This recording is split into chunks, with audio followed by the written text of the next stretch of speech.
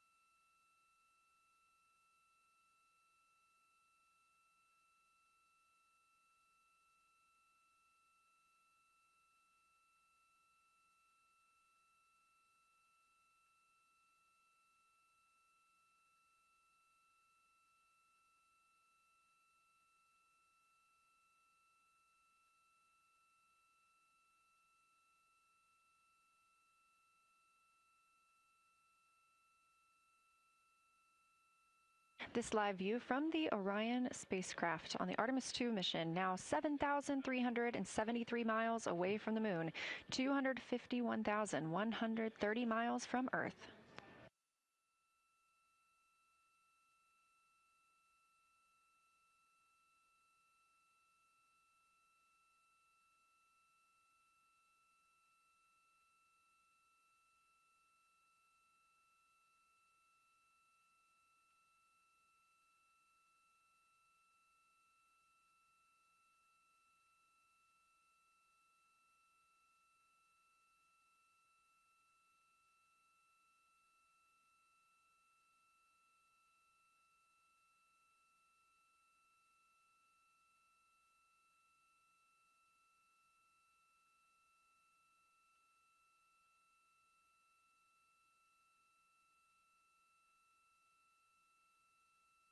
Again, the Artemis II crew passed the Apollo 13 record of the humans farthest from the Earth today at 12:57 p.m. Central Time, 1:57 p.m. Eastern Time.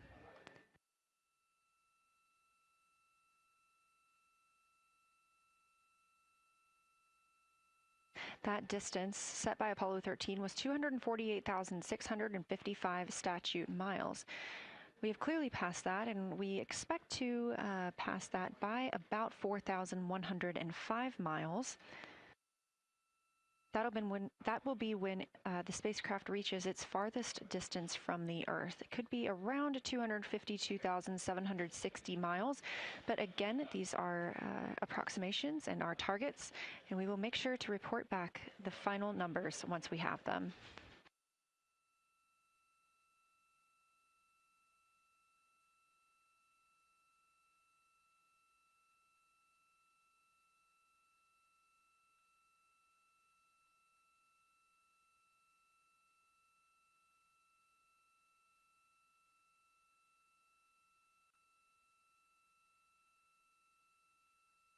We have some refined times of when we expect to have Earth set of Earth behind the moon while Orion flies behind the moon. That would be about 5:41 p.m. Central, 6:41 Eastern. The spacecraft would make its closest approach to the moon at 6 o'clock Central, 7 Eastern, and that would be about 4,066 miles. And then at 6:02 p.m. Central, and the spacecraft will reach its farthest distance from the Earth. We anticipate that'll be about 252,755 miles, which would be 4,111 miles farther than Apollo 13. We would see Earthrise again at 6:21 p.m. Central Time, and a few minutes later, regain communications with the crew.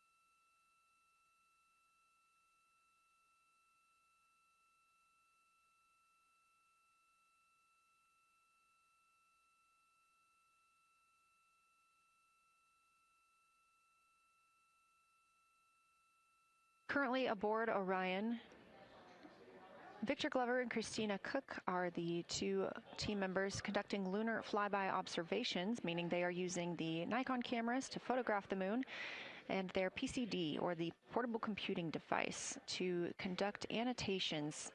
They are both recording information that will be downlinked to the science crew, and tomorrow morning the science team will have a conference with the team while the information is so fresh. They'll be speaking with the crew about their observations and their data collection.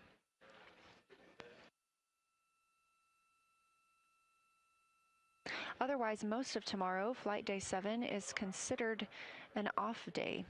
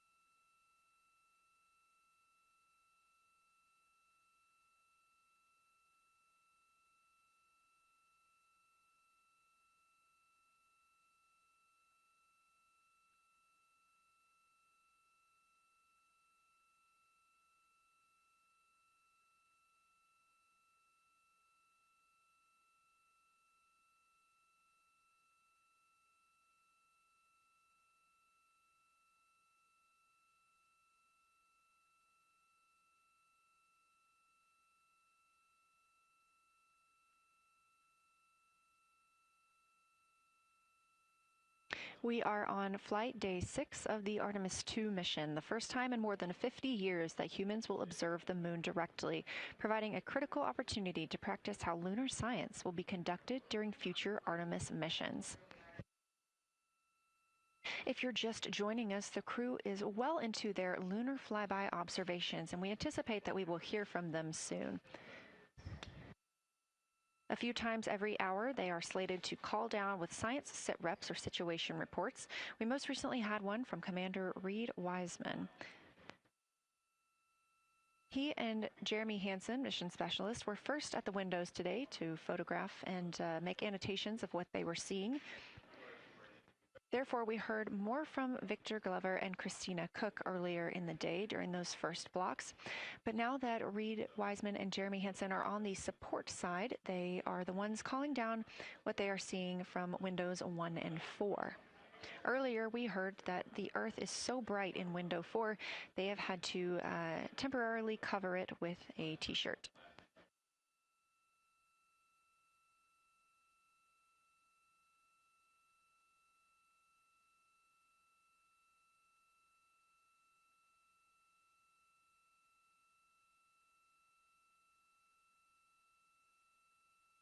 The moon preserves a near-continuous record of solar system history that has been erased on Earth because the moon doesn't have an atmosphere. So things that we experience on Earth, like weather or plate tectonics, don't really apply. So the lunar surface retains evidence of ancient impacts, volcanism, and solar activity that scientists can study today. And studying the moon helps scientists understand how planets formed and evolved, how the moon influenced our own planet Earth's history, and how the sun shaped conditions across the inner solar system. The moon also serves as a unique platform for studying the broader universe. Artemis science is designed around questions best answered by humans, working alongside robotic systems, combining decades of robotic lunar data with real-time judgment, context, and adaptability that only humans can provide. This mission, Artemis II, is serving as a proving ground for lunar science operations, which allows NASA to test how science is planned, executed, and supported during a crewed deep space mission ahead of our future Artemis flights.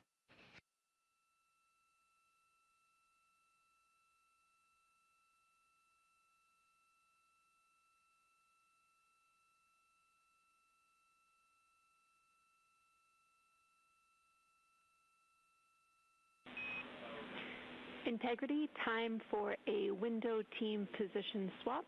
So Victor and Christina, please switch places if you've not done so already, and remember your SD card for the camera.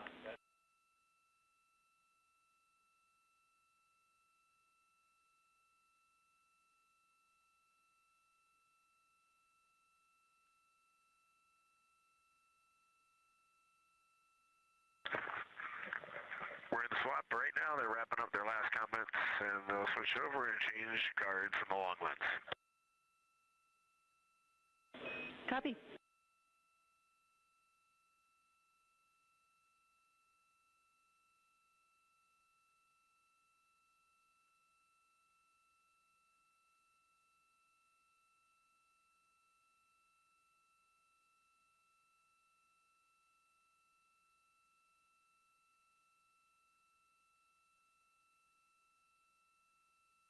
As you heard in that call, it is now time for the team members at the window to swap positions.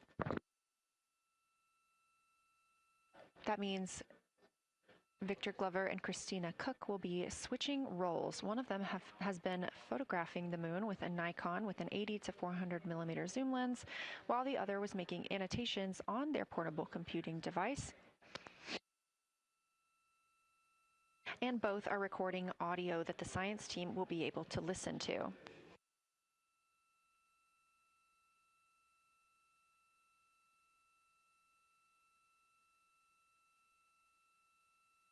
We are now 2 hours and 10 minutes until we expect to lose signal with the spacecraft as they fly behind the moon. And the next target for the crew is considered a crew choice event. They have the option to focus on any regions or patterns or features that interest them. The science team has asked the crew to capture pictures that illustrate their choice, as well as at different zoom levels, and to describe why those certain features or regions caught their eye.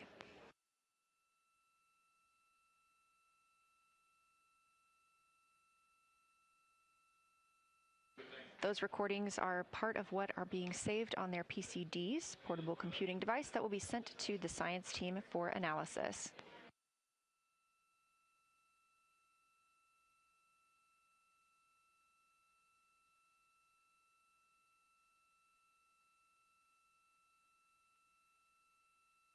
The crew has been allotted 8 minutes for this crew choice event, and it's also a time for a scheduled sit rep or situation report. So we expect to hear them calling down what they are seeing soon.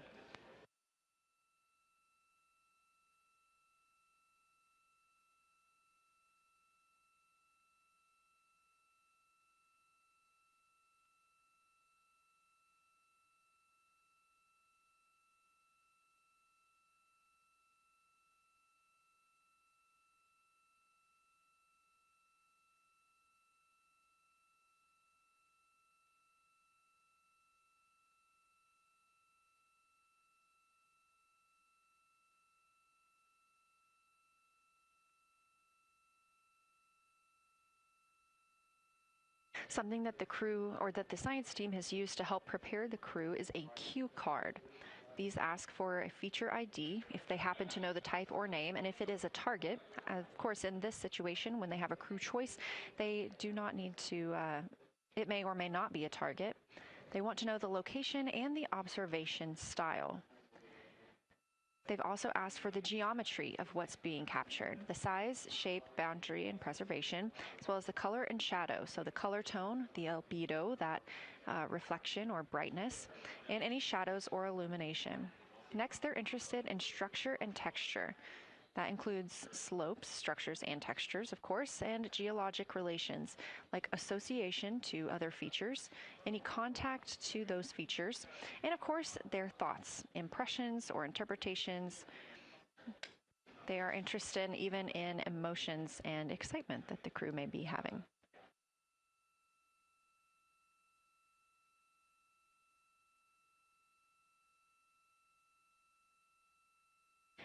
This flyby day has been practiced in many ways, even in sims here in Mission Control Houston. The team also conducted some field work, learning how to look for specific geologic features. They also photographed a large globe, and the science team helped them determine which features they would be targeting and how to look at those.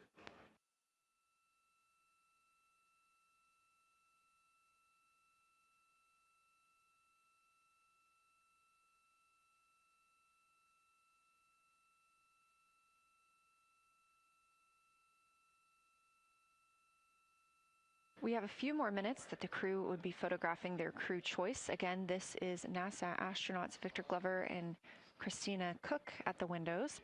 They will then move on to another discussion portion. This is for the far side albedo, that reflectiveness, and color that they are seeing. We heard earlier about some browns seen on the moon, which is very interesting, especially here from Earth, where we are just seeing whites, grays, and maybe even black at some points.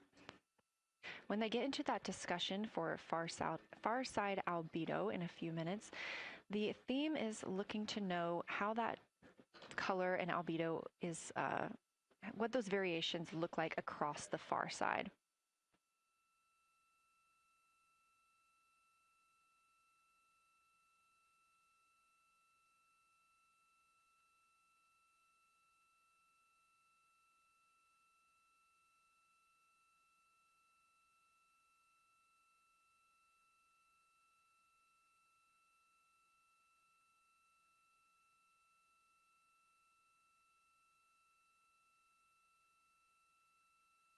On the right side of your screen, the Science Evaluation Room, or SIR, where team members are looking real time at what the crew is seeing. And even earlier, we're... Houston Integrity, you ready for science zero? We'll take it.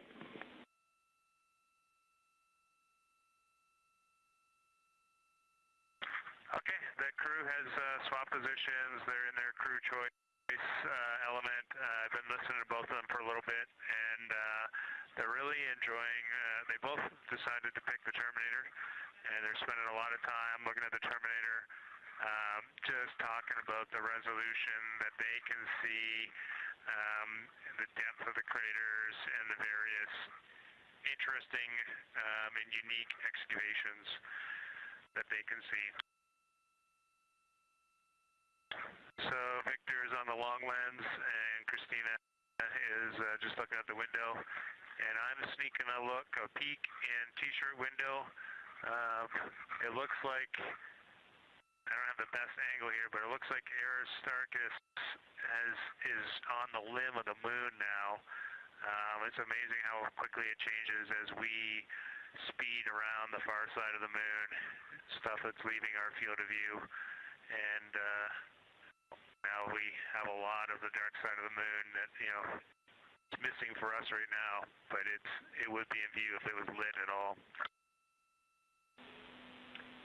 Jeremy, Science, thanks for that sit rep. Do have a question. A few times we've heard you and the other crew describe change during the course of your flyby. Would be interested in future descriptions of more verbosity about how it's changing. Thanks for the great sit rep.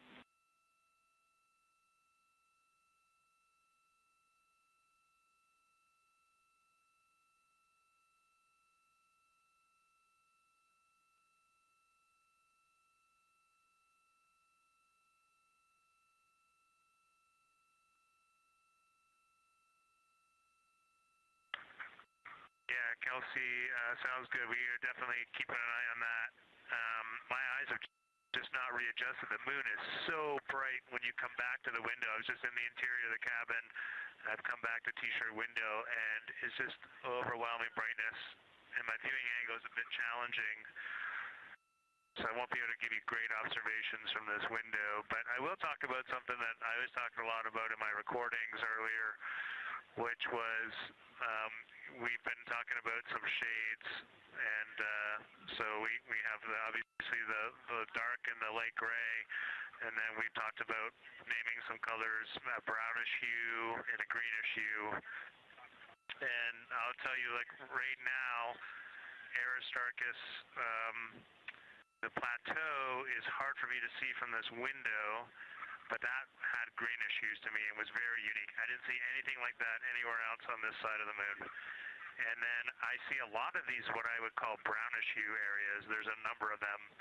And they, for example, in the northwest corner of the highlands, to me it looks like the brownish hue is caused by ray or ejected material landing on the highlands, and then we obviously see the ray areas as a lighter albedo, but in between the rays where the the deposit would be thinnest, that is what it looks like is causing the brown to me. So I saw that on the northwest side of Aristarchus, or sorry, that dark area of the highlands, northwest side of the highlands. I saw it in the highlands to the east of Glushko, and then I see those same brownish hues west of Oriental.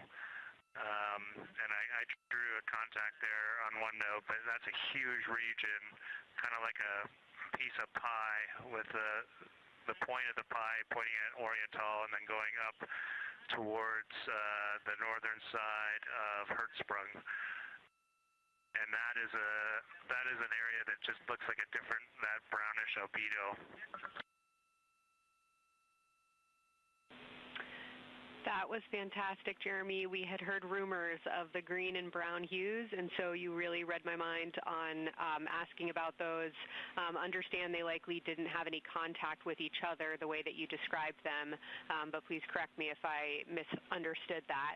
And then last thing, I'll make the same offer we made to Victor earlier. If it would be helpful for us to verbalize any targets so you can stay at the windows and keep your eyes adjusted to the moon, please let us know.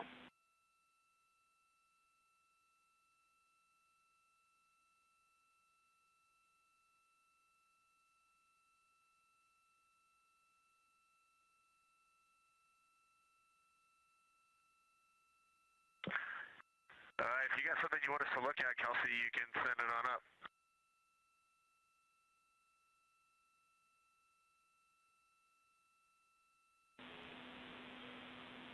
Definitely not looking to interrupt your flow, Reed and Jeremy, only offering assistance if you guys want to keep your eyes off of the PCDs.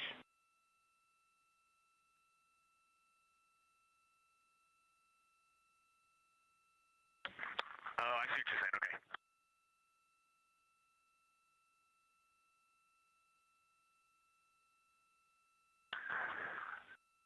Not really science related, and we definitely learned this at Apollo, but the thing that is just most fascinating, I think, to me and Victor right now is even as rugged as the far side looks, when you look at Oriental and Ohm, it's rugged, but man, when you look at the Terminator, it is just like impossibly rugged, and it reminds you that the whole far side is that way, and just the Terminator is really bringing out the shadows and the hills and the valleys, and it's unbelievable. It's like no surface of the Terminator is not marked by a meteor impact, and it is very impressive to look at that, and you realize that is true across the whole far side. You just can't see it due to sun illumination right now. Reed, Houston copies, and we were commenting on the same thing. Even from our view, the Terminator looks absolutely alien because there's just so much texture in there that we're just not used to seeing. So thanks for sharing that with us.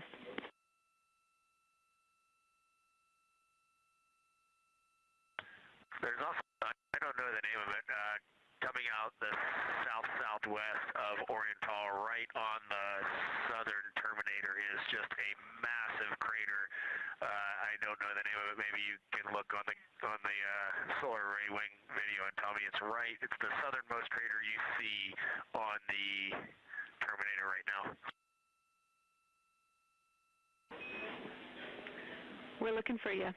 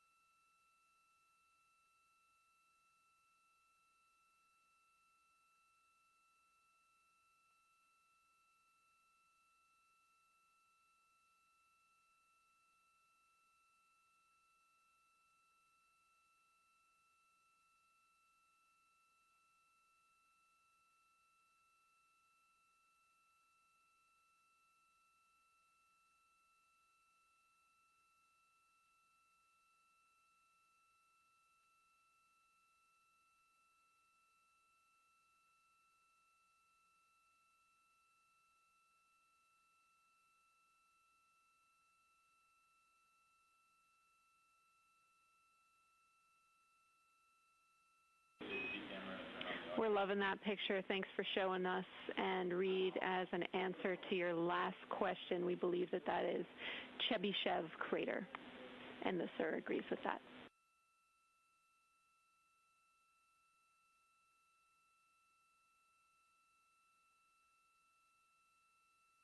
Okay, that picture I was just showing you is an 8X iPhone out the docking hatch for the high grazing angle. It's just amazing. We love it. Thank you.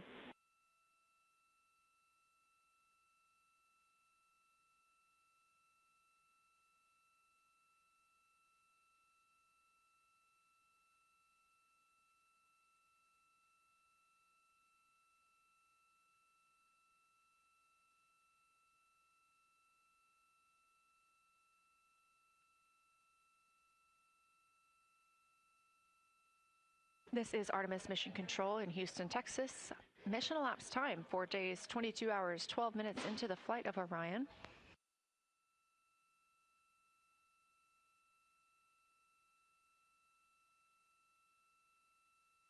This is lunar flyby day for the crew aboard the spacecraft.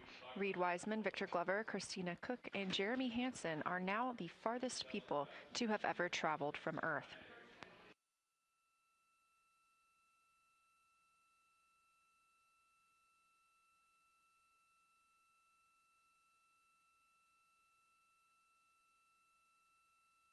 This a live view from inside the spacecraft. They have turned off the lights so they're able to see outside and photograph the moon better with no reflections from inside. And for a very brief moment there. Integrity Science, thanks for those iPhone views. It's helpful to see what you're seeing.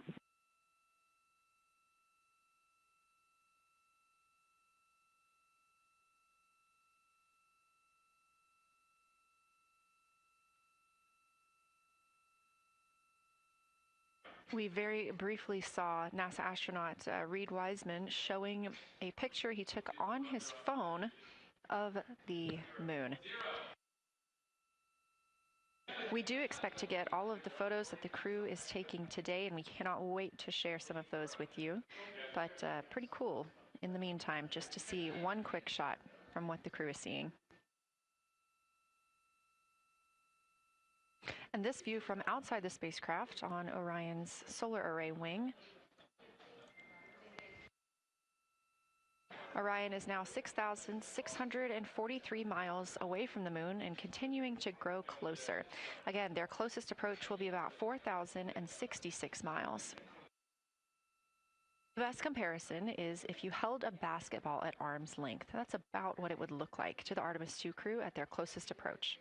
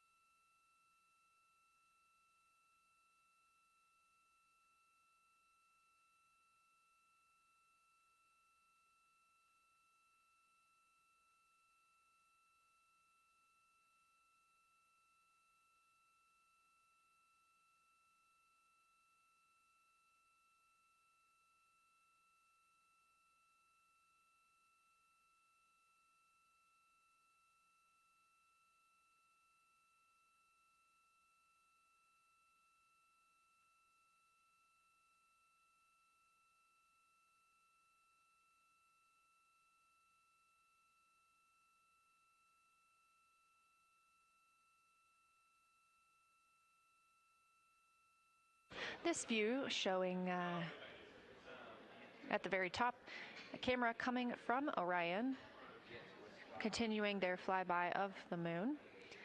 We have 3 more flyby observation blocks after the completion of this one.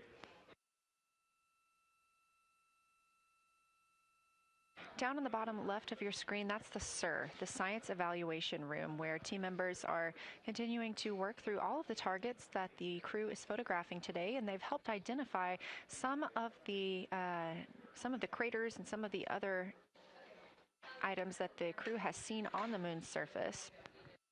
Down on the right is Artemis Mission Control here in Houston. Those two rooms down at the bottom are just down the hall from each other.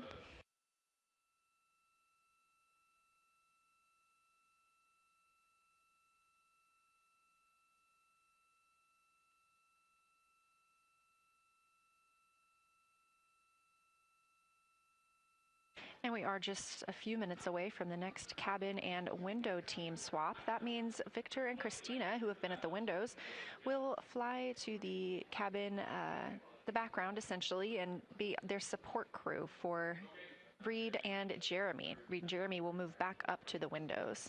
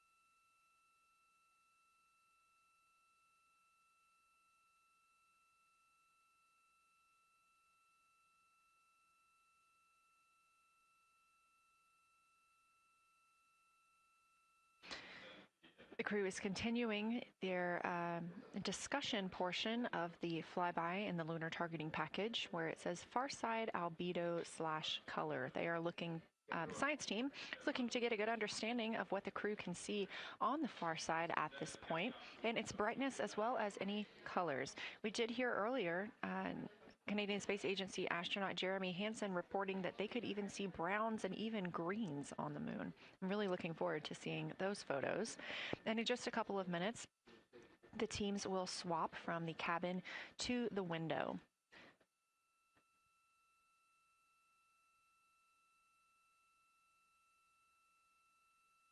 Another rundown of just how this flyby is choreographed inside the spacecraft today. So these activities have been timelined, and there are these 5 blocks of time during which the crew is going to be observing the moon from Orion's windows. Now we are just coming up on the end of the second block, and we'll start the third soon. So at any time during those blocks, 2 members are at the windows working in a pair. One is taking photos from window 2 and has a blue shroud over the window to help prevent any reflections from inside the spacecraft. They are also using an 80 to 400 millimeter zoom lens. And the other astronaut on the window team will be in window 3 using their portable computing device to make annotations. Now, again, both of those crew members are making audio recordings of what they are seeing, and we are not hearing that right now. Those are going to be downlinked later to the science team, who will evaluate them and use that data to inform our understanding of the moon. Those 2 crew members at the windows swap roles. Integrity Houston, it is time for another swap between the cabin and the window teams. So we have 15 minutes of handover time, and then we will expect Jeremy and Reed at the windows and Christina and Victor at the cabin. I have no new vehicle updates for you, but I do have a photo location for some photos on Ike's PCD, and I want to let you know that Jeremy's family have arrived in the viewing gallery.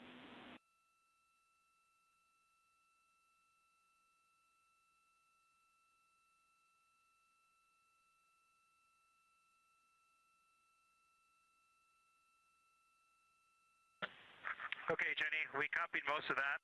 The only thing we're missing is what you meant about the photo location on Victor's PCD.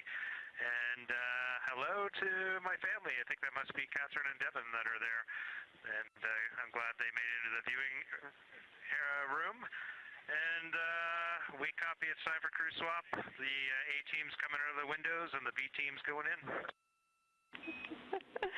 Okay, copy. All I meant to pass for Victor's PCD is that there are some late load photos that were requested that are now in his favorite photos folder. And you're exactly right. We have Catherine and Devin here. They give you a big wave, and they're super excited and happy to see part of what you're seeing.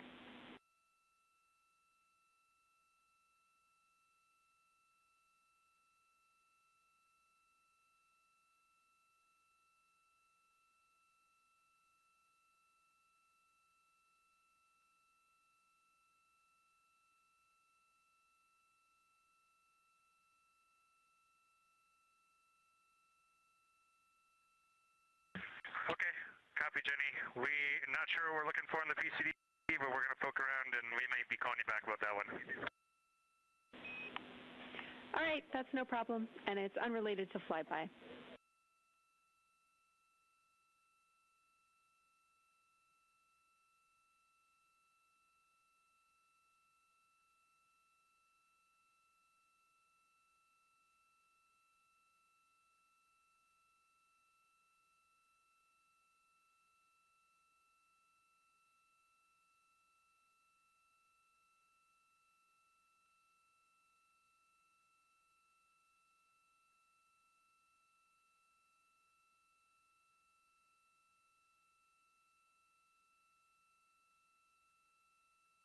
This is Artemis Mission Control here at Johnson Space Center in Houston, Texas. And as you just heard, Capcom, or Capsule Communicator Jenny Gibbons, Canadian Space Agency astronaut, and Artemis II crew backup, relaying to the teams in Orion that it is time for a swap from the cabin to the window teams.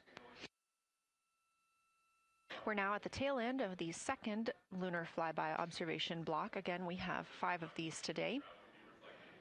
Most recently, Victor Glover and Christina Cook were at the windows photographing and making annotations, while Reed Wiseman and Jeremy Hansen were in the cabin providing support, whether that is SD card help, but also science sit reps calling down any situation reports for what they are seeing on the moon or anything about the vehicle status.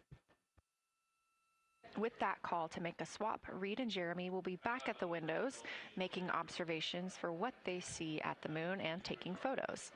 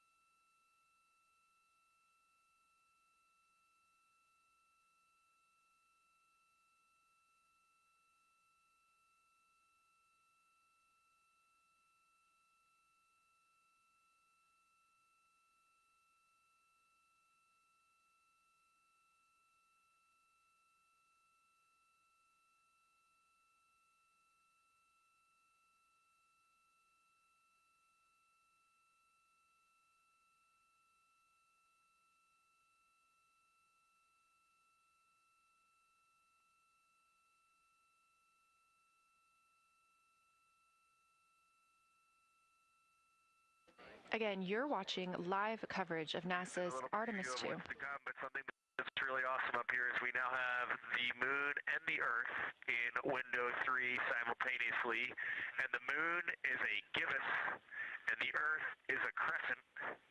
And I'm guessing in about 45 minutes we'll have 2 identical crescents as we change our position in the universe. That is pretty darn cool. Thank you.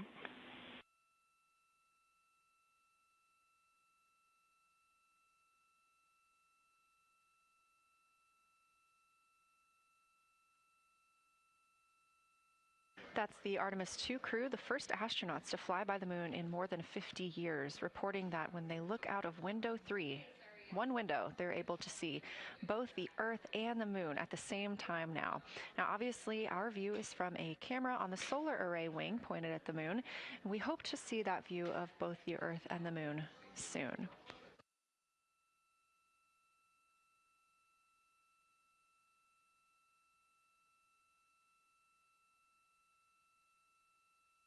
Some upcoming times for what you can expect. In about an hour and 40 minutes, we will have Earth set. And during that time, we will have a view of Earth going behind the moon.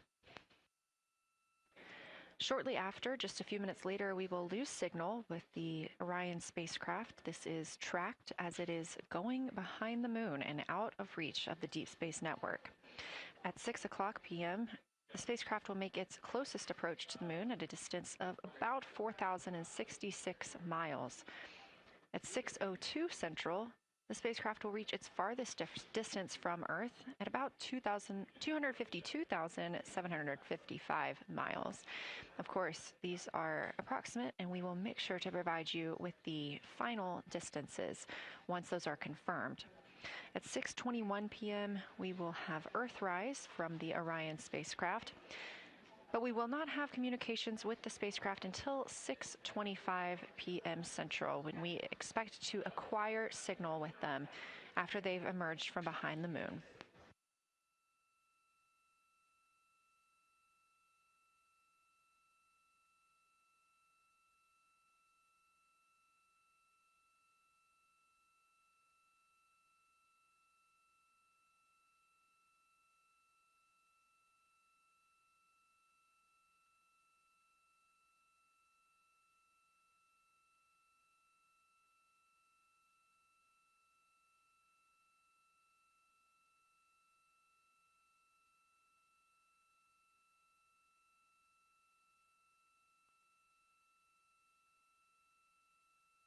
Again, you're watching live coverage of NASA's lunar flyby for the Artemis II mission, first crew to fly beyond the moon in over 50 years.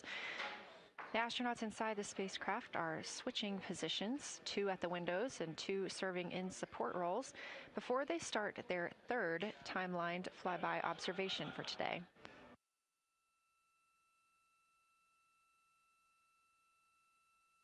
We've heard great calls from the crew so far describing what they're seeing, all well trained by the science team here on the ground.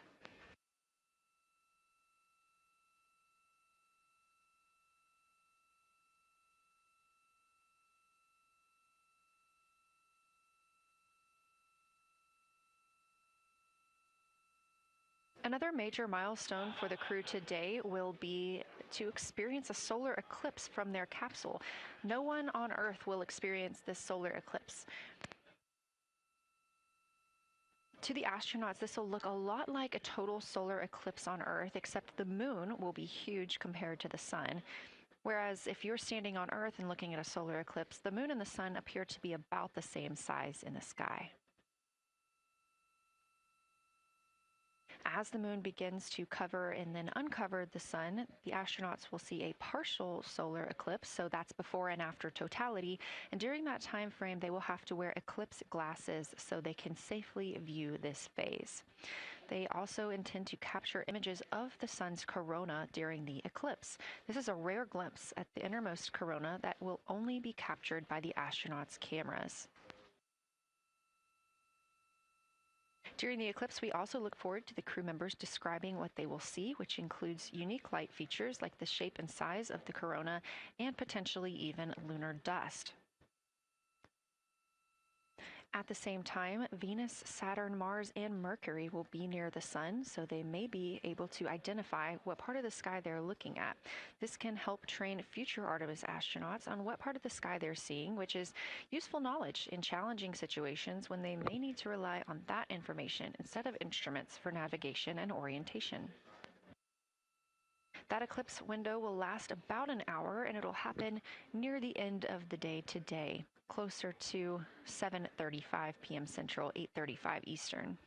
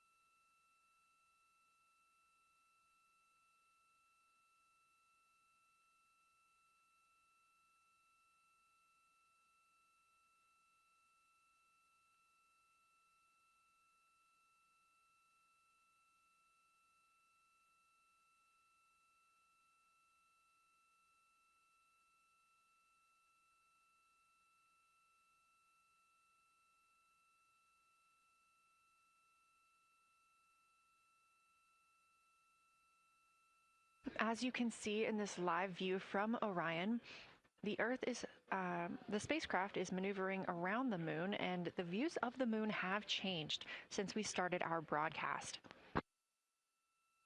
The near side is now very far to the right side of your screen. This is the side that we can see from Earth. That darkened portion are ancient lava flows.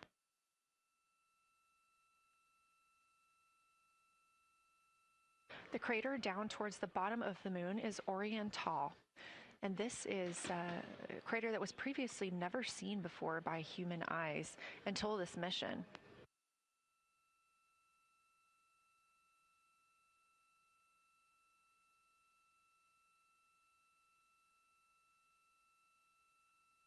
Everything to the left of Orion is considered the far side, and this is what we typically do not see from Earth.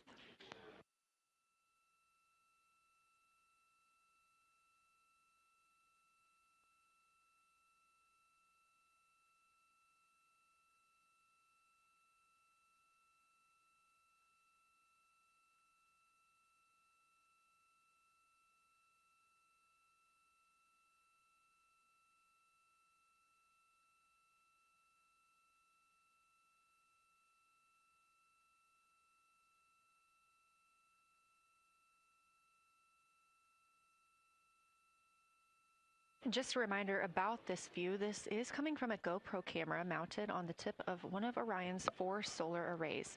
Each solar array has a camera mounted on it, and the bandwidth is limited due to we have a crew on board, and this is our first flight of crew aboard the Orion spacecraft. So having a crew means we have to have an environmental control and life support system. There's a lot of data around, a lot of data to bring down for the crew members to keep us up to date on everything happening aboard the spacecraft. So we have to share our bandwidth when it comes to imagery and data.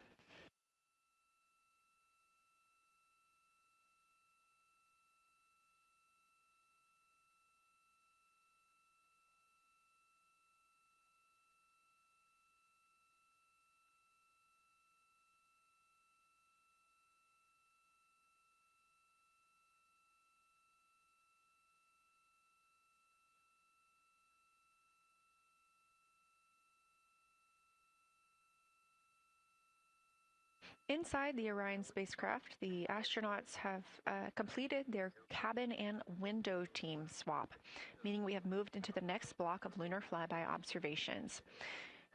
Jeremy Hansen and Reed Wiseman are now back at the windows, taking photos and making annotations. About halfway through this block, they will switch positions at the windows and will be prompted by the ground to do so.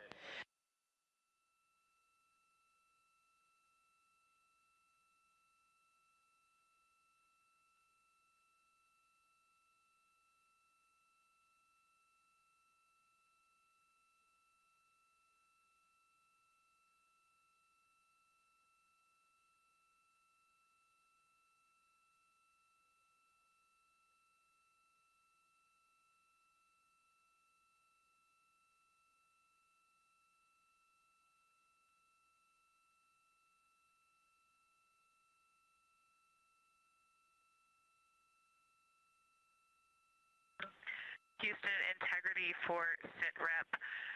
First of all, I'll just talk about the experience that I had during Victor and my observation time. It was an incredible experience. We definitely noted how much more you can see with the zoom lens. Even though we have a great visible eye image, there's just a lot of texture that just pops right out at you when you can zoom in. So almost just using it like a telescope, the camera lens. We really enjoyed our discussion time. That was a great innovation on the lunar targeting plan. We were both able to describe a lot more kind of with flow, I would say, when we were talking to each other. And it was also, we sort of were able to bounce ideas off of each other and come to new conclusions. We had, I think, a very successful talking through of some contacts between different color areas, both in the mare and in the highlands, and we identified some really unique texture areas as well. At one point, towards the end of the images of my time in window 3, I just had an overwhelming only sense of being moved by looking at the moon. It lasted just a second or two, and I actually couldn't even make it happen again. But something just drew me in suddenly to the lunar landscape, and it became real. And the truth is, the moon really is its own body in the universe. It's not just a poster in the sky that goes by. It is a real place. And when we have that perspective and we compare it to our home of the Earth, it just reminds us how much we have in common. Everything we need, the Earth provides, and that in and of itself is somewhat of a miracle, and one that you can't truly know until you've had the perspective of the other. I'll switch into some logistics stuff. The Peltors, both their batteries stopped providing the active listening, but we have verified they are still recording, and so we are able to have discussion time and hear outside our recordings by just moving the ear cup off of the ear. Other than that, everything's working well technically, and we've been able to find all our targets, and we're having a really great time. Thanks, Christina. We copy those logistics for the Peltors, and also thanks for bringing us into the cabin with you with that description.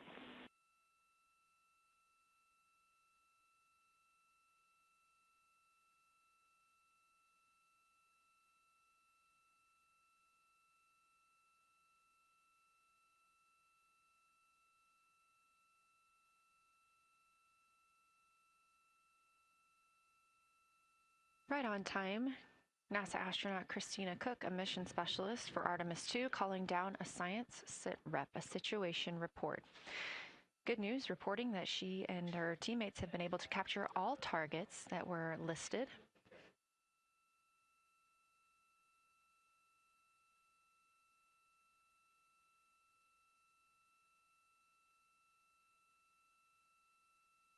Christina also gave a vibrant description of just how it feels to be there and to see the moon up close and not just something passing in our night sky. Currently, the team members at the window are Reed Wiseman and Jeremy Hansen. Meanwhile, Integrity cabin team for window shroud.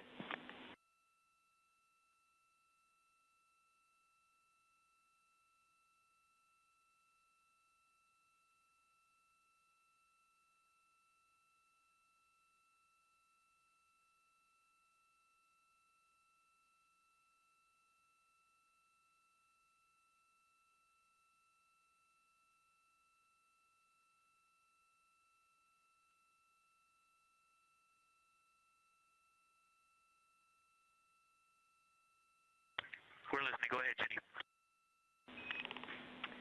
Hey, Victor, we have a temperature constraint on the windows, and the shroud might be getting us close, so we just want to check on the state of window 4's shroud, whether you believe it's still necessary because maybe things have changed with our viewing, and if so, we would like to request to have the shroud removed.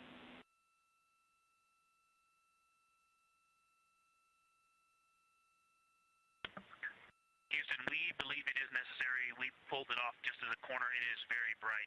It definitely would affect our night vision and maybe comfort. But is there a time? Can you tell us when we would have to take it off by?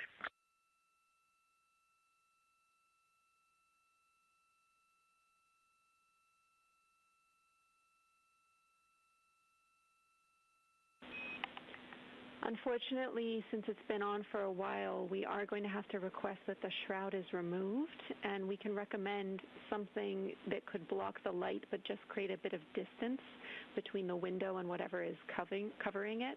Something like a t-shirt would do the trick and help.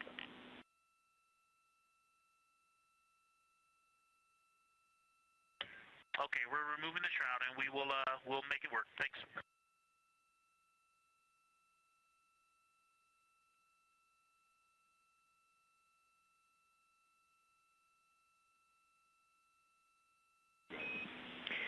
Thank you, Victor. We know it's pretty bright in there now with that window uncovered. We will also offer that airflow on the window would be helpful. So if you want, you can also retrieve the condensation hose, which should be friction fit onto one of the diffusers. And that on the window would also help.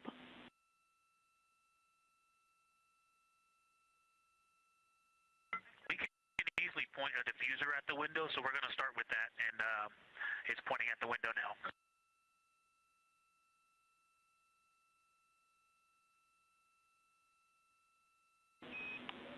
Okay, we'll take that, Victor. Thank you. Please keep us updated.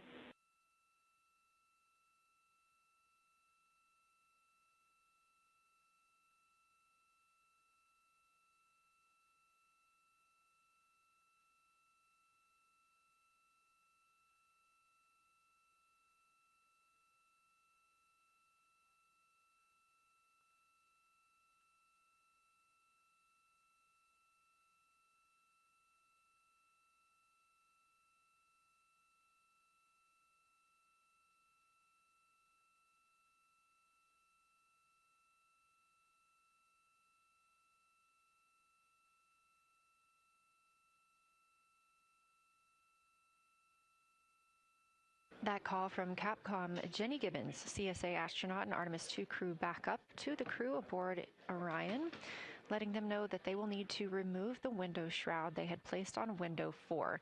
They initially placed that shroud there to block out some of the light from the Earth. It was extremely bright coming in the cabin and interfering with some of their viewing opportunities out at the moon.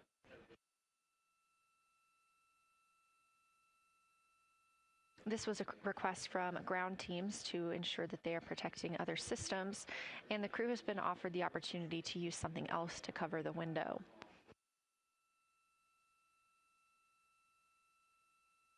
Meanwhile, Reed Wiseman and Jeremy Hansen continue with their lunar flyby observations.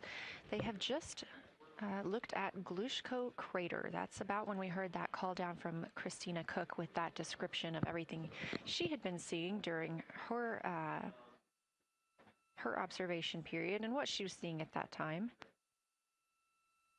The science team asked this crew to take centered images of the entire crater and their ray system in one frame. They're also interested in knowing the brightness, texture, and extent of Glushko's rays and how they differ in the mare, or that sea area, versus the highlands. Glushko is considered a young lunar crater, and these observations can help understand material properties of those craters.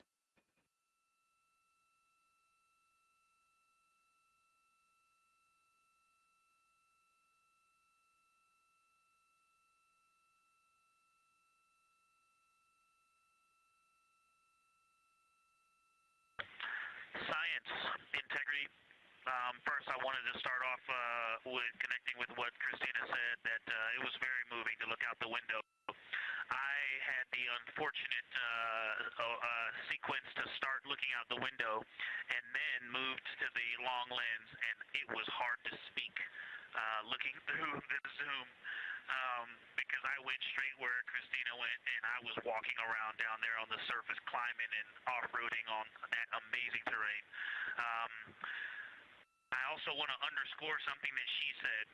As we continue to explore, when we actually do go down there to the surface, I know for safety reasons that we would never send someone alone, but I just want to really emphasize how important the discussion time was. When we started to talk, we not only got better science discussion, we got better human connection, and so doing this as a pair, we just learn and grow together, and that's just super important, so thank you for adding that to this plan.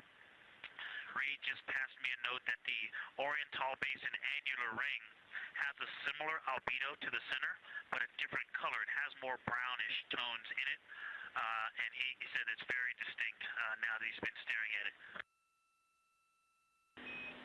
Victor, thank you. You got a cheer from science there, and we all just went on that moonwalk with you, so highlighting how important it is to talk about these things. I also want to let you know that we have Deanna Glover with us in the viewing gallery. She's all smiles.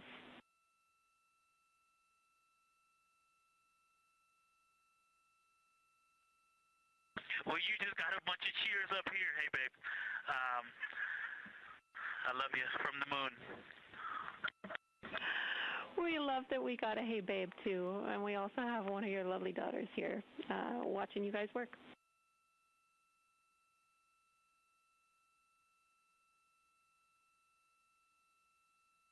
Thank you guys for doing that and for supporting them through this. And to all of you, Genesis, Maya, Joya, and Corinne, I love you. And Deanna, I love you. I'm glad you get to be there.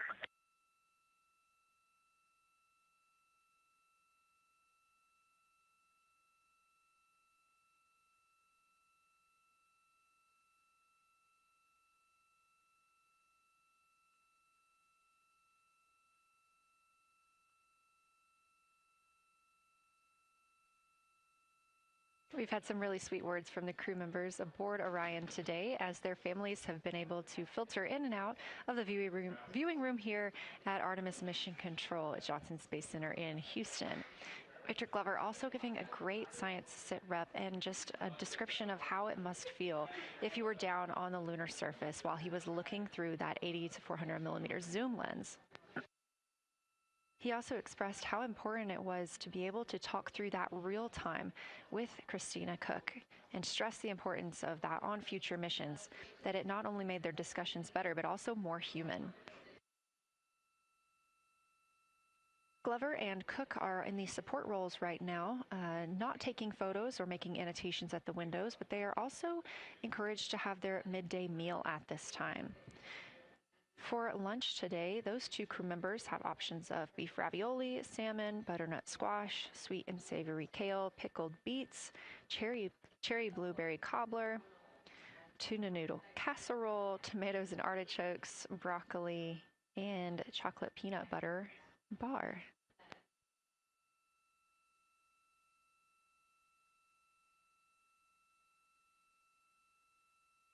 Once Glover and Cook return to the window portion of their flyby today, Reed Wiseman and Jeremy Hansen will get into their midday meal.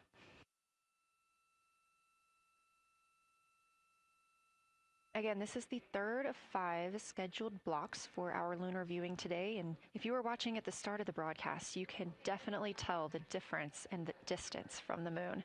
We are now 5,518 miles away from the lunar surface, and again, expecting the crew to get about 4,066 miles away.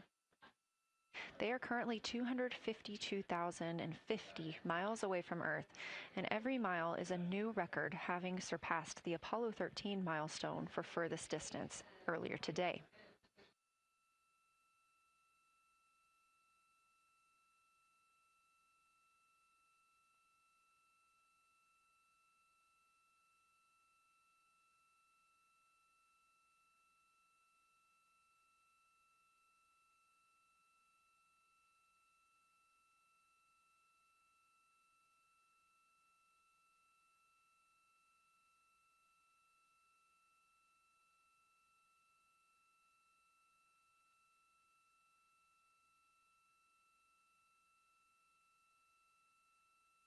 If you look down to the bottom right of the moon in that darker looking area, that is Orion Basin. We have continued to lose views of the near side. It is just barely visible over towards the bottom right side of your screen. And then you'll also hear later about that terminator. That's the line between light and darkness while on the moon. It is really exposing some of those craters at this time.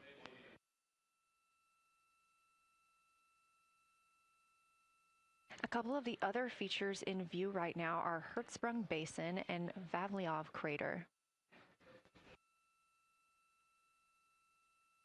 Hertzsprung Basin is nearer to the center of the moon, closer to that terminator line right now, and Vavilov Crater is just on the outskirts of it, closer again to the terminator.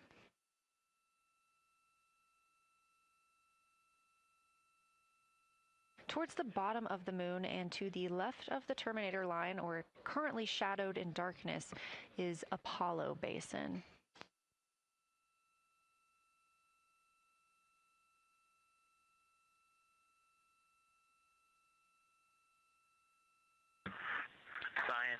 integrity.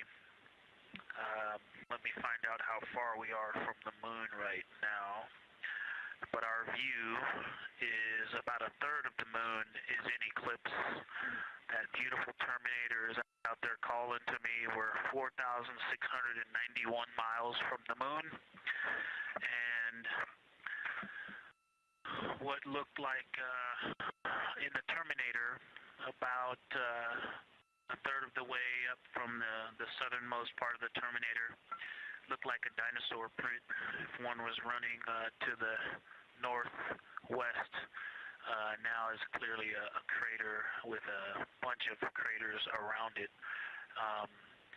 And that Terminator, I can only see about half of it. I'm looking through the docking hatch window right now because we have the Z9 in window 1. But that Terminator has moved. I guess I've been using Vavilov the whole time, so it's gone 2 more Vavilov craters to the west. And so a few more features are starting to peek out into the sunlight there with that low sun angle. And so you still have ridges and valleys showing up very clearly, a very jagged Terminator, and a few islands of light out there with some high elevation shining in the sunlight in that darkness. And on the eastern side of the moon, let's see, Grimaldi appears to be one of the farthest east features, and that is maybe 5 degrees from being right on the limb and going off over the horizon. It is interesting, just looking at Orion, that my first impression of it is all of the dark areas appear lighter, which I think makes sense because it is now facing, well, it's still relatively the same to the sun, but my angle to it is different. So I'm looking at it from a little more, even further to the side as we pass it. But all the darker features appear to be just a little bit lighter from this vantage point. The darker ring structure in the outer and inner ring and the interior, as well as the annular ring portion, everything seems to be just a smidge lighter at this point. Thanks for that description, Ike. Any additional words you can provide on Oriental would be wonderful, as that is such a high priority target for us. And while I have you, as we get closer to target 15, which is the Terminator target, if you can find Zeeman crater again that you were looking at earlier, everything to your left of Zeeman would be getting into the South Pole Aiken area to help you orient yourself.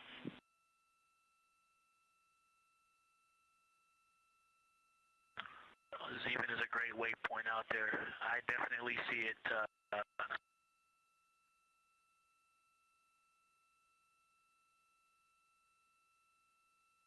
Yeah, Zeeman is very easy to find, and that is awesome. Thank you for pointing that out. Feel free to do that as often as you think of things. Let's see, looking back at Oriental. Okay, another thing, after looking through the zoom camera, man, you guys are smart. You probably did this on purpose, but after looking with my plain eyes and then going to the 400 millimeter zoom, now looking at it, I see the cliff face as if you were standing in the center. That inner and outer ring have definitely some real terrain to them, and now I can see that as terrain. Now that I look at it even with my naked eye, I can tell that there's a lot of elevation and that, like I said, a cliff face on that eastern edge where all the darker deposits are. And it's just the scale now. Looking at it from far away, before it seemed like flat with color painted on it, but now that I look at it, I can definitely see that there is, different depositional characteristics, and so the darker is some other material, but there's also some shadowing going on because of the cliff face that is a part of that crater wall. Great description, Victor. Thanks, and really interesting to hear now the distinction between shadow and color. Before I let you go back to other observations, you mentioned that Reed saw a browner hue to the annular ring than the rest of Oriental. Are you seeing that from your vantage point?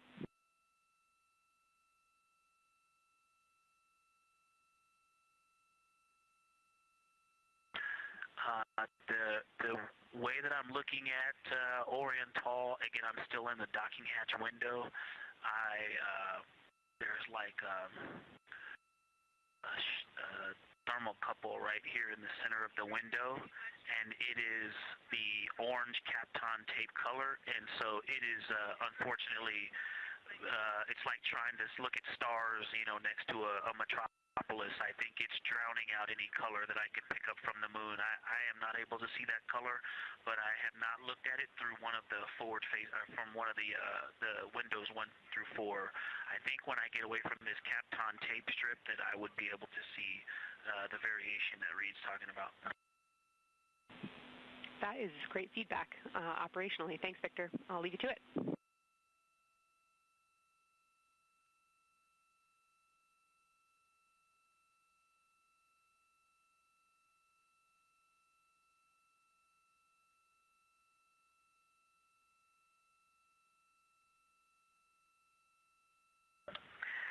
Science integrity with a question from the window team. Integrity, this is Science here with you.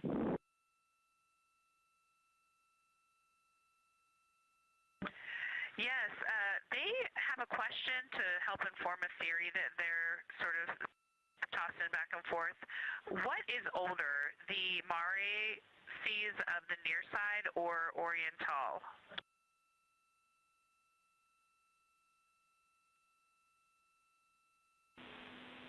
Stand by, Integrity. We're going to get you a little geologic history here.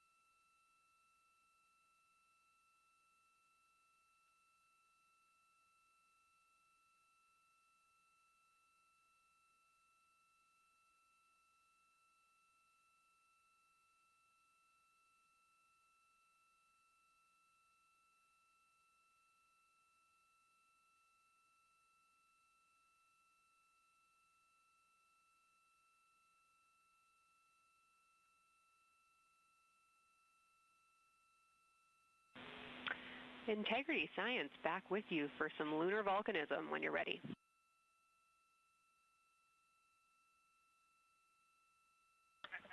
Go ahead. You're making our day down here getting to talk about lunar volcanoes. Oriental, as far as Mare go, is younger than almost all of the Mare on the near side. The exception are features like Aristarchus, which really pop out to you guys and really pop out to us here on Earth. That is younger, but other than that, Oriental is pretty young as far as Mare go.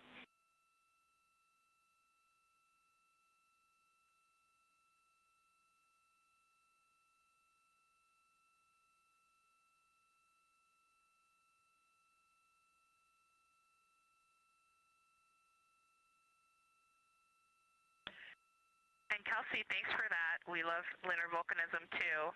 How about when the actual crater was formed?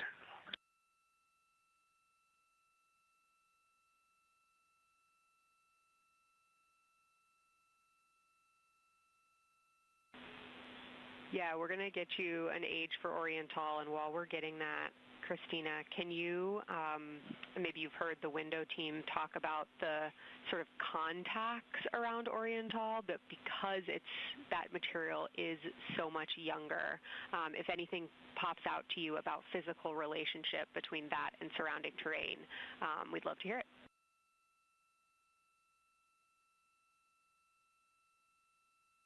Yeah, definitely. They are discussing a contact relationship that could explain some of the color that they're seeing in certain areas. And so it was really about the ejecta of the creation of the basin and understanding the superposition of its ejecta and mare on the near side or other features. So thank you. We'll take the insight when you have it.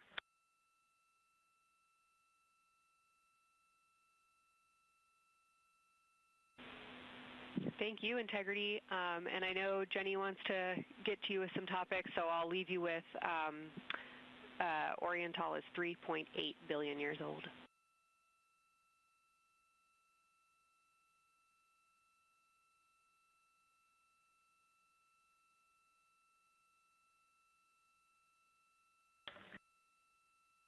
Copy that. So that's on the older side. The actual basin is very old.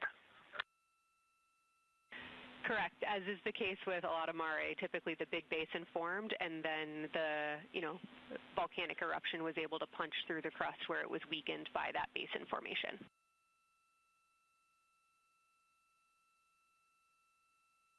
Perfect. Tracking. Thank you.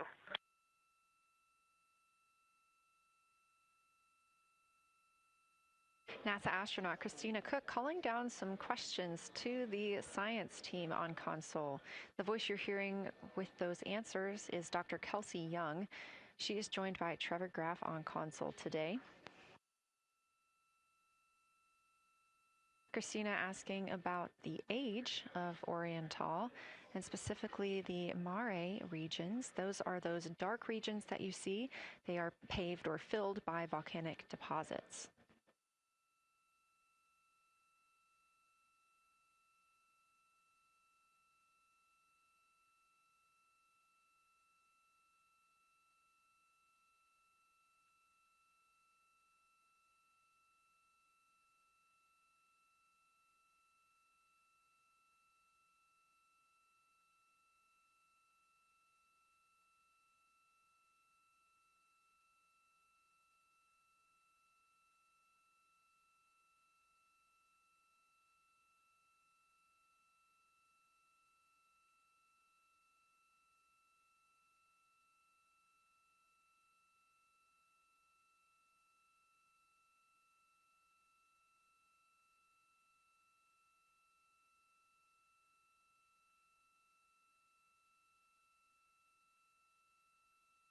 Better answer. Integrity, it's about time for a position swap at the window. So we will ask Reed and Jeremy to swap positions, and I'll remind you again about your SD cards.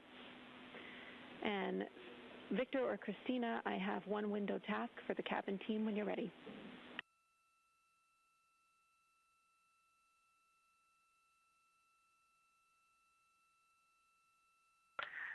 They are swapping, and I'm ready. All right, Tina, we found a way that we can reinstall the shroud on the window. We understand it's pretty darn bright compared to everything that you're looking at. So in order to reinstall it, we will ask that you retrieve the condensation hose and you install it on a friction fit on the cabin air outlet port. That's right by one of your diffusers. You're going to point that little condensation hose such that the air is flowing over the window pane. Let me know when you're ready for the stowage location.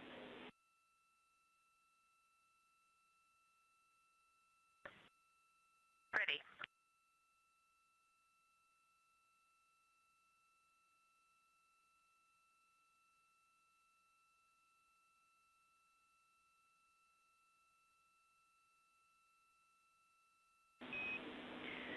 Christina, the hose is in locker A1.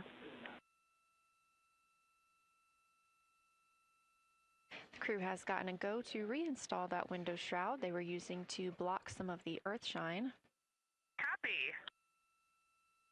This view coming from inside the Orion spacecraft as the crew members are swapping windows, specifically Reed Wiseman and Jeremy Hansen. They've been our crew members at the windows taking photos, making annotations, and making recordings that'll be downlinked later to the science team for review. The science team will have a conference tomorrow morning with the crew to get any fresh perspectives or things that they learned during the flyby.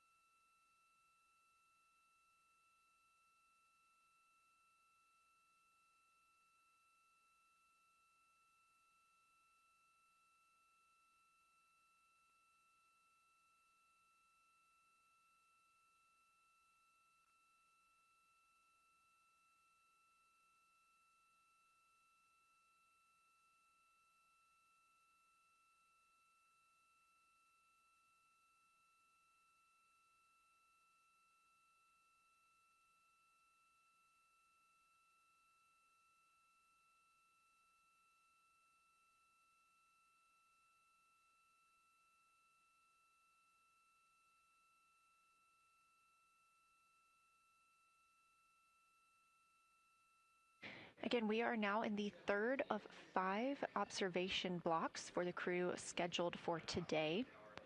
During this flyby, Orion is passing around between 4,000 and 6,000 miles from the moon and providing the crew with a full view of the lunar surface.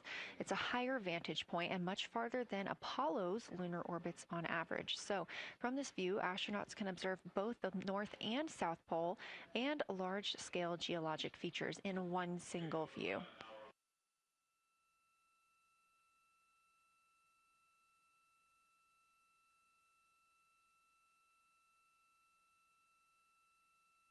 We are now just under an hour until Orion passes behind the moon, and we lose communication with the crew.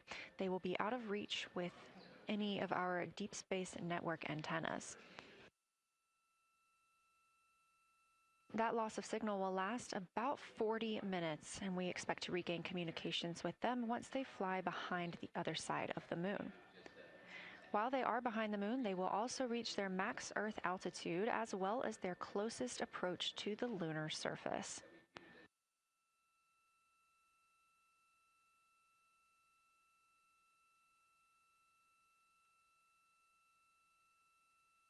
The view you have right now is a live stream from a camera on Orion's solar arrays. You are looking at a live view of the moon, and 4 people are inside that spacecraft taking pictures of it, telling us everything that they are seeing. The first humans to do so in over 50 years. They'll be sending those pictures down for all of us to enjoy, and of course, especially the science team, who are very excited for what they are learning today.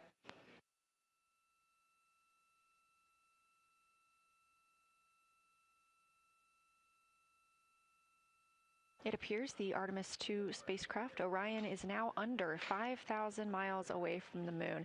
Again, we expect their closest distance to the moon be about 4,066 miles.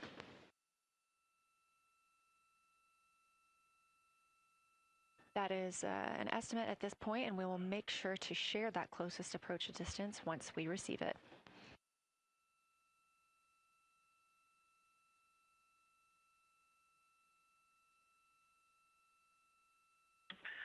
Houston integrity question, did you just want us to cool the window with the condensation hose, or did you want us to put the shroud back on and cool the window at the same time?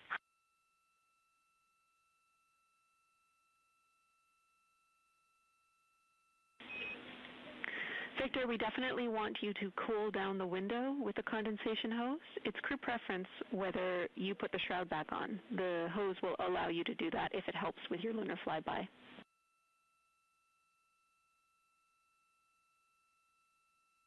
Okay, copy. We're going to do both at the same time. Thank you. Houston copies.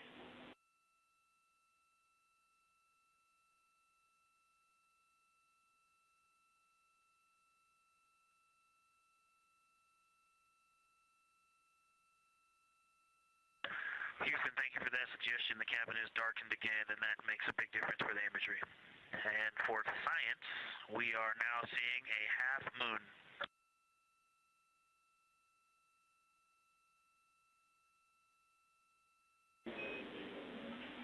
Thank you, Victor. We're happy to hear it, and we see half moon, full moon joy still.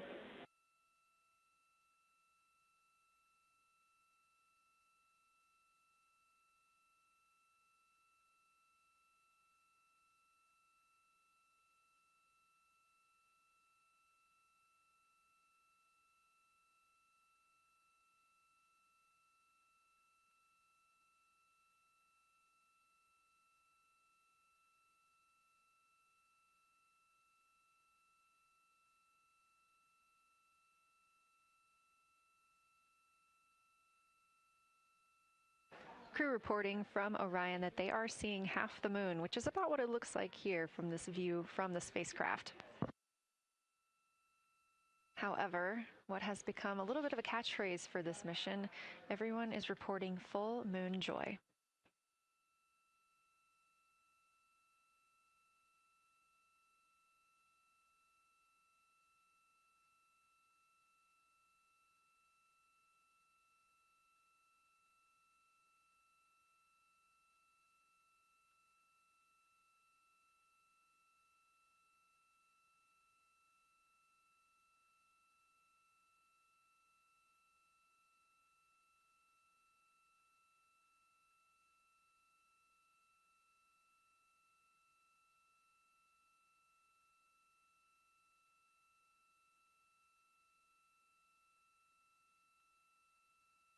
We are keeping up with which targets the crew is tracking through their lunar targeting package. They are just wrapping up their second. Science integrity, another observation the window team commented on and Christina and I discussed a bit is in Hertzsprung. The solid and intact crater is very smooth. If it were a dirt road, it's very hard packed, and then you go outside of it, and that outer crater, that's the one that is older. It is a little rougher and more jagged, and starts to get into more loose-looking terrain. And the smooth interior also causes the craters that are inside of the larger crater, the smaller craters, to have really sharp edges, sharp, distinct edges.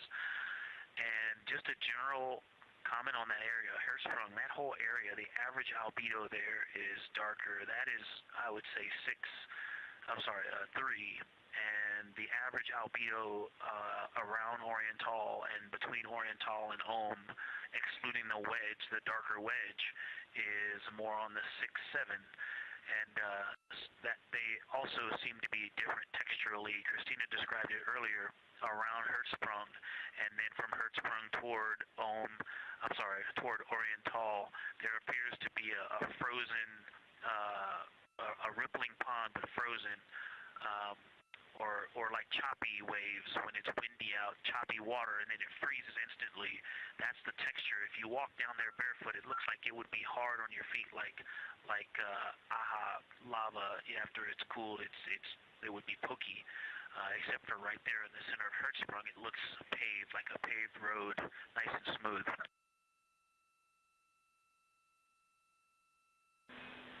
Victor, that's a wonderful description. Going from a paved road to lava reminds us of the Icelandic Highlands. Thanks for that.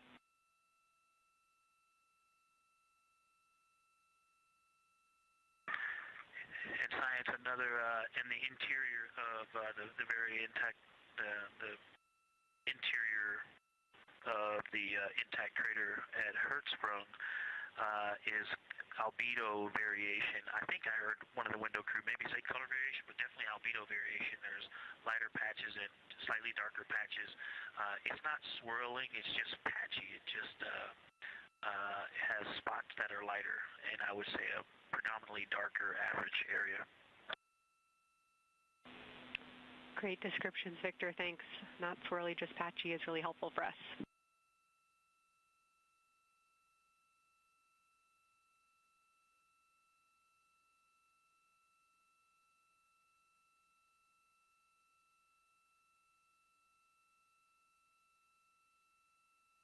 Really great descriptions coming from Science, the window team is hitting all the targets. They are on plan and starting the discussion of the Terminator. And boy, I'm loving the Terminator. I think I know it's not purely a moon feature, but what it does to the features of the moon, to the terrain, I've probably spent the most time describing into my recordings and thinking about and looking at the Terminator. There's just so much magic in the Terminator. The islands of light, the valleys, what look like black holes, you'd fall straight to the center of the moon. If you stepped in some of those, it's just so visually captivating that the Terminator is the most striking thing that I've seen so far. We've been loving your evocative descriptions, Victor. You really are bringing us along with you, and we're following along with visualizations that pale in comparison to your descriptions. Thanks.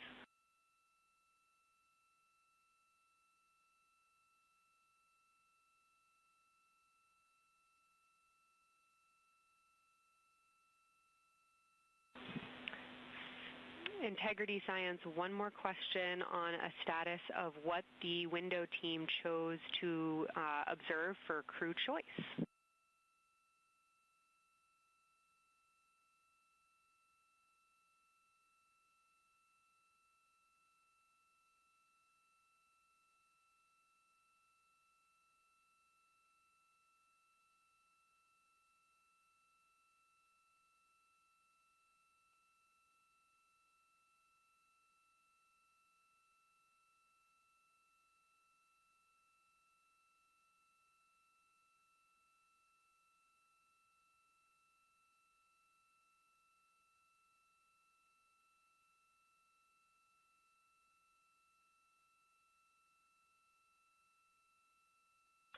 Window 2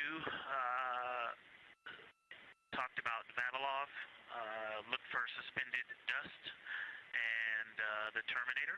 And window 3 about the experience and about the three-dimensionality of the moon this close. Wonderful. And another observation about Oriental, I would say, is the features going off to the southwest, the two large, almost look like scratches in the surface.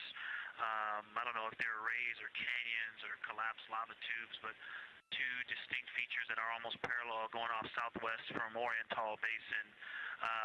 They are the first things that made me notice parallax of our trajectory looking out at Oriental. That and in the inner walls of the east side of the crater rings, you really get a sense that we're flying over something with elevation and terrain, and they look different from this orientation. Love to hear it, Victor, and you had it that those chains are actually crater rays, secondary craters formed from the formation of Oriental.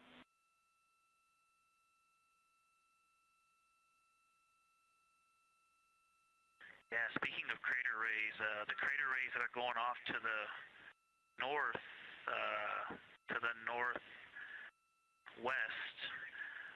that run off toward Hertzsprung and I believe toward Vavilov. I'm not looking at it right now, but those crater rays are very interesting. They're all very small. I know you've imaged this, but they're all small and they look like, you know, a big impact launched rocks and things that made smaller impacts down the way. But something very interesting, and again, you can see this in imagery, but some of them are parallel, and then some of them converge toward the center of Oriental. And then I think I even saw some that maybe diverge, not diverge, but that are convergent, which indicate multiple large impacts that created a lot of secondary impact crater rays. Fantastic, Victor, and I'll note that we can infer that you're looking down at your freshly named Integrity crater, which is near the end of one of those beautiful crater rays from Oriental. Thanks for the description.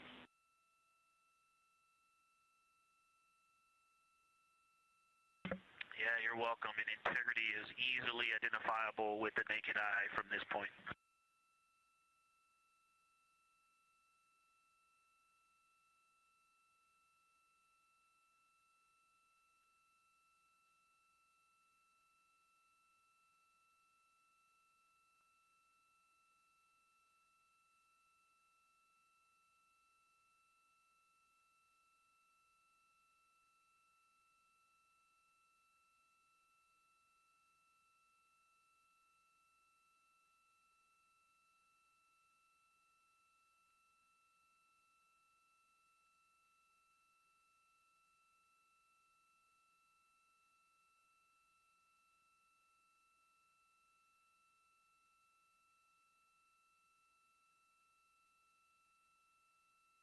We've been hearing some great situation reports from Victor Glover, the pilot of the Artemis II mission, calling down to the science team, letting them know what he is seeing. And one of those things is Hertzsprung Basin.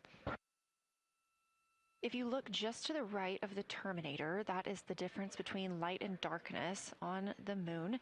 You can see what he's describing when he says Hertzsprung Basin and how it looks a little bit paved in the middle there.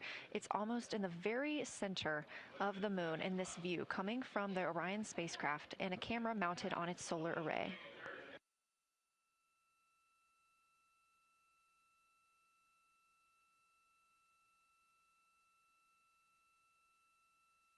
We are now 4 days, 23 hours, and 23 minutes into the flight of Artemis II, and we are standing by for their lunar loss of signal in about 43 minutes. Again, the spacecraft will fly behind the moon, and during that time, we won't have communication with them. They will be out of reach of our deep space network. However, we will regain communication with them approximately 40 minutes later when they come around the other side of the moon.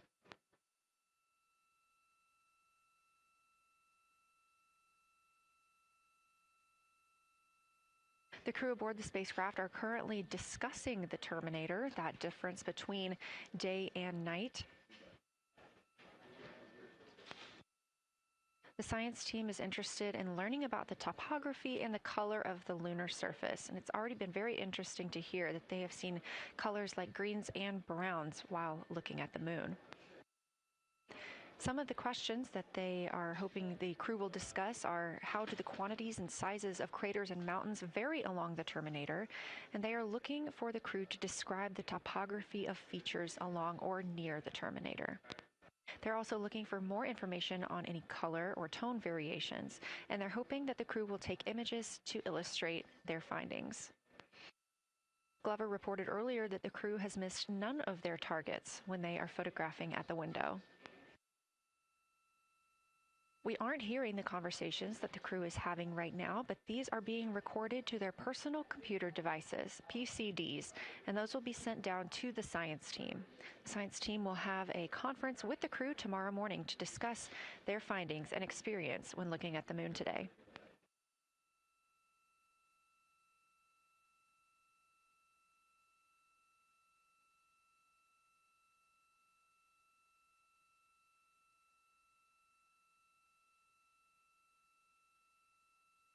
We have a few minutes left while the crew is discussing the Terminator.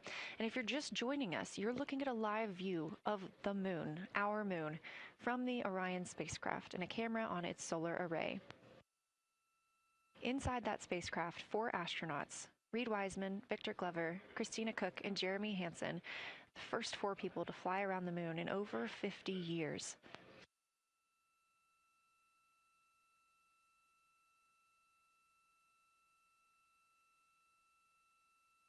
This is our lunar flyby day, and the crew has already surpassed one record today. The crew passed the Apollo 13 distance record at 12:57 p.m. Central, 1:57 p.m. Eastern. Canadian Space Agency astronaut Jeremy Hansen calling down that he hopes it's a record soon broken by other explorers.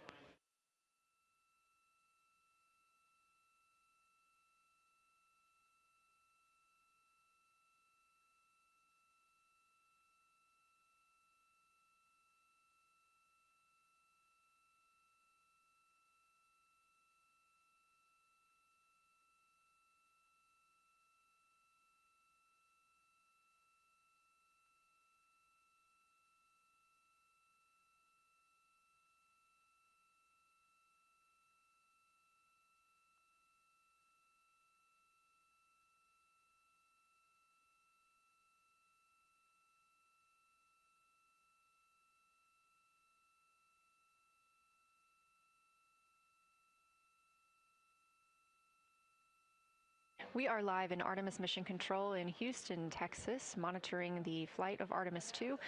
All of the flight controllers here, each monitoring a different system aboard the Orion spacecraft. Integrity Houston, we are ready for our cabin and window teams to swap again. We have a 15-minute handover time here, and I have a couple of items I want to read up to you.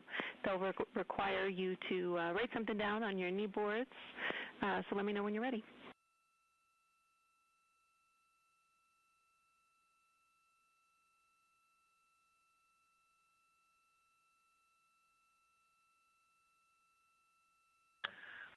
Okay, Houston, we are ready. Copy Integrity. First of all, once you start this next shift here, during this lunar observation shift, we will begin our lunar LOS, so you can expect a call from me a few minutes prior reminding you. And second of all, Fido just sent us updated altitudes and METs for lunar closest approach and max Earth altitude. Let me know when you are ready to write those down. They differ slightly from Optimus.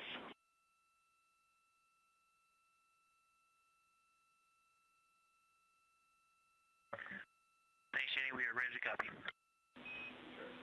Lunar closest approach will be at MET 5 days, 0 hours, 25 minutes, 34 seconds.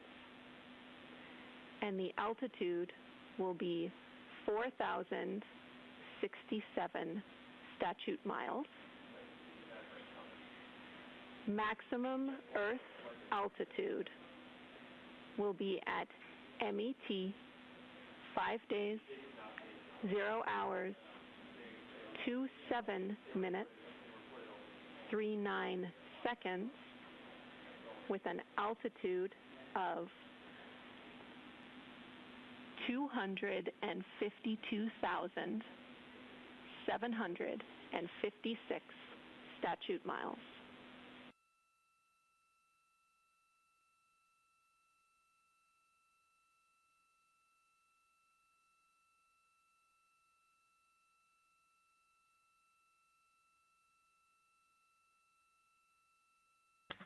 The crew really wants to ask for that in kilometers and in parsecs, but thank you for those. That is great. Thanks for that update. I'll send Fido to work, and I appreciate the metric. Other than that, I have no new vehicle statuses to pass to you. Enjoy your handover time, and we're looking forward to picking back up with you shortly.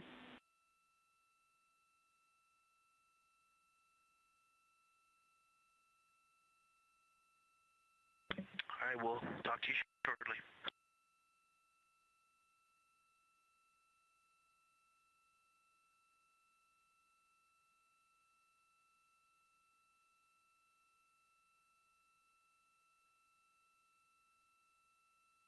Those words called from Capcom Jenny Gibbons, CSA astronaut and Artemis II backup crew member, to the crew working aboard the Orion spacecraft. Had a little bit of a view inside the cabin. As you can see, it is very dark. The crew has turned off the lights, and the light that you were able to see is coming through the window, a reflection of Earthshine and from the moon.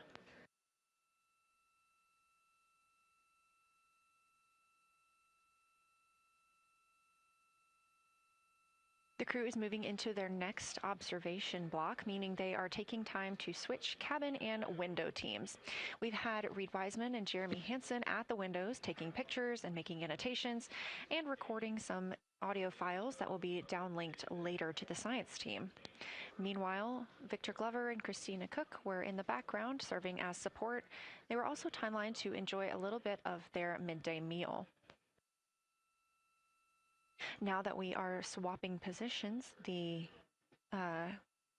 support team becomes Reed Wiseman and Jeremy Hansen.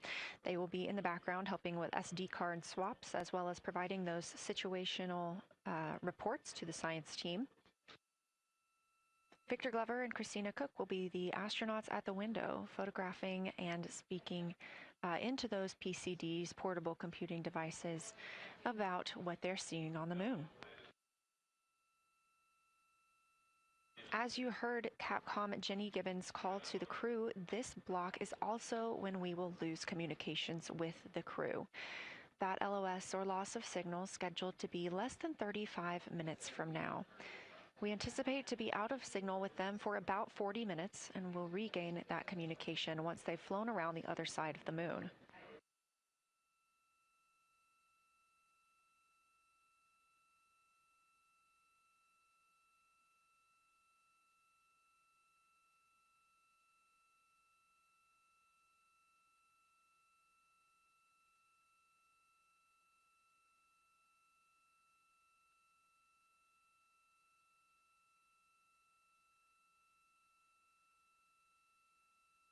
Now, even though the crew will be flying behind the moon, their observation period does not stop. They will still be taking pictures and making annotations of what they are seeing.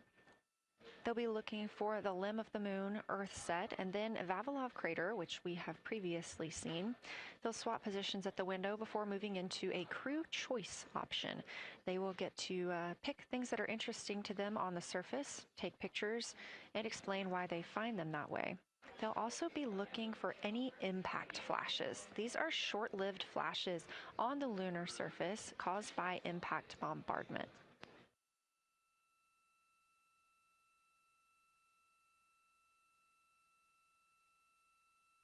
Just before Earthrise, the crew will be looking for lofted lunar dust. This may be lofted just above the lunar surface, and we could only see it just before Earthrise along the dark western limb. Any Earthshine would illuminate potential lofted dust. But once the crew is all the way around the Earth, the brightness of the Earth will wash out any of that dust they might be able to see. These were based on observations from Apollo missions and orbital spacecraft, and so we're very interested to see if the crew might be able to capture some of that lunar dust today.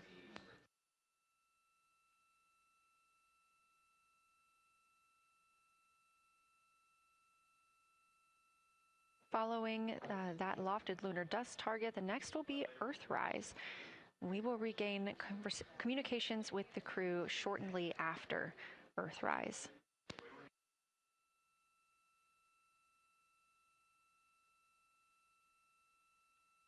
There will be a short observation break period where the moon is not in view. That's because we are also anticipating the crew seeing an eclipse today. The moon won't be in view because the team here in Mission Control Houston will need to change the attitude of the spacecraft and ensure that its solar arrays are gathering light from the sun heading into that eclipse period. So we will have communication with the crew, we just won't be able to see the moon. However, we will have views during that eclipse time frame. During that time, the science team is looking to know it will only be illuminated by Earthshine at that point. So they want to know what the whole moon looks like overall, but they also want the crew to look into deep space and potentially see if they can spot any planets.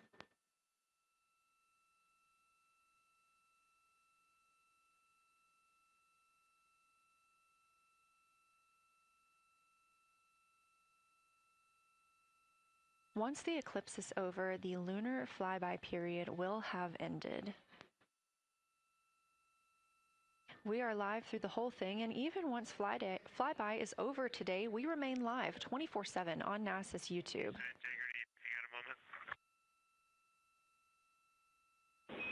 Go ahead.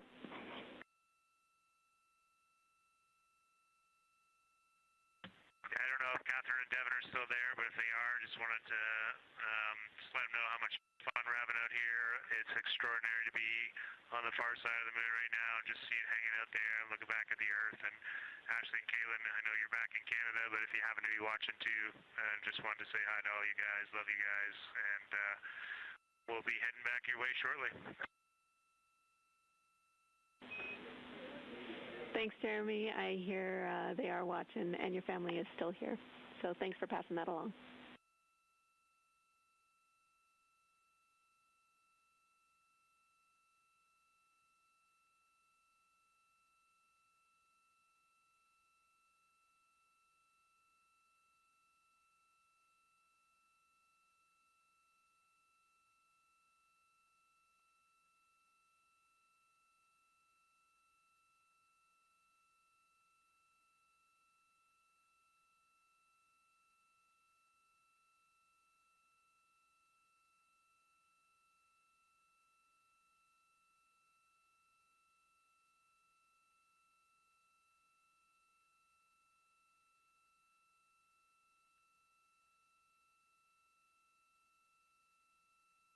this view inside the Orion spacecraft, and it's a little hard to make out, but on the left there, that is Jeremy Hansen just calling down some well wishes to his family, joining us in the viewing room and watching online.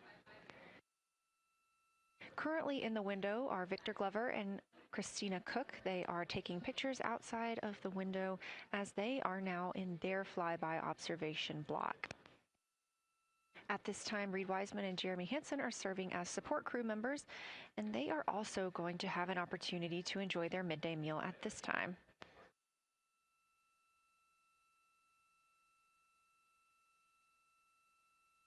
On the lunch menu today for Reed Wiseman and Jeremy Hansen, we have vegetarian chili, salmon croquettes, chicken with peanut sauce, sweet and savory kale, pickled beets, chocolate pudding, barbecued beef brisket, spaghetti and meat sauce, Italian vegetables, butternut squash, candy-coated chocolates, and maybe even a little bit of coffee.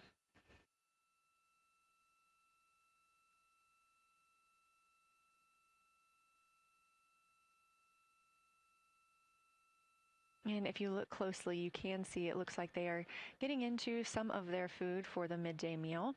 All of the food on the spacecraft is rehydratable. We don't have an option for fresh food as there's not a refrigerated section of the Orion spacecraft. So all of this food can either be rehydrated or eaten straight from the package, just depends on what the food actually is. And for food that needs to be rehydrated, there is information on each package of how much water needs to fill that bag and what temperature it needs to be.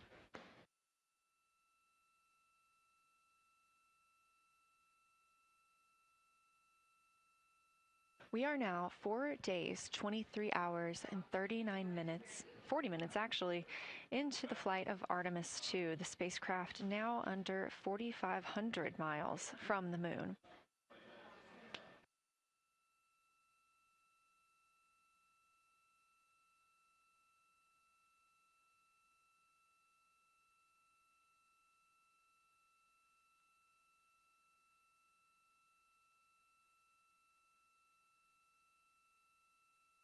We are now also under 30 minutes away from loss of signal with the astronauts. We will regain that communication about 40 minutes later.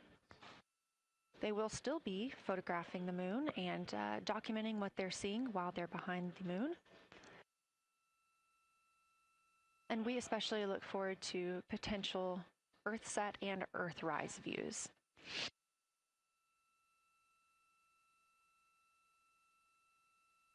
As you can see on the left side of your screen, we are streaming this solar array camera view throughout the flyby. And the science team also plans to capture an occasional still photo with the solar array intermittently, perhaps one every 8 to 10 minutes. Still photos represent the highest resolution imagery from those GoPro cameras. So starting 5 minutes before Earthset and loss of signal, the science team will capture a series of photos, one every 30 seconds, to include Earthset, all the way through 5 minutes after Earthrise and acquisition of signal. In order to capture these frequent photos, the solar array camera that we were streaming will need to switch to time-lapse photo mode.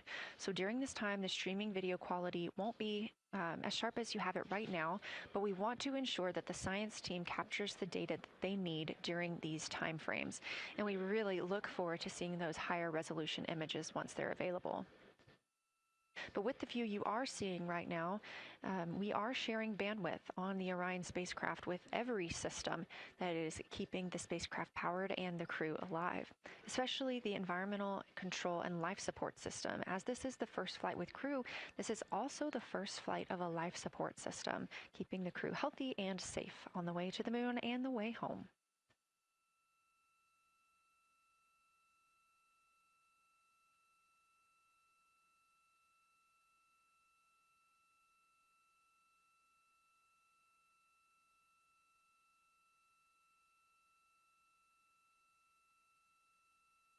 On the timeline, we're getting towards the end of the cabin and window team swap period, but it looks like our astronauts, Victor Glover and Christina Cook, are already photographing the moon outside of those windows. The next target is Ohm Crater, and this is something that they have photographed previously during the flyby. This is a small complex crater with a prominent ray system. And as referenced earlier, it's the size of the Eye of the Sahara. That Eye of the Sahara is a feature in Mauritania. Seeing this crater more than once throughout the flyby allows the crew to photograph it at different lighting conditions.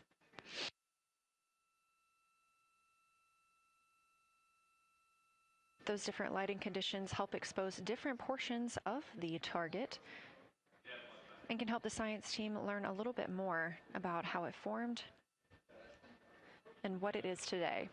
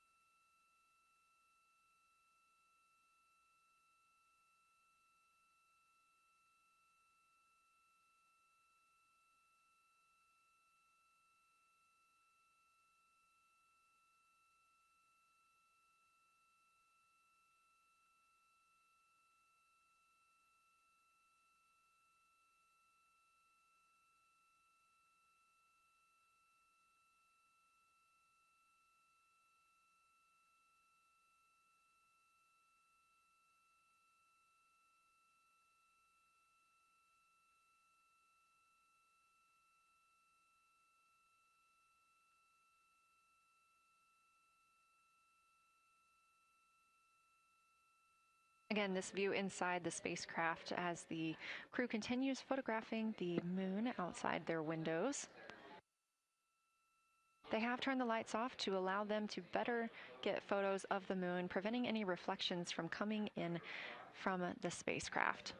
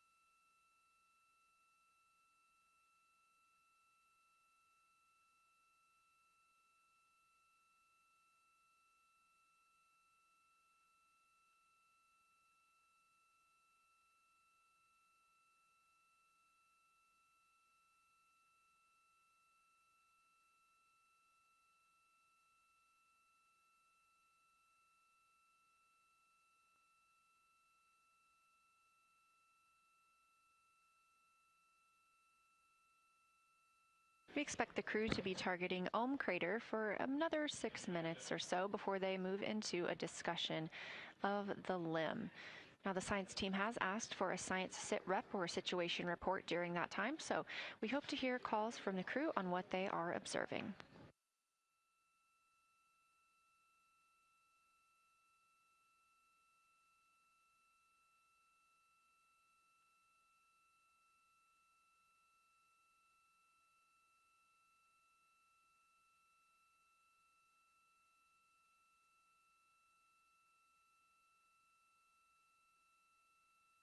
If you've been following along, at the start of the day, we did have much more of the moon visible. And even just an hour or so ago, we could see about half of the moon. We are now continuing to see more of the far side and that darkness where the moon is not reflecting light from the sun.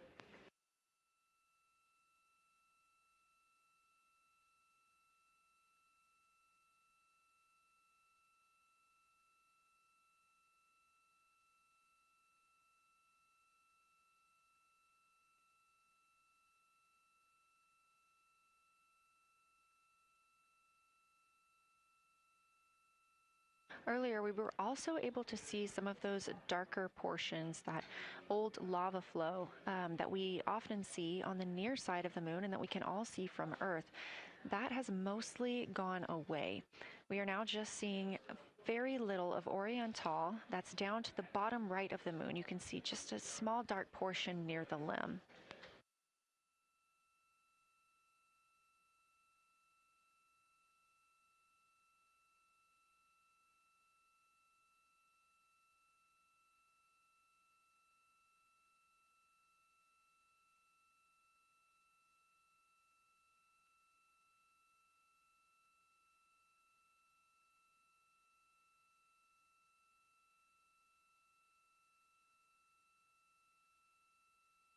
We are now about 18 minutes away from loss of signal with the Orion crew.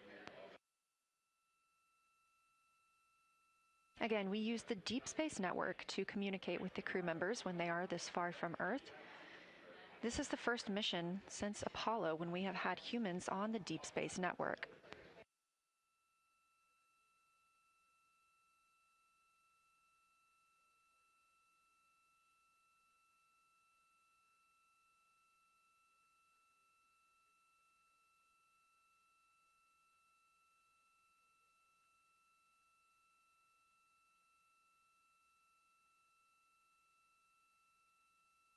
As you recently heard Capcom Jenny Gibbons call to the crew, we expect their closest approach to the moon to be at MET, or mission elapsed time, of 5 days, 25 minutes, and 34 seconds.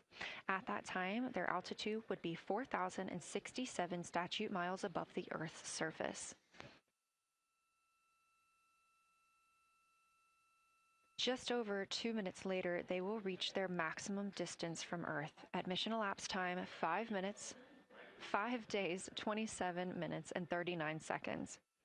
The altitude at that time would be 252,756 statute miles. These are our latest numbers, and we'll make sure to verify and confirm those once those milestones have been achieved. Obviously, we will be without communication to the spacecraft at that time, so once we regain communication, we will make sure to find out those numbers and report those to you.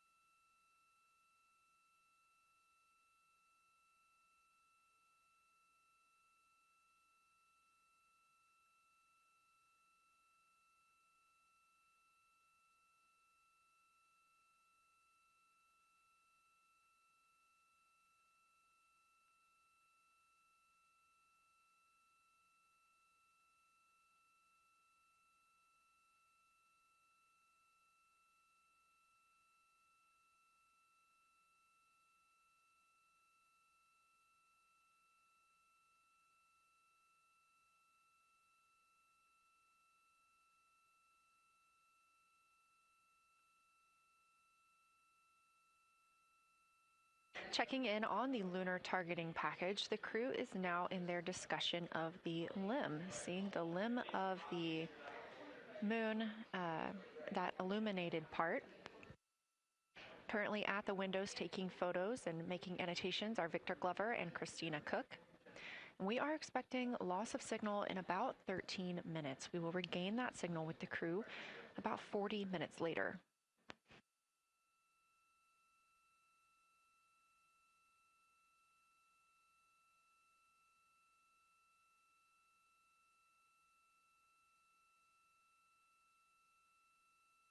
A milestone worth mentioning that this day marks the first time in more than 50 years that humans will observe the moon directly, a critical opportunity to practice how lunar science will be conducted during future Artemis missions.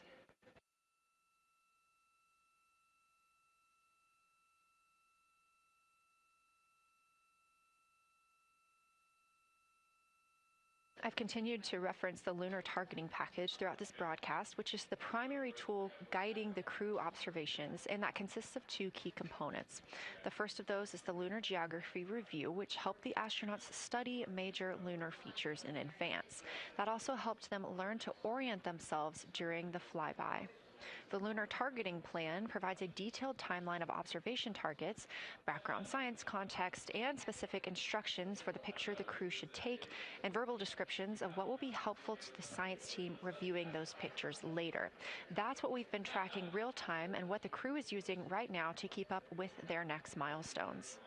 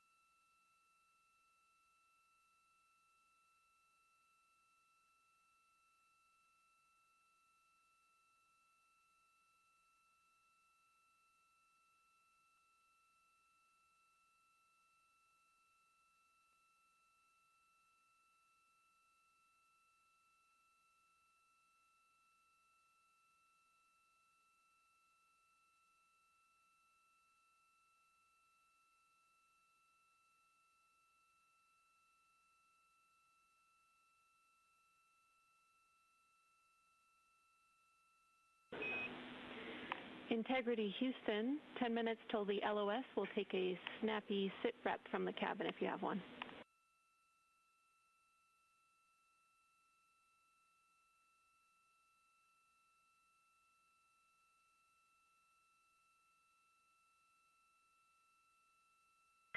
Okay, Jenny, that came, we missed most of that, but just a 10-minute warning, is that what you're saying? 10-minute warning for the LOS, and I'll take a quick sit rep from the cabin, please.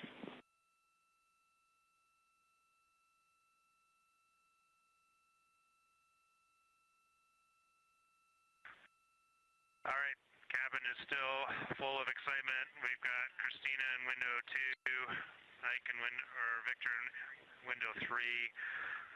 Reed's actually been trying to get some images out of the docking tunnel. We can see the Earth and the Moon and part of the Moon out of the docking tunnel, which is pretty good. And I'm just grabbing some footage right now with our interior cameras.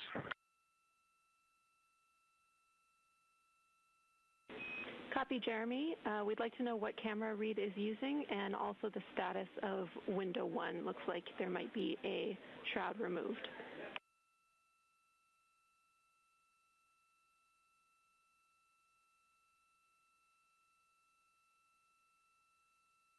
Okay. Reed was using the Z9, and the T-shirt shroud is still on window 1, but we took the camera out of it. So maybe that's what you're noticing. But when I looked in there, I saw a lot of sunlight reflecting around. Copy. That makes a lot of sense to us, Jeremy. I want to remind you, coming up on this LOS, it will take sit reps in the blind, and as more and more of the moon is in darkness, we will take any report you have on impact flashes.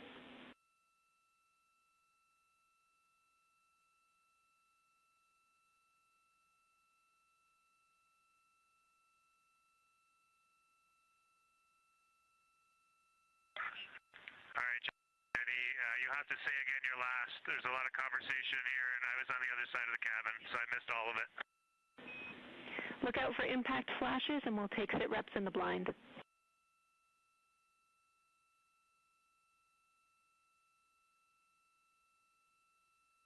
Okay, impact flashes, sit reps in the blind. We got it. And yeah, just so you understand what's going on with window 1, there is light coming through the outer hall from window 2 into the inside of window 1, if that makes sense. Like, I can see the inside of the vehicle when I look between the 2 panes of glass. Copy.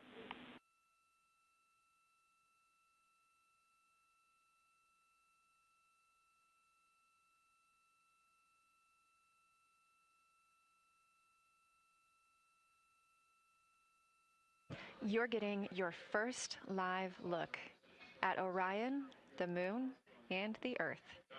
Everyone in this picture.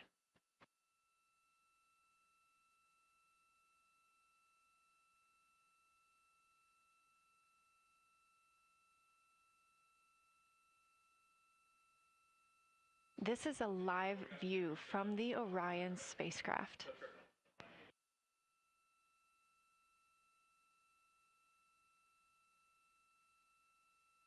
Currently aboard Orion, 4 crew members: Reed Wiseman, Victor Glover, Christina Cook, and Jeremy Hansen. And on the Earth, all of us, all of humanity. You can see the moon is starting to get a little bit dimmer as the astronauts are going to pass behind it. Now 6 minutes and 26 seconds away from that loss of signal. Again, we will be out of communication with them for about 40 minutes until they come around the other side of the moon and we can re-establish contact.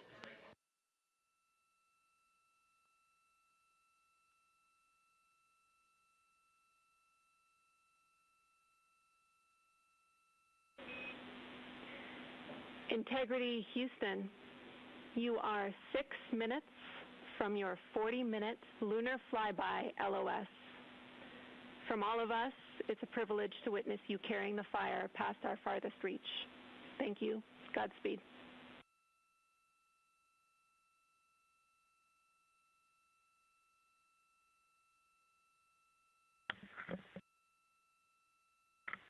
Thank you for that, Jenny, and thank you to all of you for allowing us the immense privilege to be on this journey together. It's quite amazing. And as we go on this journey, thinking about the NASA mission to explore the unknown in air and space, to innovate for the benefit of humanity, and to inspire the world through discovery. And as you've gone along on this journey with us, hopefully we're doing just those things.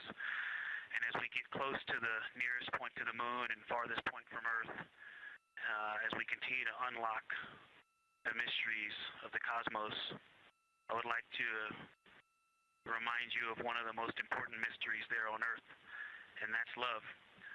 Christ said in response to what was the greatest command, that it was to love God with all that you are. And he also, being a great teacher, said the second is equal to it, and that is to love your neighbor as yourself. And so, as we prepare to go out of radio communication, we're still to feel your love from Earth, and to all of you down there on Earth and around Earth, we love you from the moon.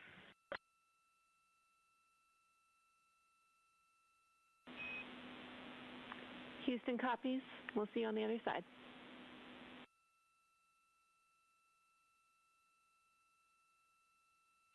We will see you on the other side.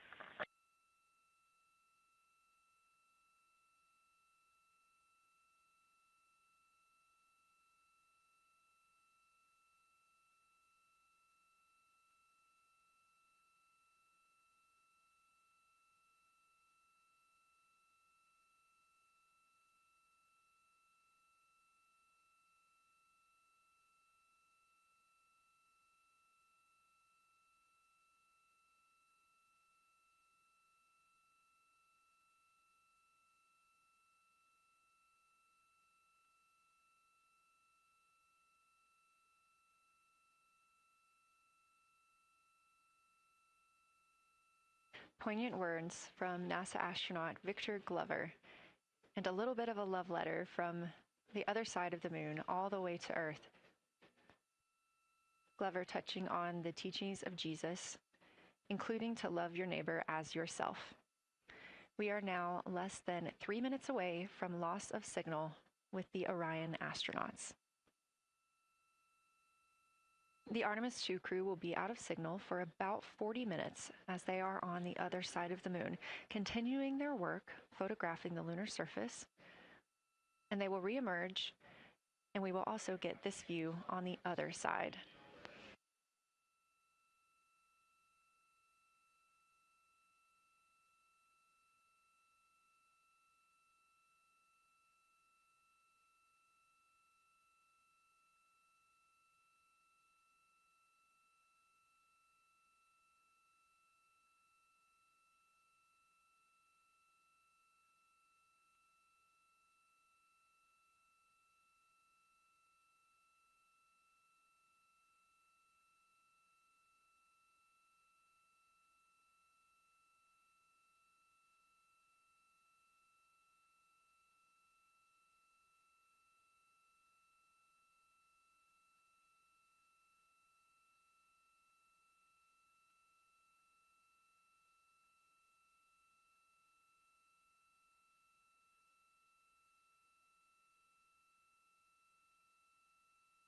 Just about a minute and a half now until we lose communication with the astronauts aboard Orion on the Artemis II mission. Now 5 days and 6 minutes since their launch on April 1st. Again, we'll be out of communication for about 40 minutes. And this really beautiful view of a crescent moon and a crescent Earth. How great thou art.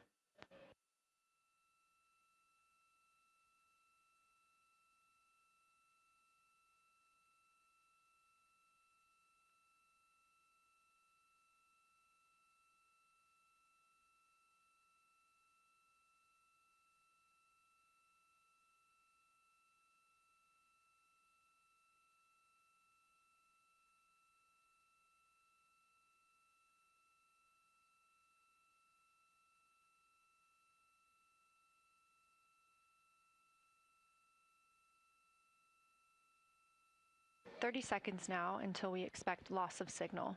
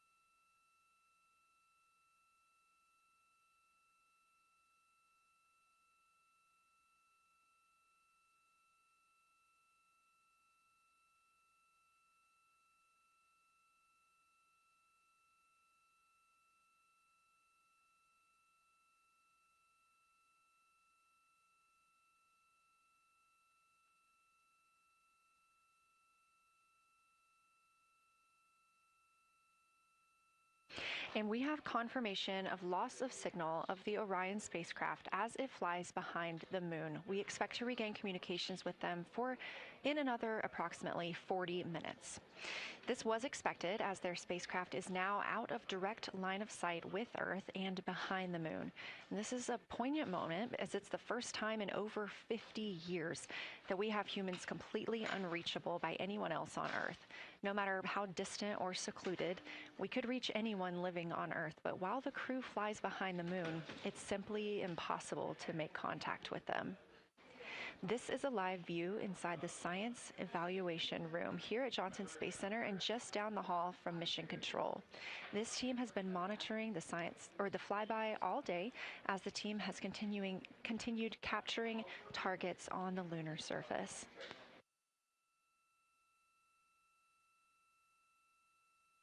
We even got to see this team in action as they were helping the astronauts identify some of the features they were seeing on the moon but not expecting.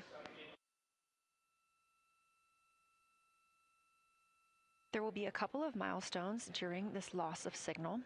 The first will be when the astronauts make their closest approach of the moon at MET 5 days, 25 minutes, and 34 seconds, when we expect they'll be 4,067 statute miles above the lunar surface.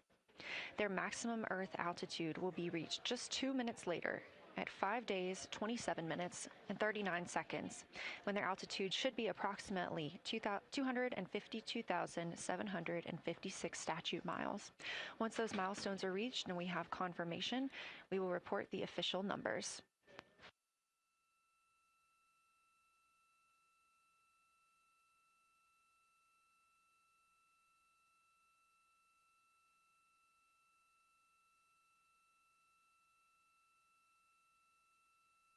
Throughout the Artemis II mission, astronaut voice, images, video, and vital mission data must traverse thousands of miles, carried on signals from NASA's powerful communications systems, the Near Space Network and the Deep Space Network. Let's learn a little bit more.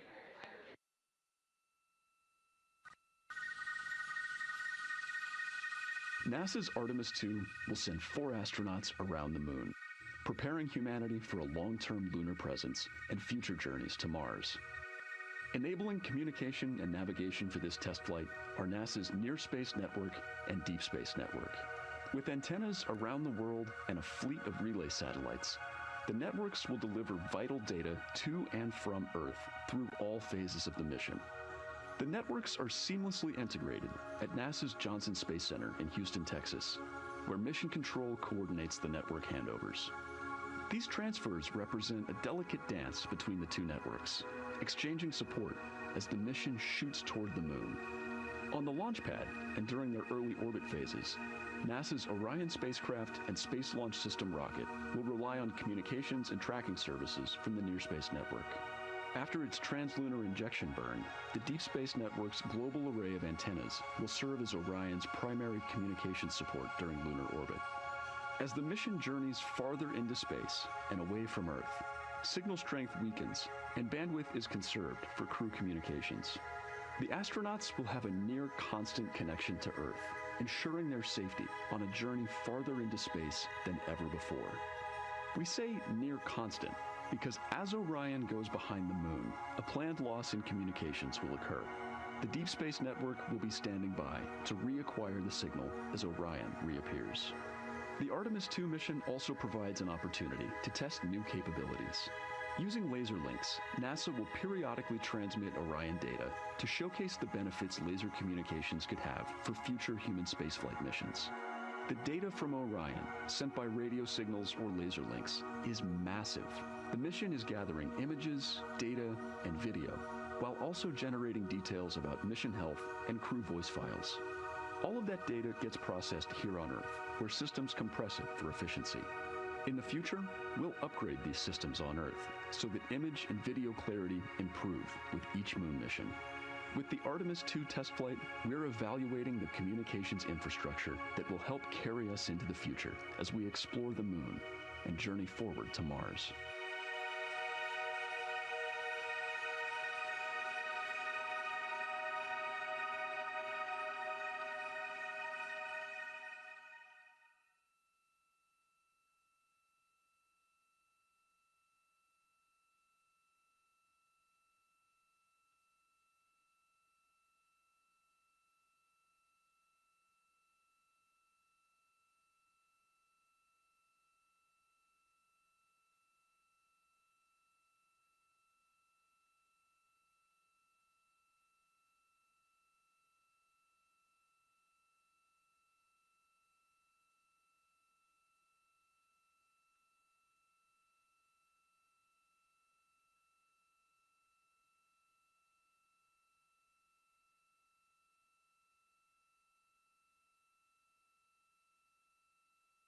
We are now about 33 minutes until we expect to regain communications with the astronauts aboard Orion. And in the meantime, I've got Dr. Kelsey Young, Artemis Science Flight Operations Lead, here with us. Thanks for joining me, Kelsey. Thanks for having me. This is such an exciting day. Oh, no kidding. It has been so cool to hear you communicating directly with the crew.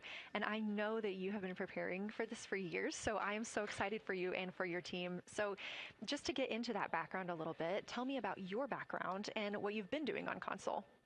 My background is as a field geologist.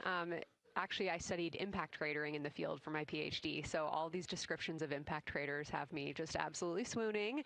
How I got into this, though, is, during my PhD, I got an internship at NASA and ultimately never left to integrate science into flight operations. So we developed the Science Officer Console, for which this is the first mission we're supporting. We developed the Science Evaluation Room that's right upstairs, and so it's so gratifying to see this operation structure come to fruition, especially on a day like today. I would have to imagine so. And we've got a great view of the Science Evaluation Room right now. Is there anything that has stood out to your team so far? Absolutely. So as you might have heard in some of the press briefings and content that we've been putting out, color and albedo were really exciting targets for us. We've heard several amazing color descriptions so far. Just to highlight maybe one of them, we heard about greenish and brownish hues near Aristarchus, which is actually a feature that we can see here from the near side. And those greenish hues could actually tell us something about the volcanic evolution of that area. So you can bet that the science team is going to be prioritizing downlinking those images and the crew audio that we didn't hear that went into those recordings to learn a little bit more. Wow, that is fascinating. I was hearing those colors and very interested just from a personal standpoint, because looking at the moon from, 250,000 miles away, we don't see green or brown. So just hearing that, them being so close and getting to see that, fascinating, and I know very exciting for you. So what are you expecting to see in the upcoming portion of the flyby? The upcoming portion is actually going to be really exciting. So right now, as we speak, while folks in the room are kind of taking their stretch breaks and everything, the crew are still hard at work. They still have targets to image and describe during this LOS. But when we come out, the first thing, of course, we're going to hear about is Earthrise. We're really looking forward to hearing about the crew's experience with something that we can connect with and that, Apollo 8 brought us such amazing images from. But then we start to get into describing the Terminator, as well as looking for things like lofted dust, which tell us about the modern lunar environment.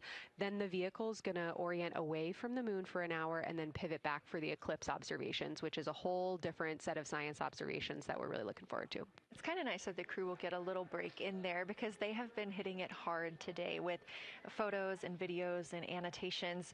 What are you hoping that the crew sees coming up? Is it that lunar dust? Oh my goodness, that's a hard question to answer. I mean, we've already gotten such great descriptions. I mean, the Terminator seems to just be like one of their favorite things to look at and describe. So I feel like, that was something we were looking forward to. I feel like we've really gotten some great descriptions. So absolutely, I'm looking to the human moment of Earthrise. Lofted dust is an exciting one, and lofted dust will be a target for them in the right around the time of Earthrise, but again in the eclipse period.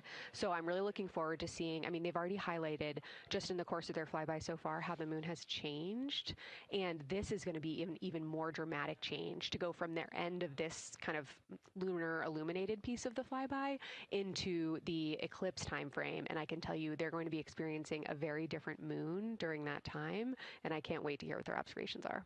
Yeah, that's absolutely fascinating, and what an privilege that we get to do that on this mission, because that's not always the case. If we had launched on a different day other than April 1st or 2nd, we wouldn't have gotten to see that eclipse. Is that right? That's correct. April 1st and 2nd. I will say, I was asked a lot in the weeks leading up to the launch, well, what's your favorite day? And my answer truly was, there is no bad day to launch to the moon. We were going to get great science out of it no matter what, but it's a really neat opportunity to, bring the sun into the picture, bring different planetary bodies into the picture while still literally keeping the moon in center stage. Fascinating. So what differences are we looking for at each site? We're hearing a lot of different terms. We're looking at craters. We're looking at mare. What are the differences that you're hoping to see? We do have, as you highlight, kind of different prompts for each target. That's what they're looking at in their lunar targeting plan, which I know you've been showing. And we have even different prompts for the person with the really long lens on the camera versus the people with the unaided eye. And you've heard the crew talk about, oh my goodness, when I go from one to the other, I can really detect different nuances. And that's something that we experienced in simulations, but hearing them actually, see it for real has been really gratifying. But we're looking for different things based on the target. Sometimes we're looking for color. Sometimes we're looking for texture. For the Terminator, we're looking at kind of what texture and morphologies pop out to you and what kind of diversity you see along the Terminator.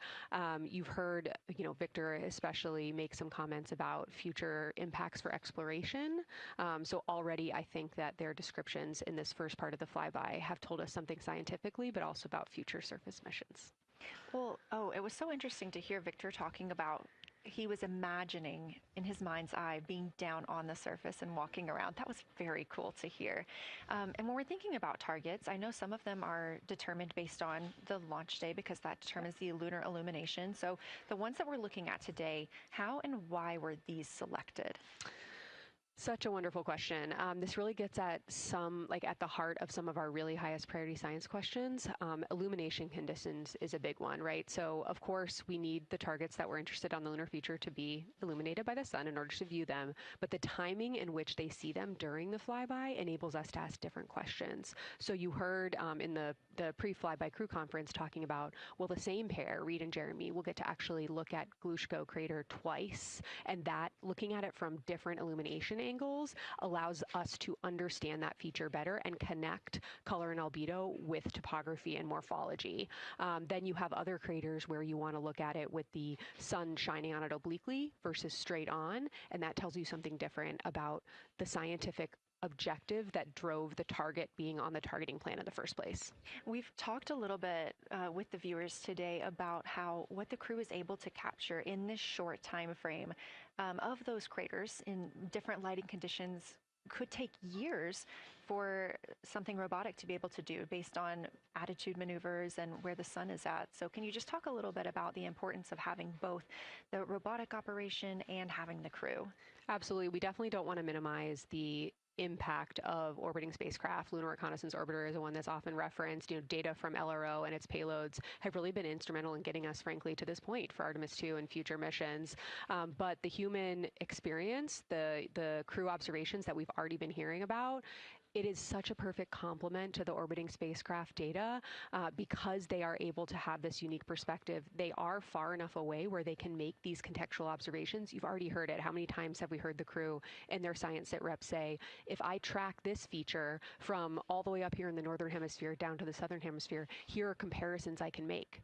That right there is not something we had the ability to do with the Apollo missions, and it allows just literally in the blink of an eye to synthesize observations that it would take, a really significant effort to coordinate with different orbiting platforms, and they're making it like that. Wow. It has been very, very exciting to hear all of their calls so far.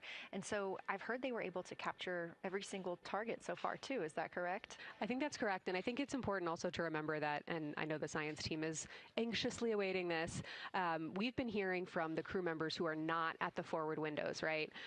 Those crew who are, really in the thick of the observations, they are recording minutes-long observations per target on their crew tablets. We will be getting those down starting here in a couple hours, and that's going to contain really meaty science information that we haven't heard live yet, and that's going to form the basis of my conversation with them tomorrow morning, where we're going to have a really deep dive into the science and absolutely nerd out about what they were able to do today. One of the most gratifying things for me today is hearing multiple crew members say, thank you for putting the discussion times in the targeting plan, because when we have had the ability to put multiple brains on a problem, we have elevated each other. And I'm looking forward to them, sleeping on it overnight and then us actually being able to really, truly have an elevated science discourse tomorrow. Well, we're looking forward to it too, and I cannot wait to hear everything that you guys get to learn overnight from some of those audio recordings and just everything that they'll be able to share tomorrow. So, Kelsey, I know you are very busy. You've done a great job today, and thank you so much for joining us for this interview. Thanks for having me. It's such an exciting day. We are now expecting acquisition of signal in about 24 minutes. As a reminder, the Orion spacecraft has flown around the other side of the moon, where they are out of contact with our deep space network.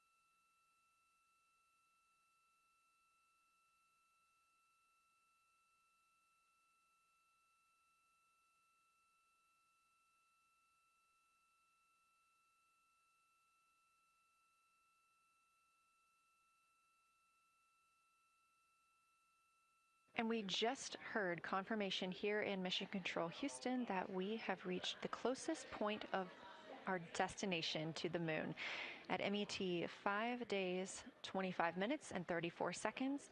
And we anticipate the spacecraft's altitude is approximately 4,067 statute miles above the moon.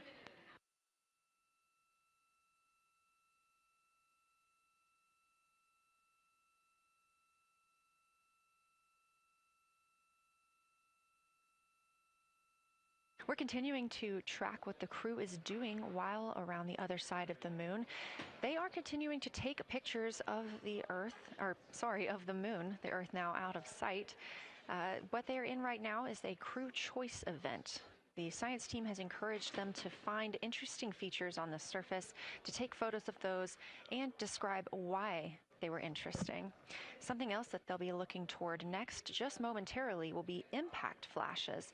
They've got a few minutes allotted to look at the darkest portions of the moon. They're interested in short-lived flashes on the lunar surface because these would be caused by impact bombardment. After their impact flash targeting, the team is interested in if the crew can see lofted lunar dust. This would only be visible just before Earthrise.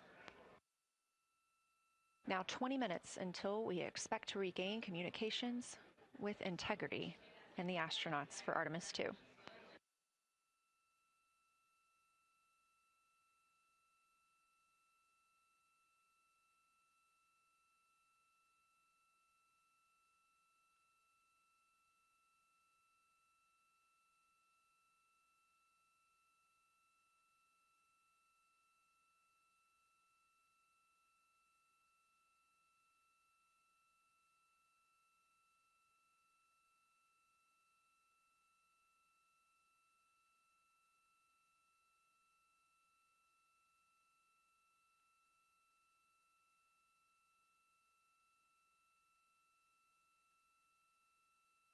We're live in Mission Control Houston at NASA's Johnson Space Center, but there's a team over 750 miles away also monitoring today's operations. And of course, just like us, they are in LOS, or loss of signal, with the spacecraft.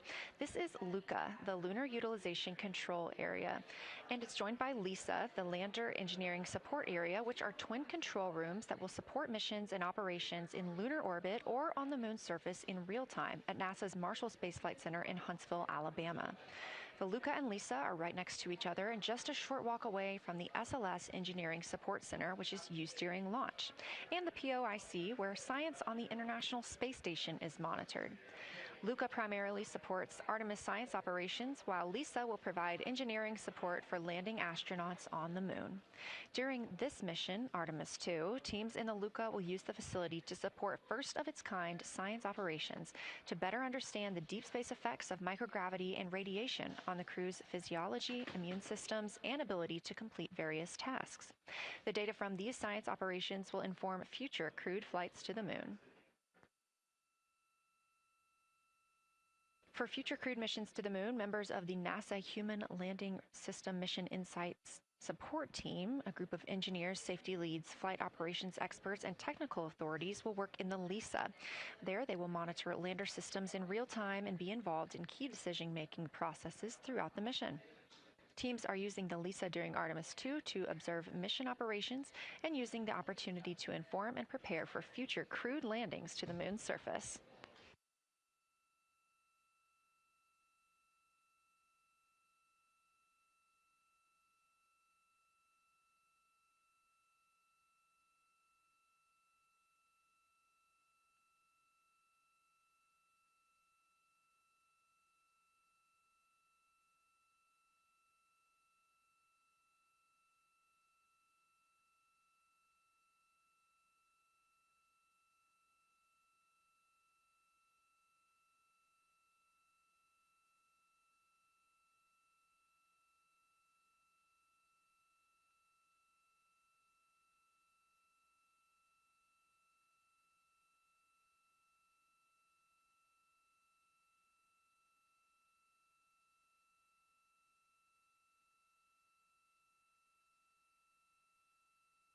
We now expect to regain communications with the astronauts aboard Orion in about 17 minutes.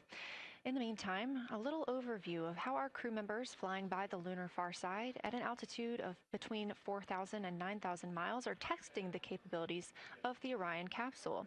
Artemis II visualization lead Ernie Wright has simulated views of the flyby using detailed topographic maps of the lunar terrain and photorealistic lighting scenarios. The Artemis II crew members have been using these visualizations to prepare for this historic mission, which is paving the way for future exploration of the moon's surface and beyond. So the most exciting thing to me about Artemis II is just the return to the moon. We haven't been there in 50 years. Human eyes are going to see parts of the moon that haven't been seen by anyone before. It also recommits us to exploring the solar system in a way that we haven't in a long time. And I think it provides an opportunity for younger generations to understand the excitement of doing that kind of exploration. Artemis is our return to the moon after 50 years. The emphasis of Artemis is going to be, first of all, science, but second of all, learning to sustain a presence on another world. First on the moon, but we're hoping that that's a stepping stone to Mars and other destinations in the solar system eventually. Artemis II will be a flyby mission. It's not going to land. We're testing all of the technology that we've created for flying to the moon since Apollo. A lot of systems have been modernized, and we need to make sure that all of those work. The astronauts will be looking out the window at parts of the moon that have never been seen by human eyes before. They will be flying by the moon at an altitude that's much higher than Apollo's orbits. And so they will see the entire disk of the moon, including areas that are closer to both the North and South Pole that astronauts from Apollo never saw. All of that depends on the lighting, which we really won't know until launch day, but we can practice with different lighting scenarios. It's hard for people to sort of picture that in their mind. If you can make a visualization of it, show them a movie, that helps everybody choose the targets and also practice aiming at those targets. The astronauts have actually been looking at these visualizations through the lens of the camera and practicing aiming at the various targets. This is a map of the surface of the moon, obviously, but it shows what the Apollo astronauts could see in sunlight while they were in orbit. The brighter parts are the parts that they could see. The darker parts, like this entire area here and places that are farther north and south, are places that they couldn't see in sunlight, either because it was nighttime there or because it was beyond the horizon of the astronauts.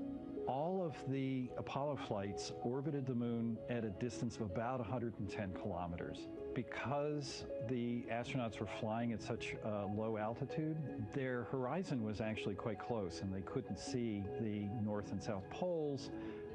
And this whole area over here was not in sunlight at the time. And it includes this amazing impact feature here called Orion.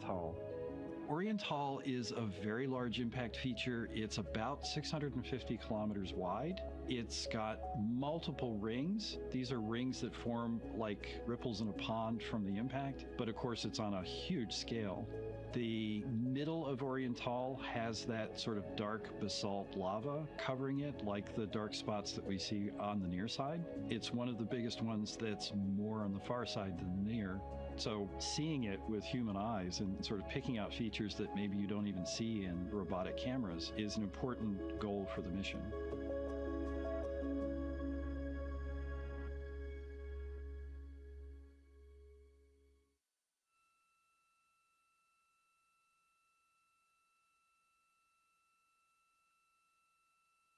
This live view in the Science Evaluation Room, or the SIR, here at Johnson Space Center in Houston, Texas, just down the hall from where we're at in the Artemis Mission Control Room. Teams continuing to monitor the flyby.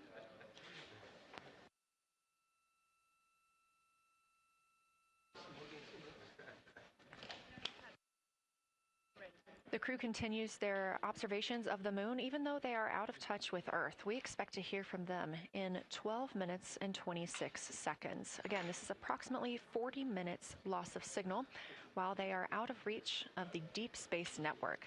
Right now, they are imaging or attempting to image lofted lunar dust.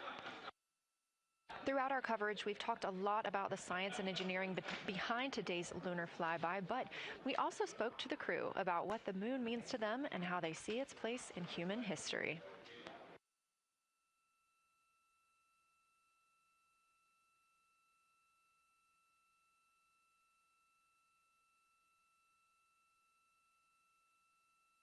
I remember being a little kid lying in bed at night and just looking out at the moon in whatever phase it was in, and I was thinking, man, my friends that live like 20 miles away, they can probably look out and see that same exact moon.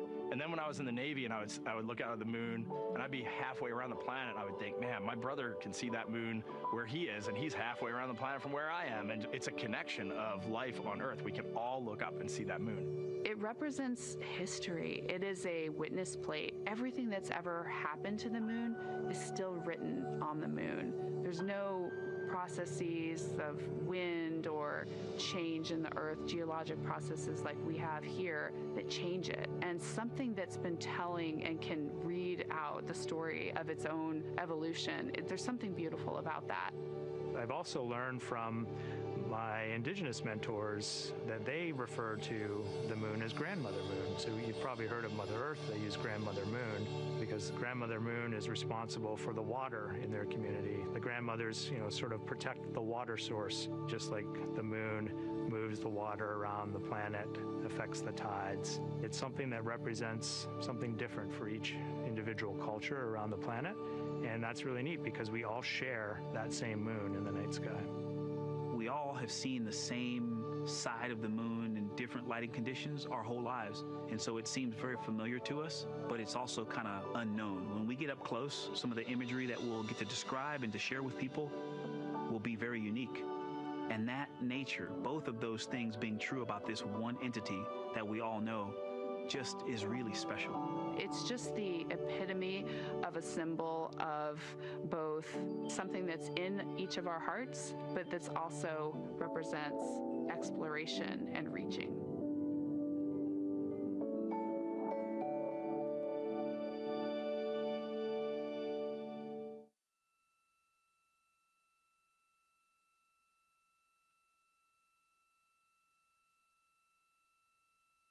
You're looking at a live view inside Artemis Mission Control here at Johnson Space Center in Houston, Texas. We are currently out of contact with the Artemis II crew. This was a planned, or not really a planned, but a tracked loss of signal that occurs when the crew flies behind the moon. We use the Deep Space Network to communicate with the crew, and when they are behind the moon, they are out of reach of that Deep Space Network. And when you consider our nonstop communications during the time in which we live, this is even more striking. For the Artemis II crew, they're only currently communicating with each other. Now, we expect in under 9 minutes from now, and we also are hopeful for a view of Earthrise. Despite being out of communication, the crew is continuously capturing imagery of their predetermined lunar targets.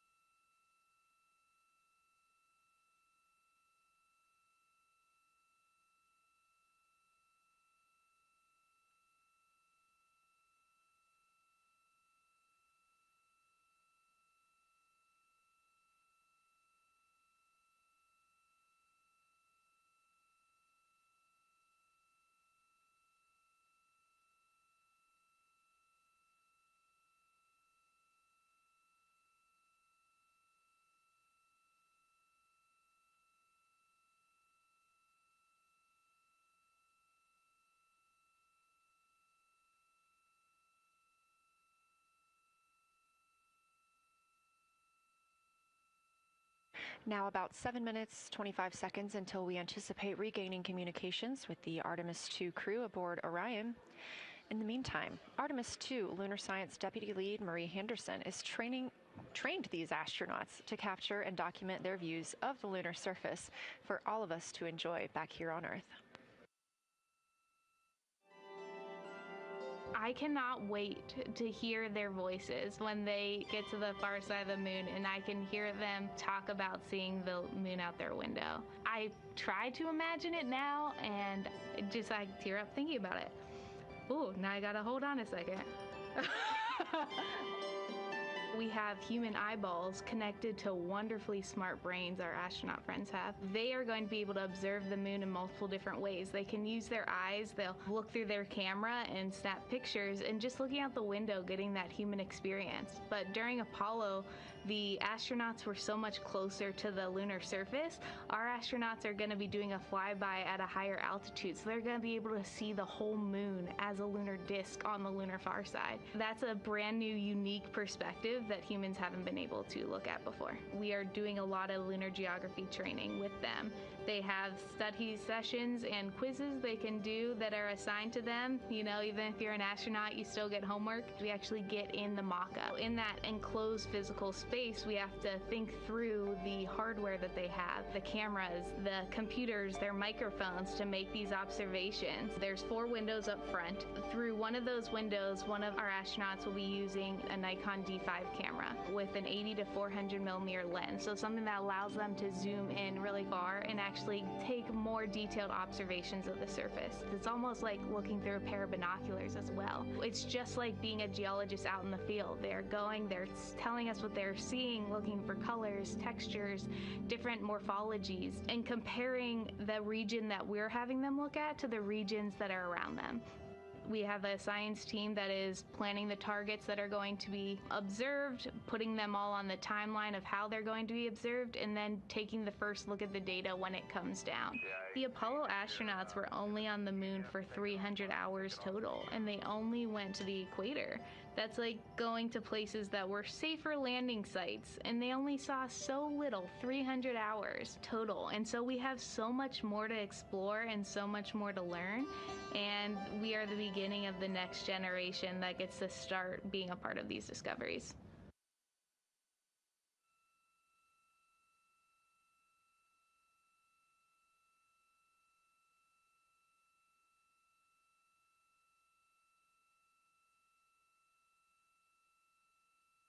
We are now 4 minutes and 28 seconds until we expect to regain communications with the astronauts flying aboard Orion on the Artemis II mission. They are now flying behind the moon. While behind the moon at an MET, or mission elapsed time, of 5 days, 25 minutes, and 34 seconds, we expect this was the point in which they made their closest approach, 4,067 statute miles above the lunar surface.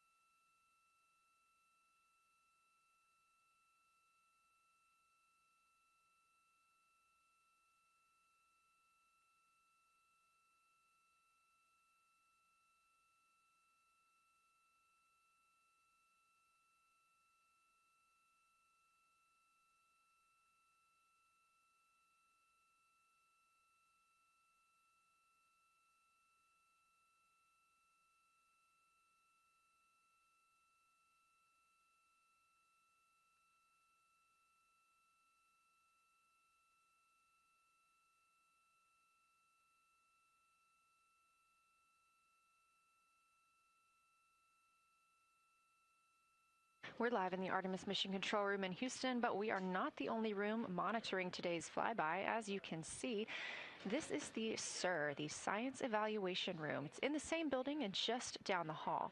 It's a multidisciplinary science team supporting the Artemis II crew in real time, including experts in lunar geology, impact cratering, volcanism, polar science, imaging, and visualization.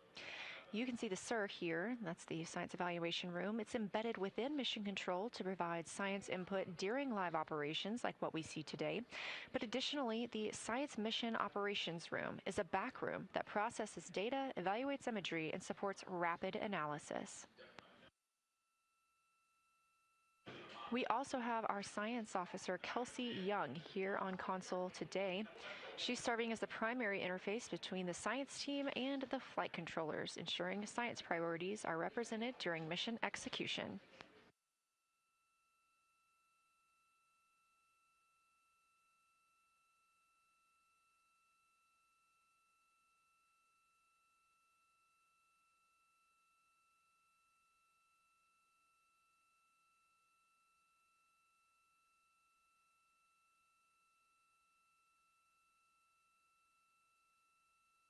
Coming up on 1 minute and 36 seconds until we contact Orion.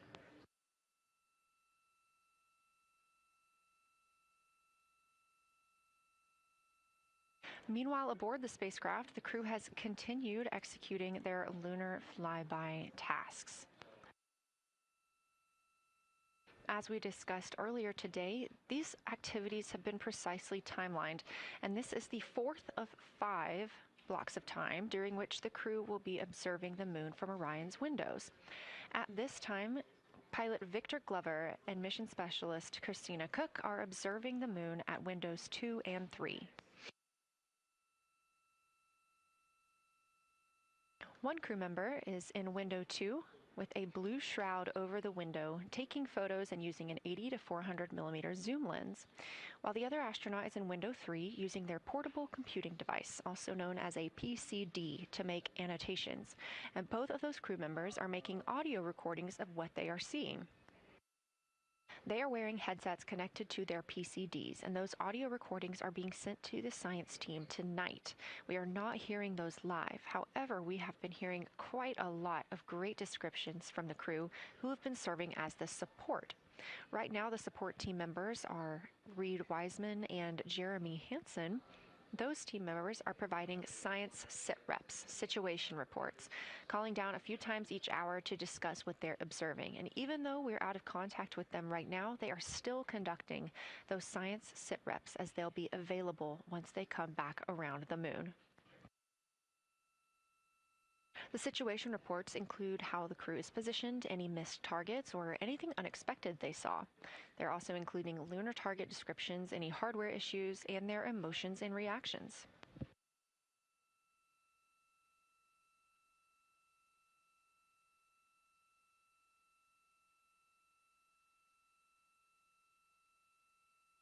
Again, we are standing by to acquire signal from the Orion spacecraft.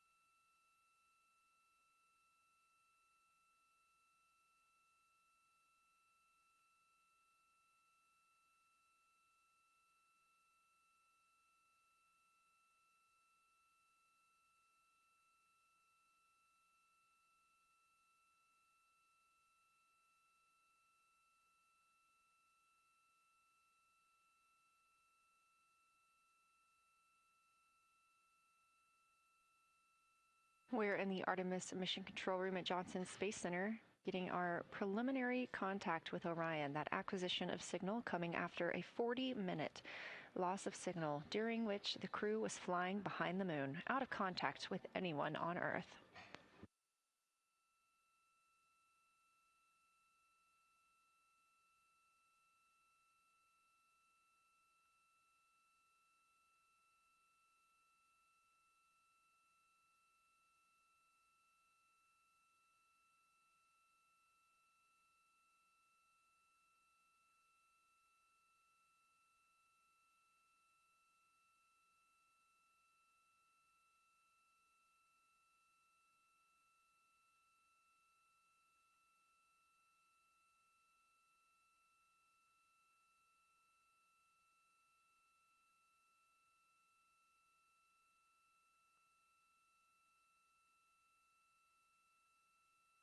We are getting our first views from Orion after the loss of signal.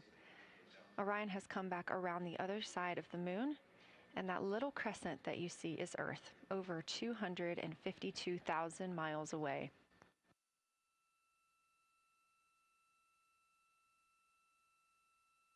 With this transit complete, lunar flyby continues, but Orion has also technically begun its journey home.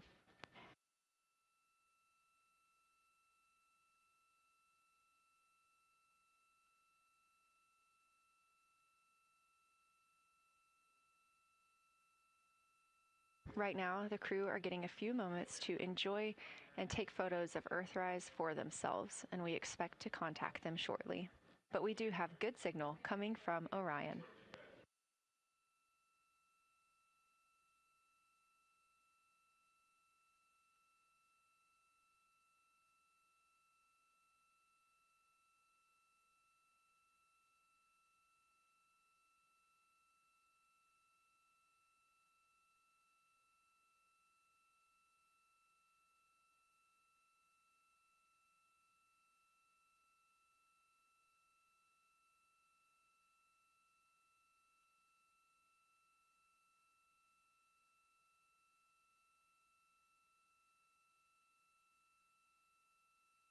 This view from inside the Orion spacecraft, all 4 astronauts now back on the other side of the moon and in contact with us on Earth.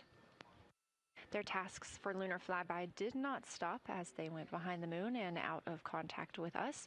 We anticipate during that time they were attempting to image some impact flashes, short-lived flashes on the lunar surface, which would be caused by impact bombardment and potentially even lofted lunar dust.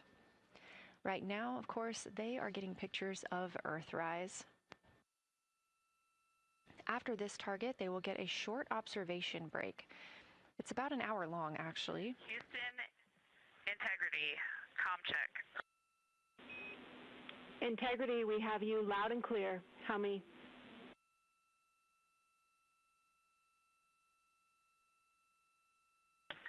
Houston, we have you the same, and it is so great to hear from Earth again. To Asia, Africa, and Oceania, we are looking back at you. We hear you can look up and see the moon right now. We see you too. When we burned this burn towards the moon, I said that we do not leave Earth, but we choose it. And that is true. We will explore, we will build ships, we will visit again. We will construct science outposts, we will drive rovers, we will do radio astronomy, we will found companies, we will bolster industry, we will inspire. But ultimately, we will always choose Earth. We will always choose each other. Integrity from Earth, our single system, fragile and interconnected, we copy. Those of us that can are looking back.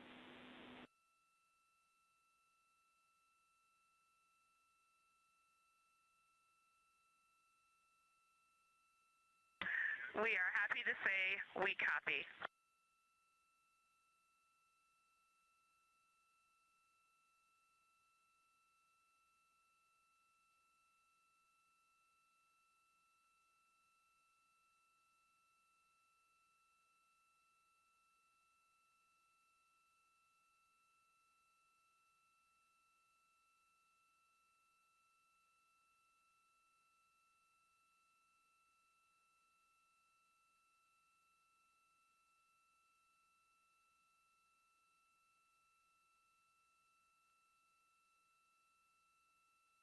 Those first communications back with the astronauts aboard Orion.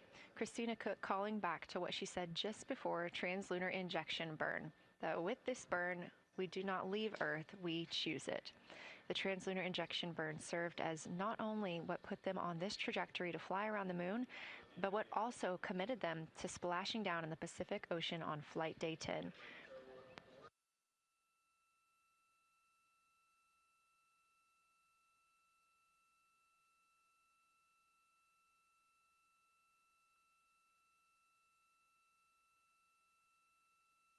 At this time, the crew is entering an observation break. We expect this to last about an hour, and it's probably a welcomed break following their very, very busy day taking pictures, making annotations, making audio recordings, and communicating all of the wonderful things that they are seeing on the moon. This observation break is also partially due to the fact that we will be entering an eclipse later. This will be the first solar eclipse that humans have seen from the moon. The astronauts will need to wear eclipse glasses for the first 2 minutes until the sun is completely covered by the moon, and then they have additional targets that the science team is hoping that they will photograph. We will have communications with them during that eclipse time frame. Because of that eclipse, Orion's attitude must be changed right now so that its solar arrays are in the sun. This will help it charge the batteries needed to power it through that eclipse time frame.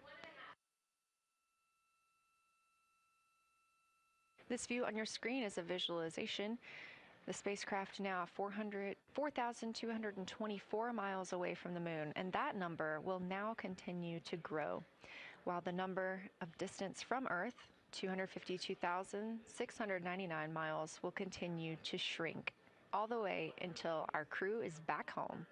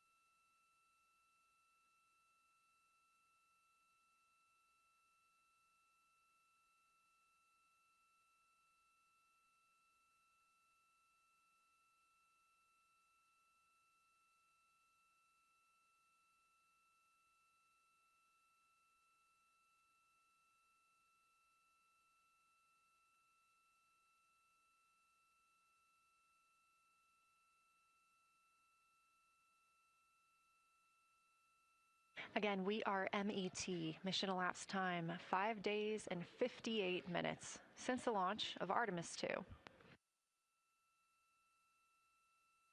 We have reestablished communications with the crew and the Orion spacecraft, now entering a little bit of a break while they are out of visibility, or the moon is out of their visibility.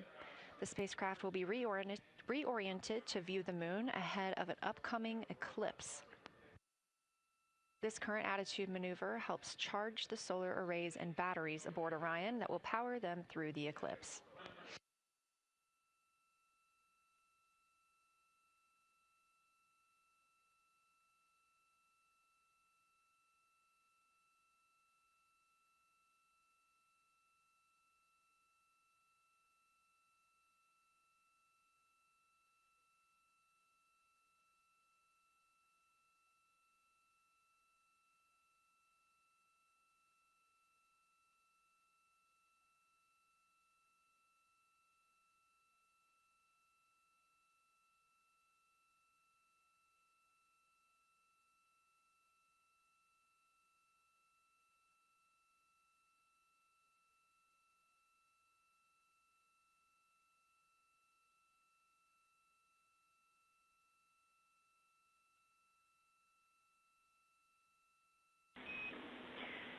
Integrity, Houston. In mission control, all of your flight controllers and your flight director have flipped There are Artemis II patches around. We are earthbound and ready to bring you home.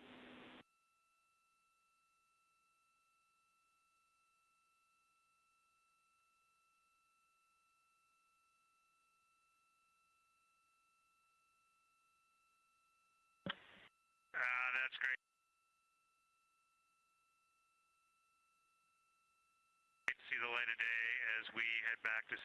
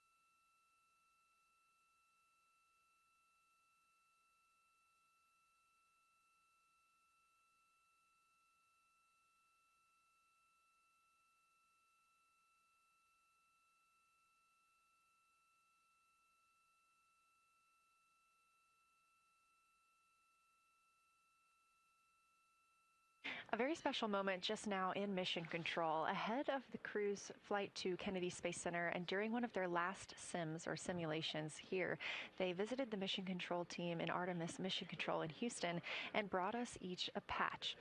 Everyone in the flight control room has had these on their signifiers at their console. On one side of the patch that you've probably seen is the moon with the Earth behind it. Now that we've passed behind the moon and we are returning home, the flight control team has instructed everyone in the room to switch their patch around so that the Earth is closer and the moon is behind us. We are really looking forward to seeing the Artemis II crew, and the Capcom Jenny Gibbons did call that update up to the crew that the flight control team here has turned their patches around as was instructed by the crew during that last sim, and we are counting down the days until they get home. They are now 5 days, 1 hour, and 3 minutes mission elapsed time into the Artemis II mission.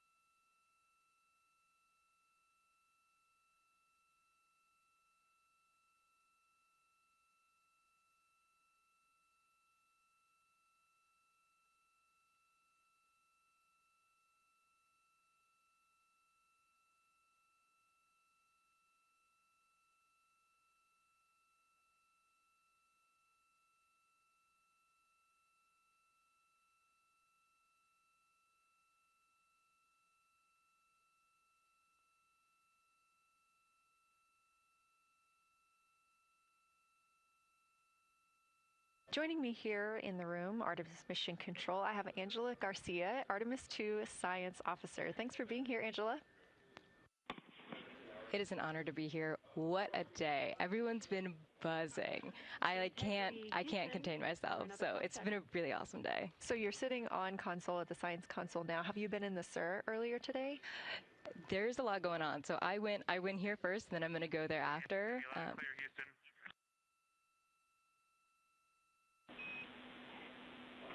All right, Integrity, we hear you. That was a little clipped, but I think we have a better link now. We experienced some blockage from a solar array. We moved it, and we are in bias, tail to sun.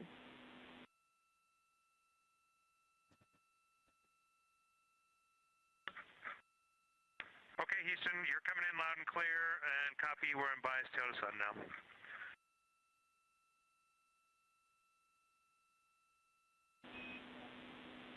Affirm and Integrity, just so you know, we did not hear your response once we flipped our patches. Jeremy, we heard you call down, but you were clipped, and then we briefly lost comm. Glad we're back.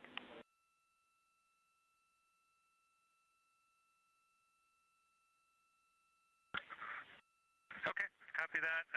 We were just excited that we got to share in that you, the MER, and Mission Control have flipped your patches around, and that side of the patch is getting to see the light of day. Thanks for sharing that with us.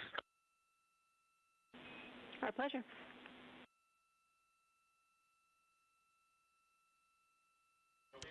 Okay, Angela, so can you tell me a little bit about your role supporting Artemis II and the science preparation for the mission? Yes, so I'm one of the 3 science officers. So Kelsey's been on console all day. I'll take over kind of closer to the end of the day. And then Trevor Graff is on the planning shift. And so it's the 3 of us in this 24-hour cycle supporting the mission.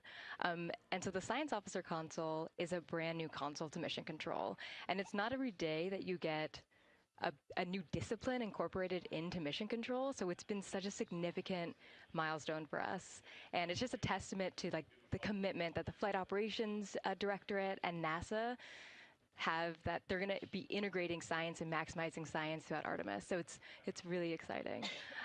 And then the science preparation. So I'm on the operations team, but I'm also on the training team. So all the incredible training and shout-outs that you've gotten today, it warms my heart. It warms everybody's heart in the science evaluation room. I promise you that.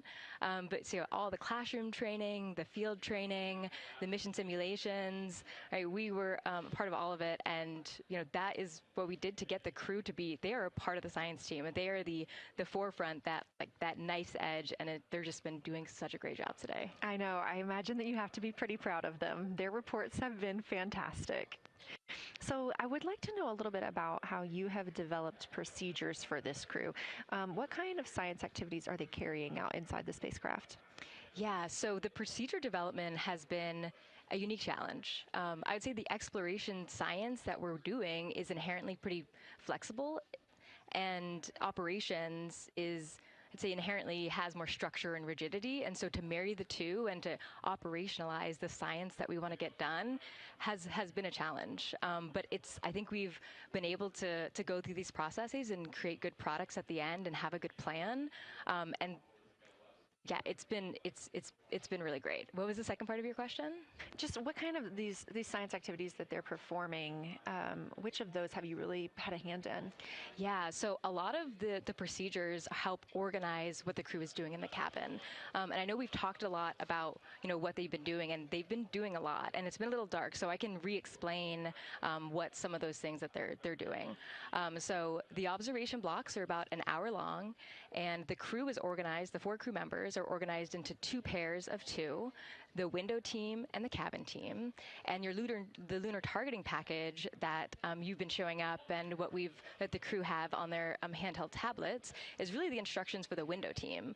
So the window team, the 2 crew members are looking out the window. One has the camera with the long lens. One has, they're just looking out the window with their unaided eye, and they're taking these detailed observations. And then halfway in that observation block, they do the window team position position swap. So that's what you've been, what Capcom's been calling out, and they'll switch positions. So each crew member has a chance to have that long lens, and then that's just what the window team is doing. There's also the cabin team, where they also have duties that they're doing. We're asking a lot of the crew in this time, and then the cabin team, they have the interior camera, and they're taking images inside the cabin. They're also supporting the window team, where, you've heard some call-outs where looking out at the bright moon and then looking inside the dark cabin and looking at their LED screen is a lot. So the cabin team is also helping support, target, and guide the window team into specific targets on their plan. They're also helping call out these science situational reps.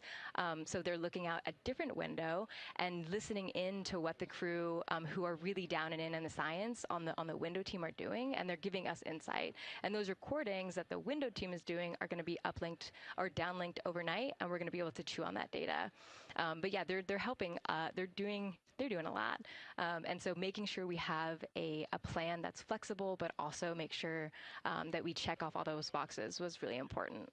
So tell me a little bit more. You talked earlier about the analogs that the crew has done. What kind of analogs or environments were really useful for this? Yeah, so for procedure development, right, you have so many different environments that you can do. You have classroom, like we said, you have the Orion mock-up, you have simulations, and at least for developing the plan, we kind of did it in a tiered approach, because each of those different analog environments helps us answer a slightly different question and has a little bit of a higher fidelity. So we would start with the classroom. So we would we would just get into a classroom, we would put all the hardware on the table, and then we'd almost role play of like, you be Victor, you be Reed, you be Jeremy, and I'll be Christina, and like, let's just do the plan how we think we should do it, write that down, and then just keep iterating on that, and then... Integrity Houston for a tag up pre-forward link LOS in place of the Flight Director Conference.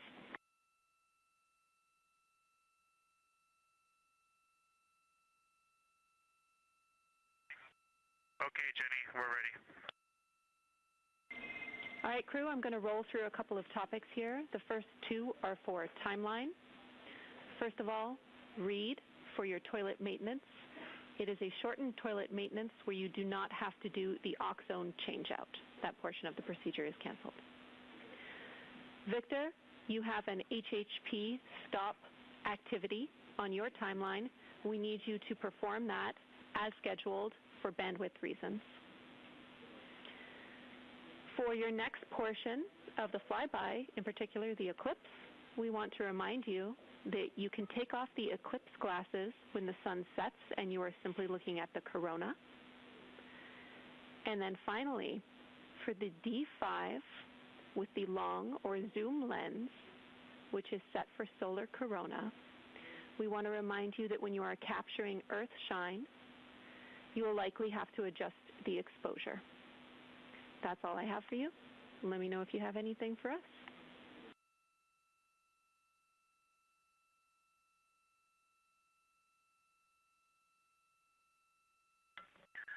Okay, Houston, we copy all. Thanks for those words, Jimmy.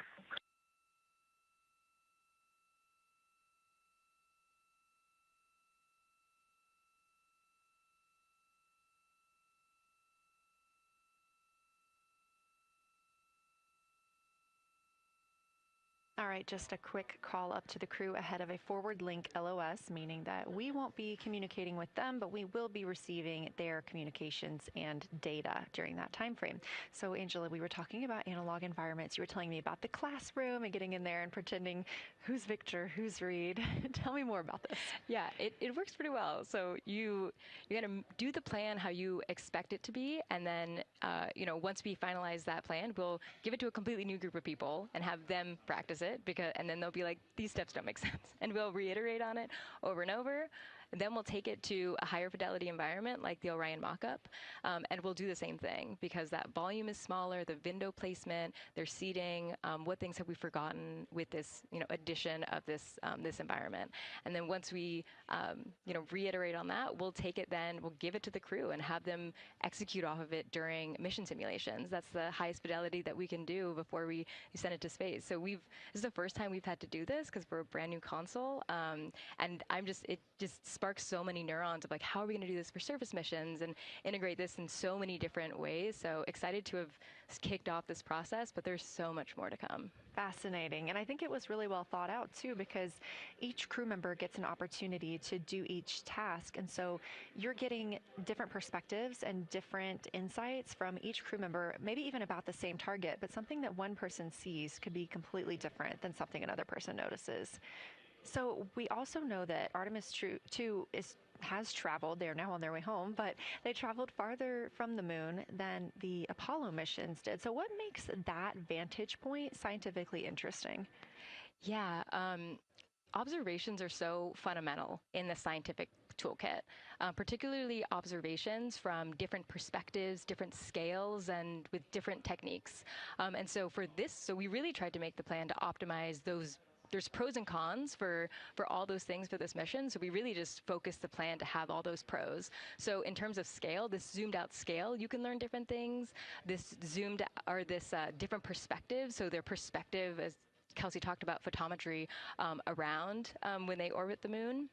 And then also just their different the different things they're able to observe.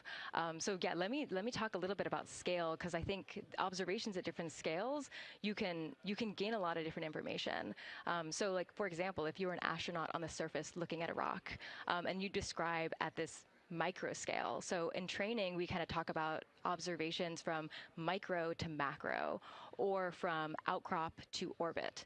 So looking at a rock at this scale, you can describe its components, you can describe what it's made of and its colors and its minerals, and you're like, okay, and this rock came from this boulder, and it's this part of this boulder, and these are the different things that I'm observing around. It gives me context to this sample, and then you zoom out a little bit more, and you're like, okay, well, I can see that this boulder came from, it rolled from this mountain ridge, or this high ridge feature. And then because I can see the trail that it came from, okay, now let me describe this ridge and different parts in it, and maybe other boulders that I'm seeing. And then you zoom out further of the orbit scale, and you're like, this ridge is a part of this larger crater. So all of those different steps give you different information, and so that's why observations at these different scales and these different perspectives are so important. So this zoomed out kind of far view is this full lunar disk view. It's the full lunar. On Earth, we see the full lunar disk as well, but now we're able to see it on the far side, and we're able to see it, all at the same time, which enables the astronauts to compare very quickly to different parts of the surface. And the color particularly is very compelling, because you can just be able to very quickly compare from 3 different regions. Is it in the same family? Is this actually a little bit different? Compare that to what they see in their orbital data that they have access to on their portable computers, and really just be able to tease out that nuance and information. Yeah, we heard them make a lot of those connections today, and especially the color. We talked with Kelsey about this a little bit, just how exciting it was to hear the browns and greens and things like that. I cannot wait to see those pictures. Yeah. So one last question. We are coming up on the last lunar flyby observation block, and this is when we are going into a solar eclipse. So can you tell me what you're interested in the crew learning during that time frame? Yeah, so the data set. So yes, there's so many things. How to pick one. So I'd say the thing that I'm most interested in seeing is some of their annotations that they're taking. So in this opportunity, it's a very dynamic type of experience, in that we don't normally see this activity. And so being able to have crew observe the solar corona, and then also annotate it in their on their portable computing device is just such a unique thing that humans can give to missions, and also particularly being able to annotate what they're observing while they're talking about it is also unique to being able to have astronauts in orbit as well, because we won't be able to have annotations on the lunar surface because the astronauts will be in suits. They're going to be collecting samples, they're going to be deploying instruments, and so personally, I'm really excited to see some of these annotations and to see how that develops over time, because you've heard a lot of descriptions, and I think when people are describing something that's unique and different, you can interpret it differently. But if you're drawing and you're marking, particularly just going back to like the color provinces, for example, and those boundaries, you know exactly what they meant. And really, I'm just very excited about those annotations. There's been some famous annotations that the Apollo crew have made, particularly about solar coronas and the structures and lofted dust that have given a lot of debate within the scientific community of they're observing this phenomenon, and now it's our job to hypothesize of like why are they observing this, like what is going on. So I think that's just a really cool part of exploration and science, and this beautiful thing that we're about to do.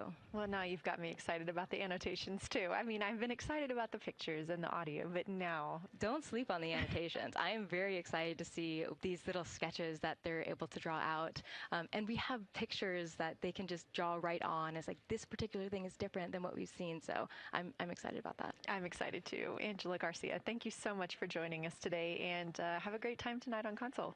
Thank you, and you've been doing a great job, and so excited to see where we go from here. Thank you so much.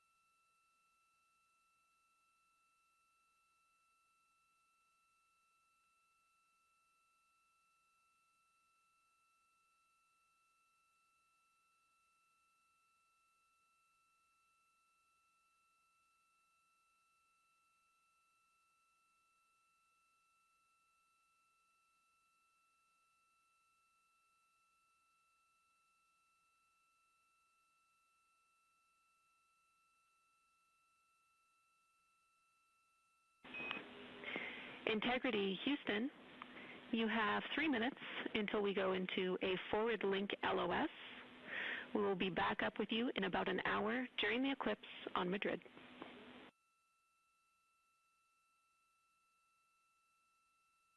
Thanks for the heads up. Look forward to seeing you on the other side. Likewise.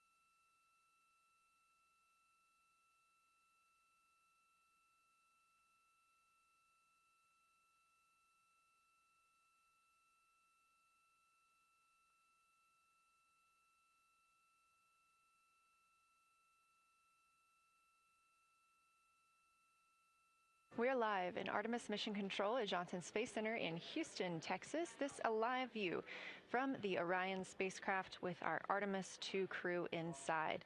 That's Reed Wiseman, Victor Glover, Christina Cook, and Jeremy Hansen. We are still live for our lunar flyby coverage. The crew is in a short break while the spacecraft is pivoted away from the moon. We are going to be going into a solar eclipse. This is the first time anyone has ever seen a solar eclipse from the moon. So it's going to be a unique vantage point for our crew. But ahead of heading into that solar eclipse, we need to charge the batteries on the Orion spacecraft. Therefore, we have positioned the solar arrays into the sunlight to allow time for those batteries to charge. We will get back pointed at the moon just in time for that solar eclipse. We are also in a forward link LOS. What that means is essentially we cannot send calls or commands to the crew right now from the ground. However, we clearly get all of their data and communications. The spacecraft is now 4,632 miles away from the moon, and that number will only continue to grow as the distance from Earth shrinks, now 252,523 miles away. Our closest approach to the moon today was approximately 4,067 statute miles in altitude. Our maximum distance from the Earth is suspected to be 252,756 statute miles. Both of those moments came while Orion was flying in their loss of signal time frame behind the moon. The crew also set that new record today, beating the Apollo 13 record of distance from Earth. This is an animation or a visualization that you can track anytime, day or night, by visiting nasa.gov/track-Artemis. This shows you how the spacecraft is positioned as well as their distance and velocity, now traveling 930 miles per hour.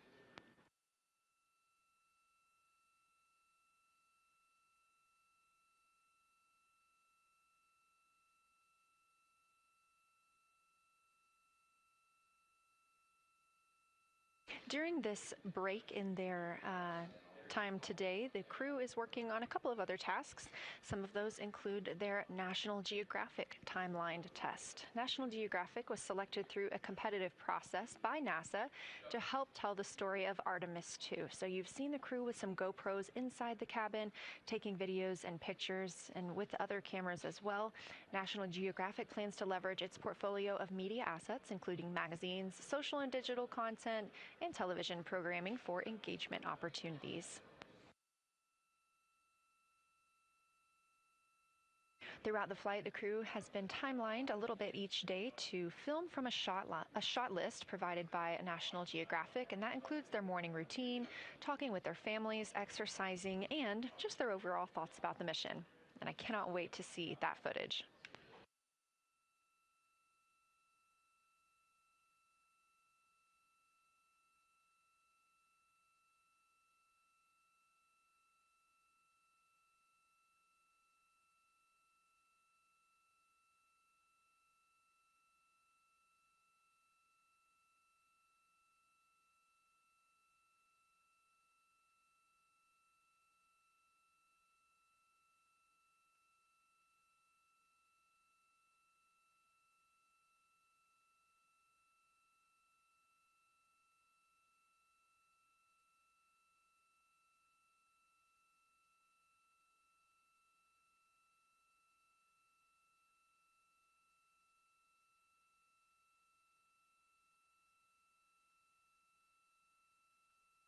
Teams on the ground reporting that the spacecraft is looking good and that the power aboard is good as well, all setting us up in a proper position before eclipse.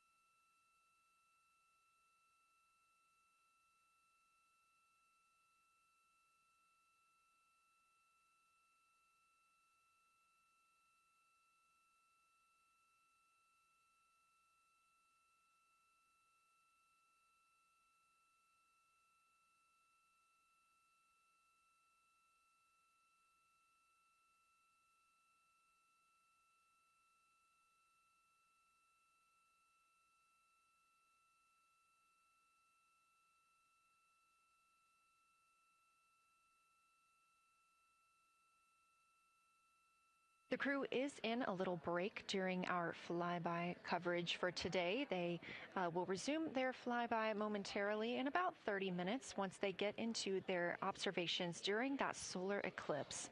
Now, the moon is our nearest celestial neighbor, orbiting Earth at less than 250,000 miles on average. When our astronauts venture there for future Artemis missions, they'll target landing sites near the lunar South Pole. There, ancient rocks, minerals, and trapped water ice will not only provide resources for human explorers, but they may also contain clues to the formation and evolution of our planet and the solar system. Let's learn more about the lunar South Pole with this video featuring Dr. Kelsey Young, Artemis Science Flight Operations Lead. We learned a lot from the Apollo samples, but we still have a lot left to learn about the moon. The Apollo missions visited only a pretty narrow swath of the moon. All the missions were concentrated near the near-side equator. Really interesting and really critical insights were unlocked with the Apollo samples, but we have so many questions still to answer about the moon and the evolution of the moon. And liftoff of Artemis I. We rise together, back to the moon and beyond. NASA's Artemis missions are NASA's plan to send people to the surface of the moon. We'll be sending people and roving assets and scientific equipment to, among other things, answer a lot of really compelling science questions. Scientists have a lot to learn about the moon. It's our nearest celestial neighbor here to Earth, so what the moon has experienced, we've experienced. Except here on Earth, we have things like plate tectonics, oceans, forests, people that erase the rock record. Whereas on the moon, that whole record of our planet's history, of the moon's history, is just kind of waiting there at the surface for us to explore.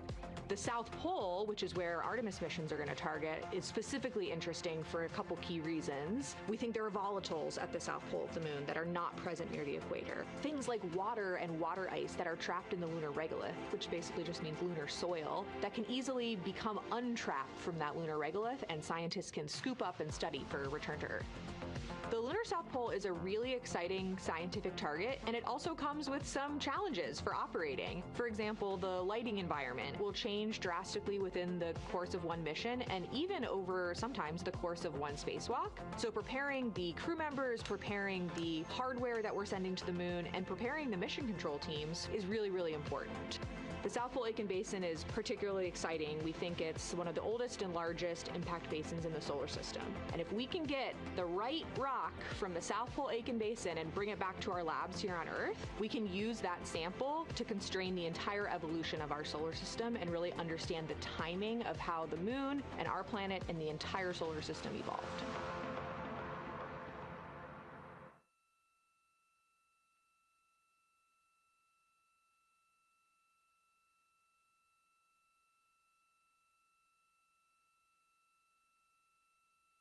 You're looking at a live view aboard the Orion spacecraft of the Artemis II crew, working in the middle of one of their breaks, or really their only break today, during this lunar flyby period. Coming up next will be that solar eclipse.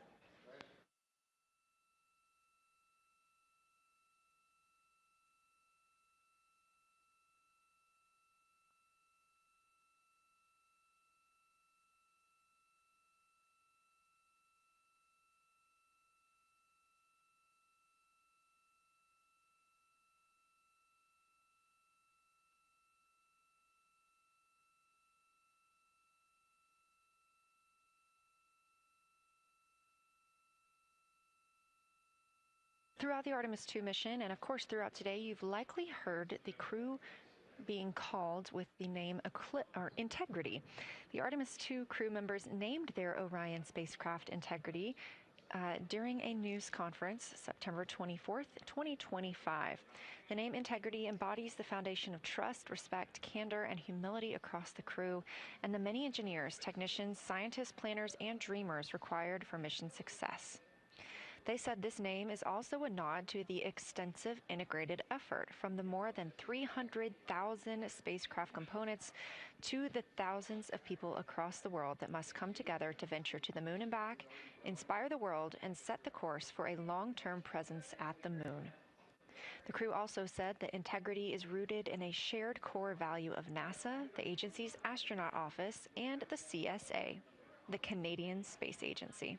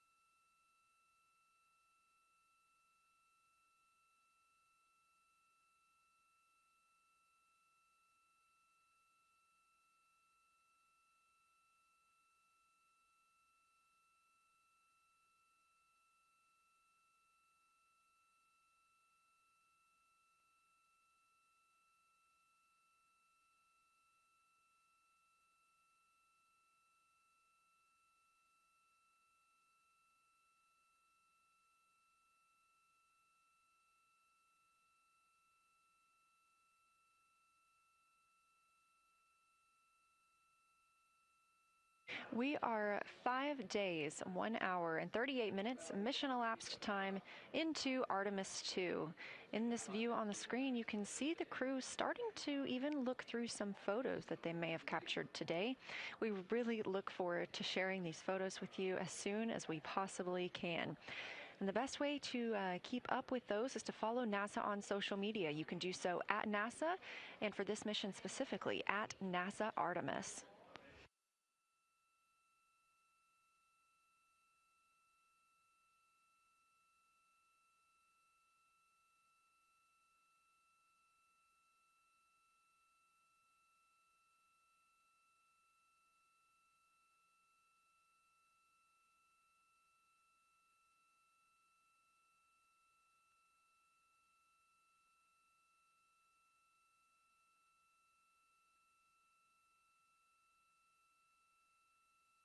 Again, we are in a forward link LOS, or forward link loss of signal with the crew, meaning that we're not able to communicate or send any commands to them right now as they were.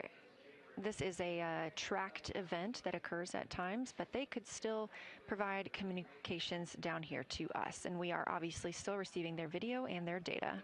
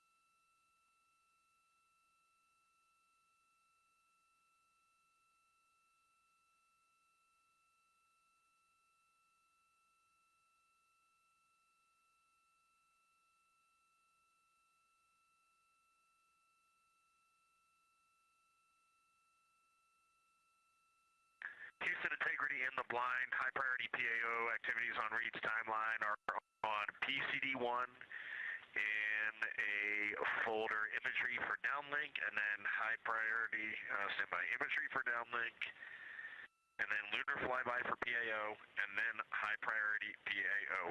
Thank you.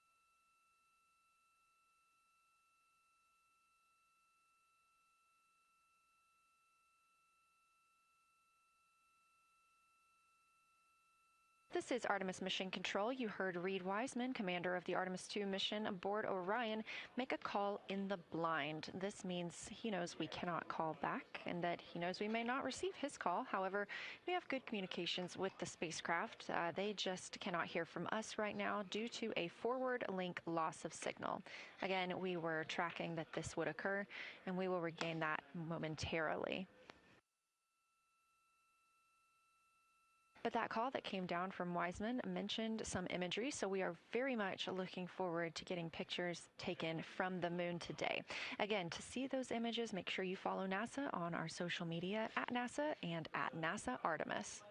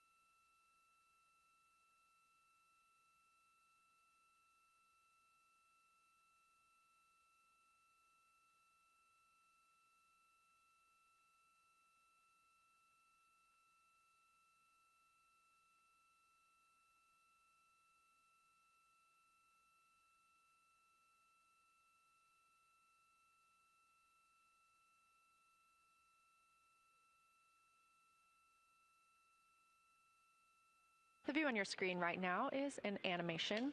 This is called Arrow, or Artemis Real-Time Orbit website. You can visit this for yourself at nasa.gov/trackartemis, and you can watch as we continue to grow closer to Earth and farther away from the moon. It's all seemed to happen so fast so far, and we're coming up on splashdown now in 3 days, 23 hours and 31 minutes.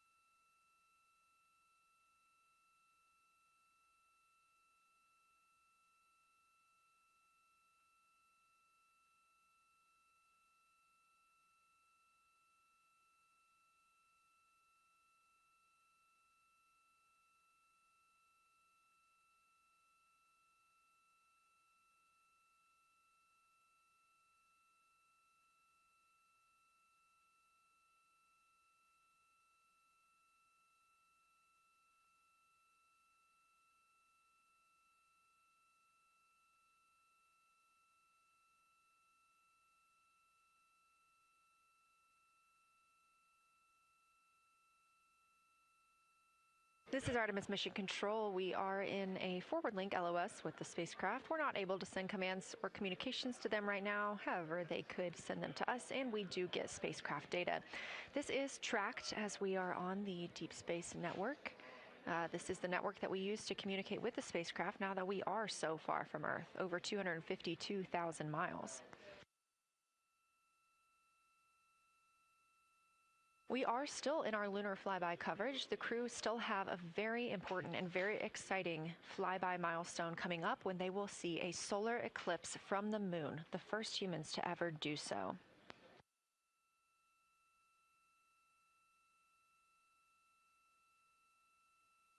Something that we also have to consider when it comes to our missions and launches is space weather. So since the Apollo 16 and 17 missions, there were some solar eruptions near that time frame that could have been dangerous to our explorers. Over those 50 years since those storms, the data, technology, and resources available to NASA have improved, enabling advancements towards space weather forecasts and astronaut protection, which is key to NASA's Artemis program to return astronauts to the moon.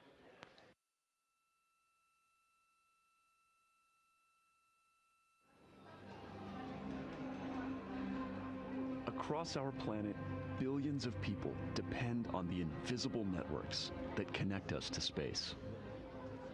Every day, those networks are at the mercy of our temperamental sun and the space weather that it unleashes across our solar system. That's why NASA's Space Weather Program tracks solar storms from the moment they erupt, modeling their paths, anticipating their impacts, and leading the research that the world's industries rely on. NASA's space weather research and modeling is driven by the needs of society and enables critical decision-making that equips pilots to reroute around high radiation areas, farmers to adjust GPS-based precision planting and harvesting plans, and power grid operators to mitigate the impacts of potential surges. For those exploring other worlds, NASA provides 24/7 space weather monitoring for Artemis crews at the moon and future Mars astronauts who may be exposed to dangerous levels of radiation during solar storms. Whether you're a pilot or a passenger, a farmer or a consumer, a power grid operator or energy customer, a satellite controller or GPS user, space weather impacts us all.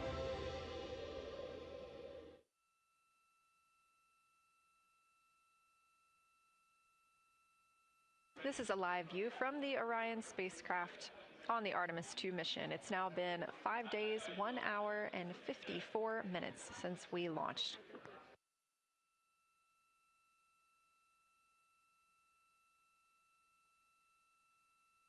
We are still in our flyby coverage, and the crew is on a short break right now as we have changed the attitude of the spacecraft to help charge the batteries aboard. We use the solar arrays to gather energy from the sun and store it in the batteries. That way, when we are not in the sunlight, we have those batteries to continue powering Orion. Now, we're doing so because the Artemis astronauts are about to experience a solar eclipse from their capsule. And this is a solar eclipse that no one else on Earth will experience. This eclipse is about 54 minutes, and to the astronauts, it'll look a lot like a total solar eclipse on Earth, except the moon is going to be huge compared to the sun, unlike when you watch one on Earth and the moon and the sun appear about the same size in the sky.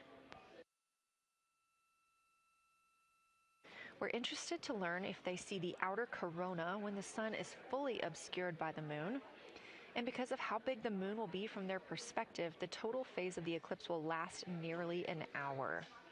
The astronauts will see a partial solar eclipse as the moon covers and uncovers the sun, which is before and after totality. So, much like us on Earth, they will have eclipse glasses so they can safely view that portion.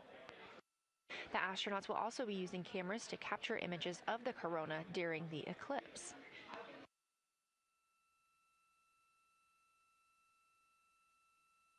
There also may be some other planets visible during the eclipse, including Venus, Saturn, Mars, and Mercury.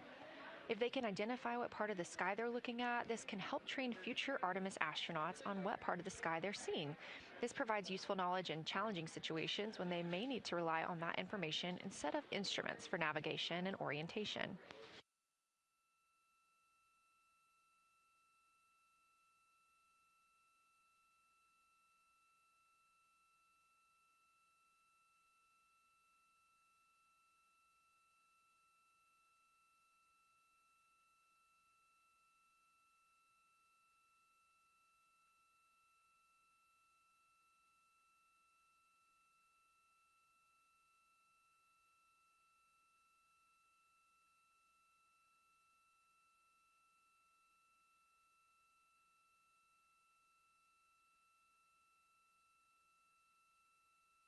Confirmation from teams here in the ground that we have reached the eclipse attitude, meaning Orion is in the proper position to observe it.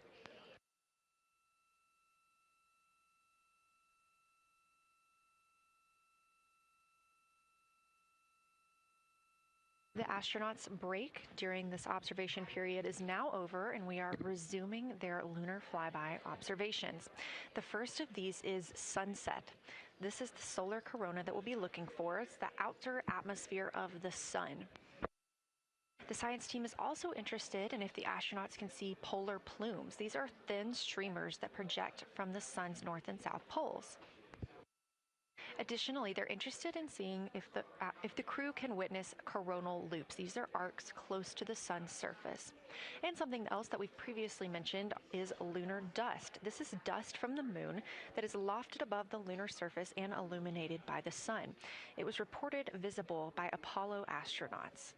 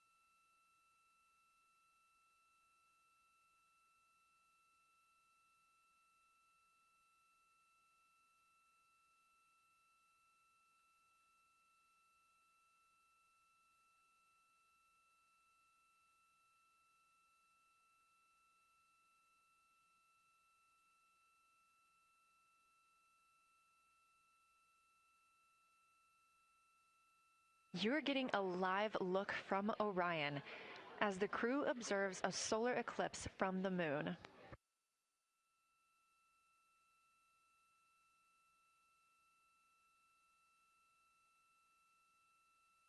Again, this solar eclipse is only visible to the crew on the spacecraft. It's not visible to anybody on Earth. The science team is interested in several different targets for them during this time frame.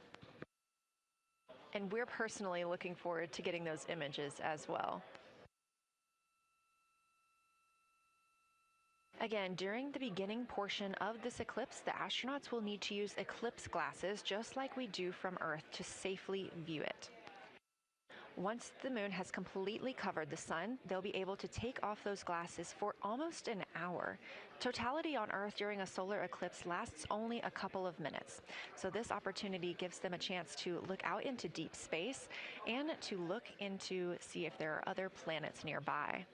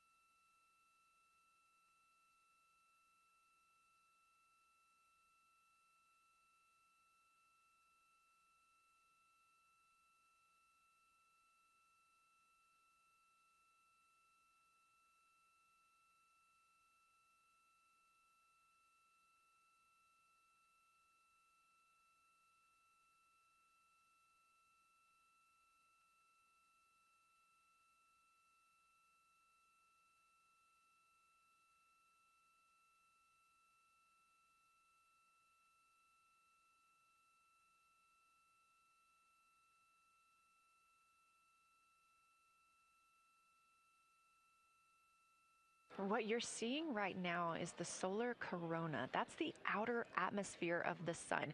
And the science team is very interested in any images that the crew can capture of this. They're hoping that they'll take pictures and describe the visibility, color, and shape of the solar corona as a whole and its substructures, those plumes and streamers.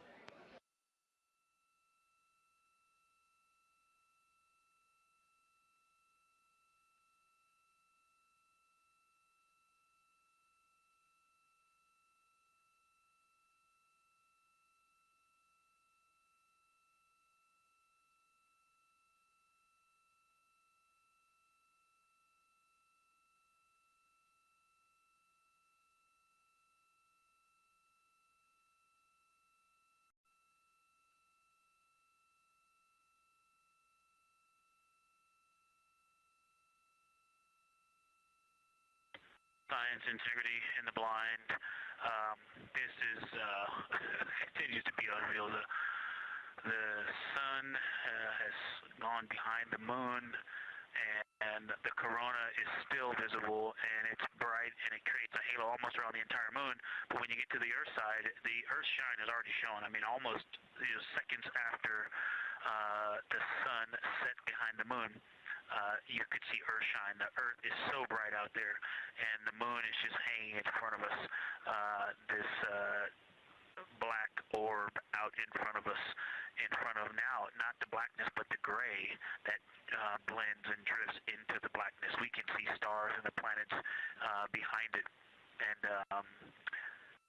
Christina is in window 1, Reed is in window 2 with the long lens, and Jeremy is describing it in window 3, and it is quite an impressive sight.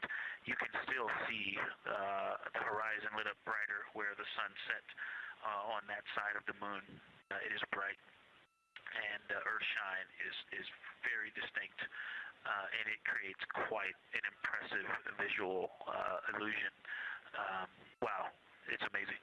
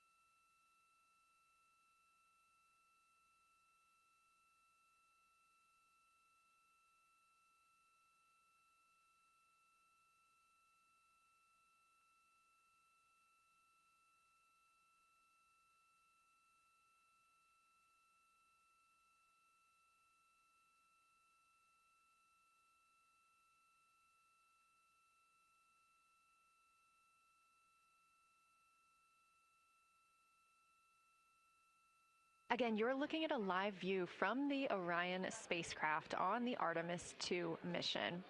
Orion is now 252,125 miles away from us all on Earth. We're here in the Artemis Mission Control Room in Houston, Texas, and what you had just before we lost that view quickly was the corona of the sun peeking around the moon as the astronauts are entering a solar eclipse for this portion of the lunar flyby. We're now over 5,500 statute miles from the moon. That closest approach today was just about 4,067 statute miles away. And teams in the room beginning to get a little busier and filter in and out as we are stepping through a handover. The Orbit 1 team is handing over to Orbit 2, who will continue monitoring lunar flyby and all of the systems aboard the Orion spacecraft.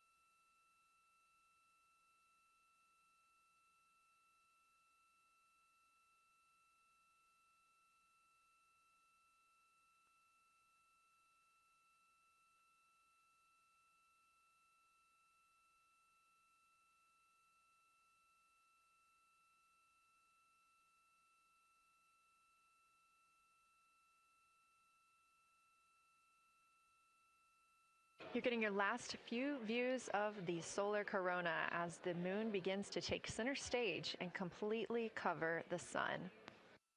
If you see that bright dot up near the top left of your screen, we think right now that that may be a part of the spacecraft, but we'll be sure to correct that if we end up figuring out later that it is something else entirely.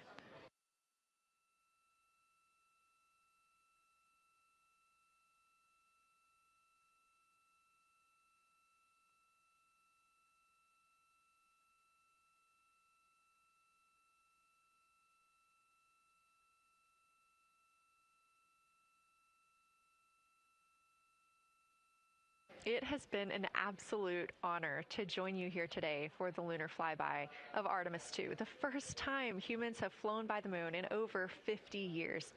I'm Leah Cheshire Mustachio, and I'm excited now to hand over the game is shifting around in the windows, and we are transferring settings on a camera to pick up Earth shine, and it is amazing. The brightness where the corona, where the sunset is still bright. I think there may still be corona visible, but that part of the horizon is still lit brighter, and you still have a distinct Earth shine.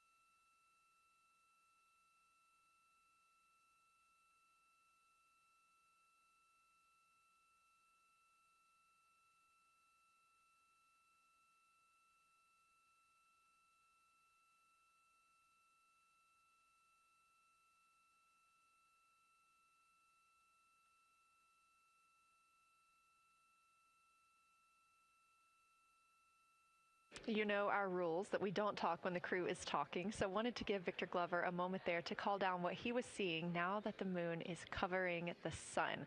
A really amazing time during today's lunar flyby. Again, thank you so much for letting us help tell this story today. I am Leah Cheshire Mustachio, handing it over to my friend Anna Schneider at the PAO console as the Orbit 2 team comes to join us. So thank you so much, and I hope you all enjoy tonight. Anna, you can take it away. Thank you so much, Leah, and it's been a joy listening to your coverage over the last several hours. So as you mentioned, the Orbit 2 team of flight controllers is currently making their way on console and completing a shift handover with the Orbit 1 team of flight controllers. The Orbit 2 team tonight will be led by Flight Director Diane Daly, and she is currently handing over with the Orbit 1 flight director there on your screen, who was Flight Director Jeff Radigan.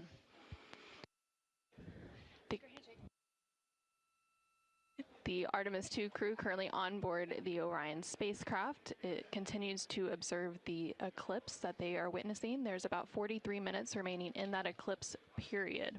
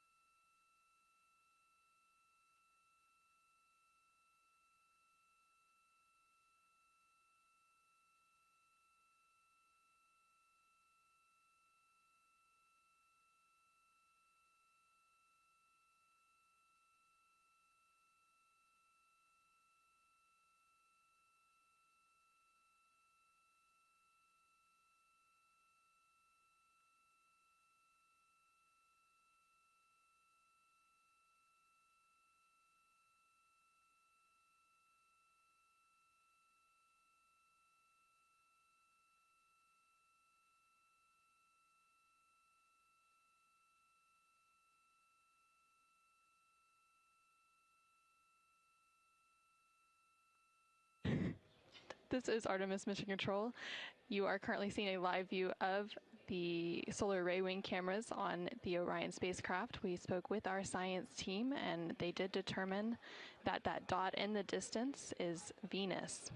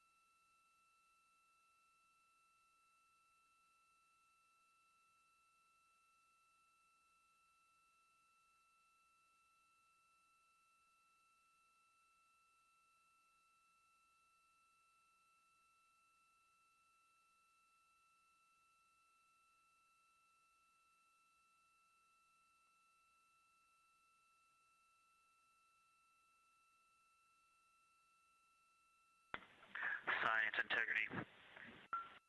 Let's see, not a huge change in here, just an update. The camera settings for Earthshine are challenging. This one's challenging to capture. What we're seeing, we're just not picking up on the cameras. And after all of the amazing sights that we saw earlier, we just went sci-fi. This has, it just looks unreal. You can see the surface of the moon between, I guess, the Earthshine. I guess Earthshine. You can actually see a majority of the moon. It is the strangest looking thing that you can see so much on the surface.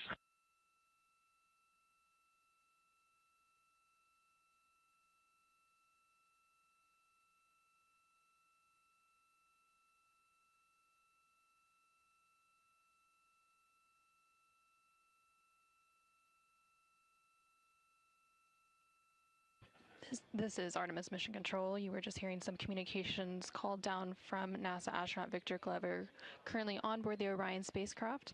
They are currently observing an eclipse. There's about 39 minutes remaining in that eclipse period. Currently, we are in a forward link LOS, or loss of signal, so the crew can communicate down with... He's seen 2 meteors, science.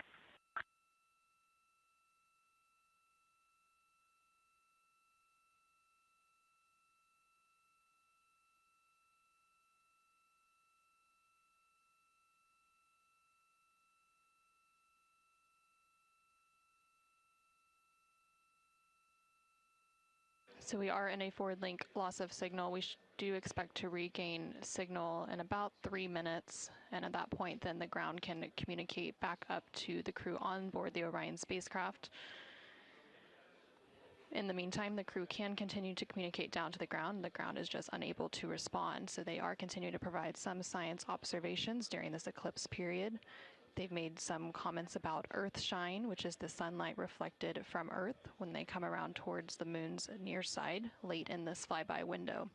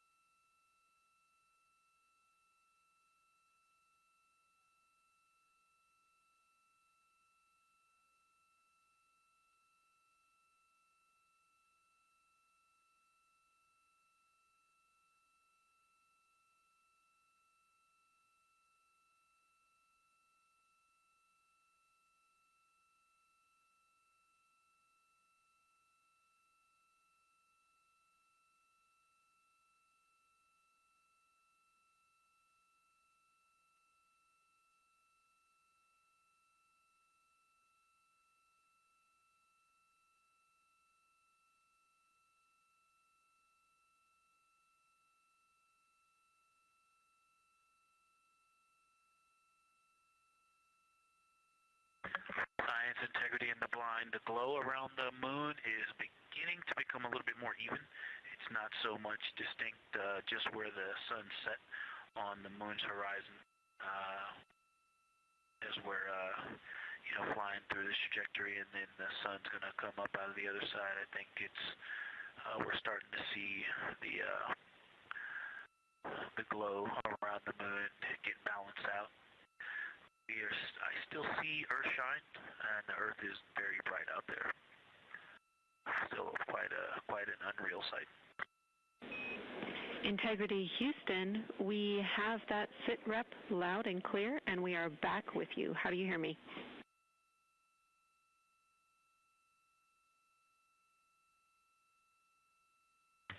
Hey Jenny, we have you loud and clear, thanks. Copy. Victor, we're handing you over to Science for some critical questions. Thanks for your report.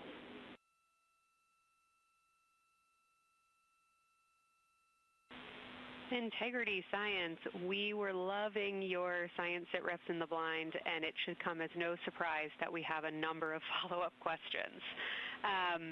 First, you mentioned Reed observing meteors. Can you speak to that? Were you referring to comets or impact flashes or something else?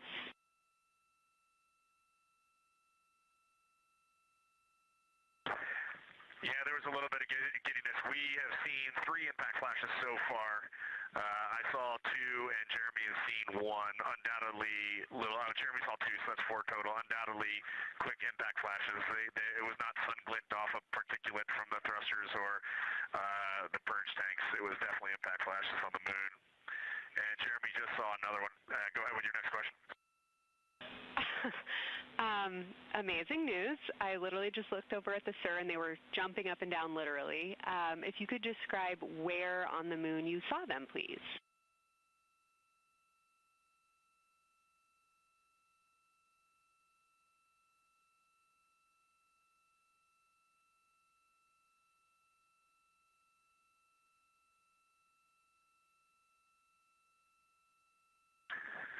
So they've all been either on or a bit south of the equator and on the Earth side of the moon. Stand by. All right, so Jeremy has seen them kind of on and south of the equator, kind of spread across the moon, and mine were both south of the equator and just a little bit left of center of the moon. Incredible news, Reed, and reminder, we have citizen scientists here on Earth looking for impact flashes, so hearing you saw them on the near side means that people saw them too.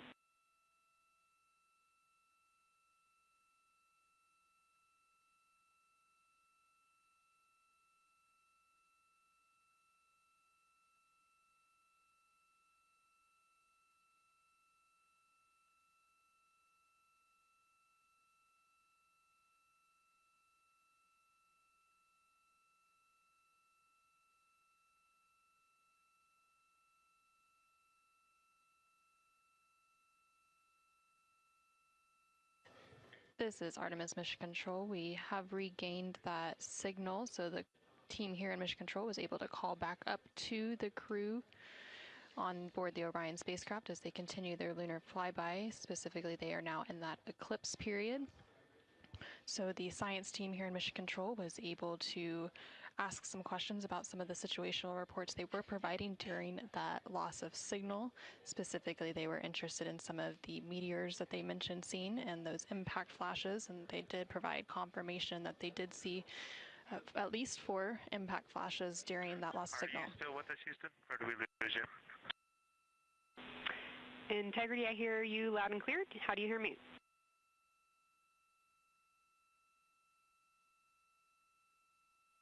Okay, we got you loud and clear. One of the other things I wanted to describe, which was surprising to me, but the entire moon is lit up. It's glowing behind the entire moon. I thought it would look, dark against the black sky or deep space, but the sun is lighting up the entire limb of the moon. You can see the entire perimeter of it, and even now with the sun far behind the moon, you can still make out little bits of topography topography around the entire limb, just bumps as you go around it. And there's about the glow around the moon, once your eyes adjust, is easily 10 widths or diameters of the sun around the entire moon.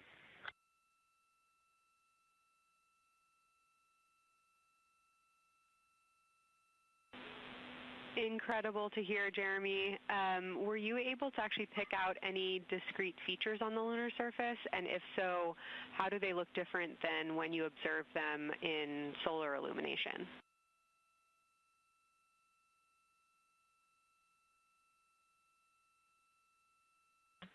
No, we really haven't been able to identify features on the lunar surface yet. We just see, the topography on the limb. For the Earth glow, we're about a quarter moon, waxing quarter moon, if you will, from the Earth glow perspective, and it's just at a very, just the sight angle. I'm just not able to tell what I'm looking at yet in the Earth glow. Understood. Thanks, Jeremy. One other question for you on the solar corona. Were you actually able to see any structure or color in the corona before most of it disappeared behind the moon?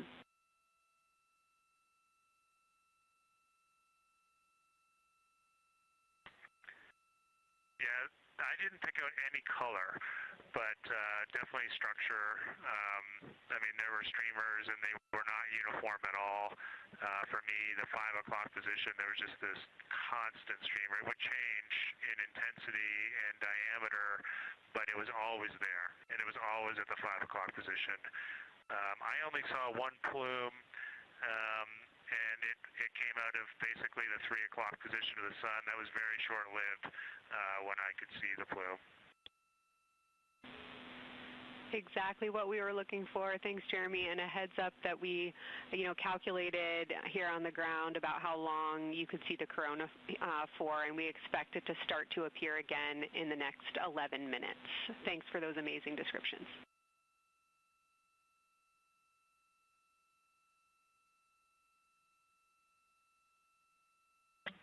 Okay, we're excited to see it all again.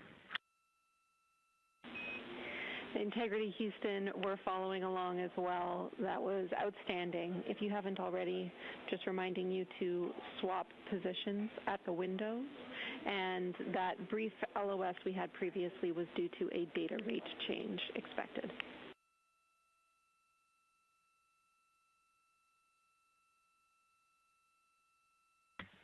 Okay, we copy that, Jenny.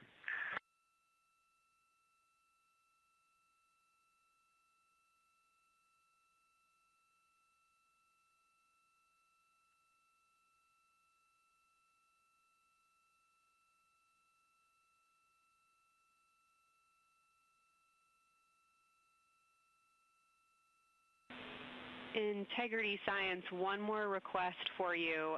While it's still fresh in your mind, any annotations or sketches you want to make of what you're seeing either around the corona structures you just mentioned or even on Earthshine would be so appreciated.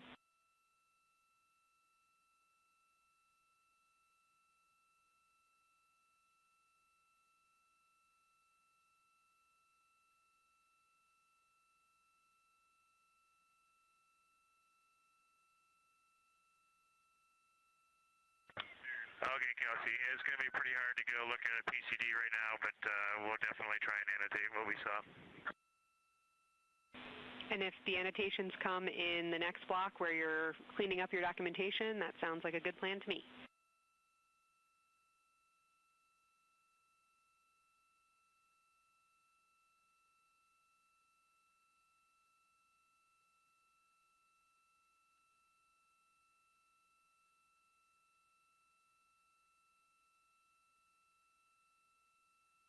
This is Artemis Mission Control. On the bottom right corner of your screen, you can see a view of the Science Officer console here in Mission Control. And we've been hearing that communication between the Science Officer. The Orbit 1 Science Officer is Kelsey Young, and she's been asking questions to the crew, specifically CSA astronaut Jeremy Hansen, based on the observations they've been making during this eclipse period. And then in the upper left-hand corner of your screen, you can see a view of the Artemis Real-Time Orbit website, which provides updates on the velocity and the distance from Earth and the Moon of the Orion spacecraft as it continues to make its way back to Earth. The distance from the Moon will continue to increase at this point. So right now, Orion and its crew are about 6,300 miles away from the Moon and about 251,000 miles away from the Earth.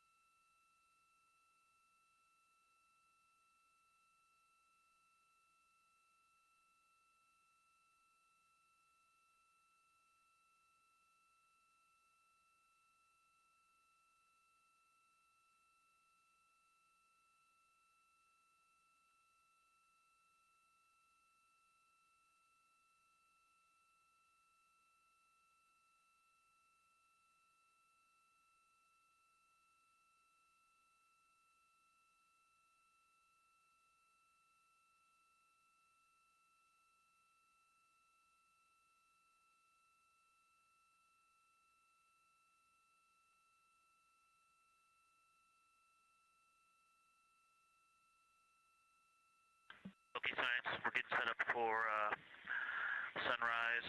The window teams are, Christina is supporting, and also Xena in window 1. Jeremy's got the long lens in window 2, and the short lens in window 2. And Reed is in window 3, and he has started recordings and is set up to see Corona.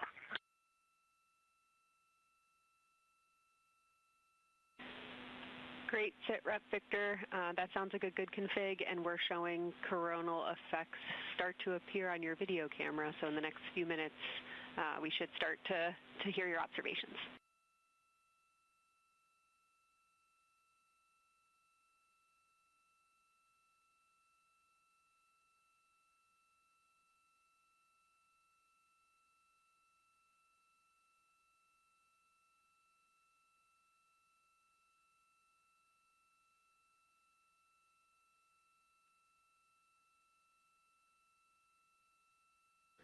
This is Artemis Mission Control. We just heard the crew call down to the team here in Houston, reporting that they have swapped out who is in the windows for the final portion of the lunar flyby. So Christina Cook is in window 1, with Jeremy Hansen in window 2 and Reed in window 3. Reed is focusing on observing corona, which is the solar corona, which is the sun's outermost atmosphere. There is about 18 minutes remaining in the eclipse period. Science in Houston, integrity curiosity. I know this observation won't be of any scientific value, but I'm really glad we launched on April 1st because humans probably have not evolved to see what we're seeing. It is truly hard to describe. It is amazing.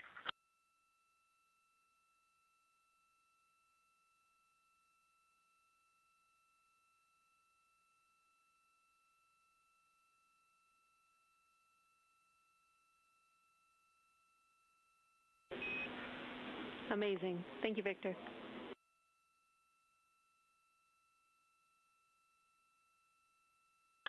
just one more logistics note, we have gone as dark as we can in the cabin. We have turned the DUs all the way as dim as they can go, so you can't see anything on the screens. Every bit of light in the cabin affects the view. You're definitely seeing the brightness go closer. It's definitely brighter on the Earthshine side, and so we're expecting to see some corona here soon. We copy all. Excited for what you see next.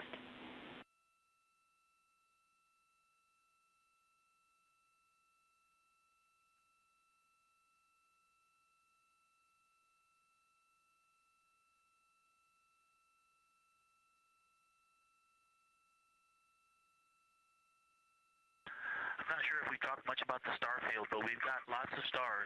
You've got the nice glow around the moon, but right off the well, we're upside down now, but from upside down 4 o'clock, right off the edge of the moon, looks like a planet. That line of planets, there's something a moon diameter to the left, and something right off the limb of the moon to the right, and then something orange. It looks orange to the right of that, about half the moon diameter. So. But anyway, there are definitely stars. I think some of those planets that you said we might see, we're seeing. And so in unreal view, yeah, the moon in the foreground is one of the darkest things we see out the window. And now it's deep space behind it is kind of dark blue like it looks from Earth, but we can also still see stars. It's quite a wicked view. Victor, Ike's doing the best job, and I'm not going to try to add on to what he's doing. It's indescribable. No matter how long we look at this, our brains are not processing this image in front of us. It is absolutely spectacular, surreal. There's no adjectives. I'm going to need to invent some new ones to describe what we are looking at out this window. This is just absolutely beautiful and inspiring to hear. And Victor, we suspect what you're seeing is Saturn and Mars. That reddish object is likely Mars. Good opportunity to look to the future of where we're going.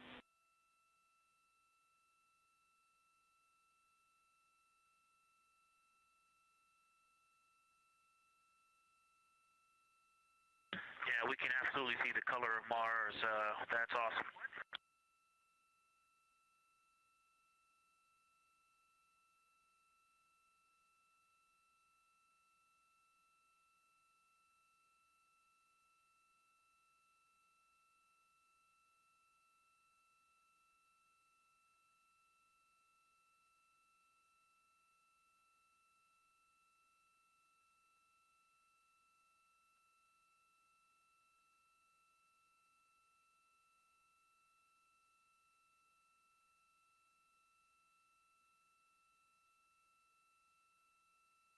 Okay, and from this vantage point, the 4 o'clock on the Earthshine side is definitely getting brighter, still no coronal structure.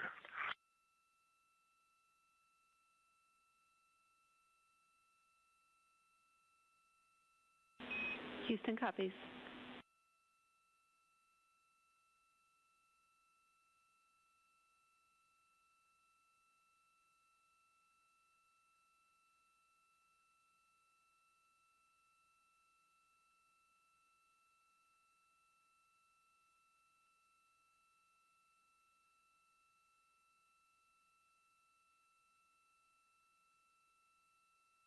And we aren't able to distinguish which Mare is, but we can clearly see Mare in the Earthshine.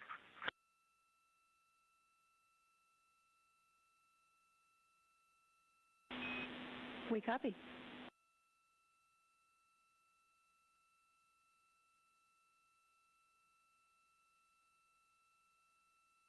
This is Artemis Mission Control in Houston, Texas. We have not seen an impact flash in the last 5 minutes. Sounds unlucky, but you had a pretty strong start, so we'll take it. And actually, right after I said that, right at the South Pole, near the South Pole on the Terminator, Reed just saw one. Amazing.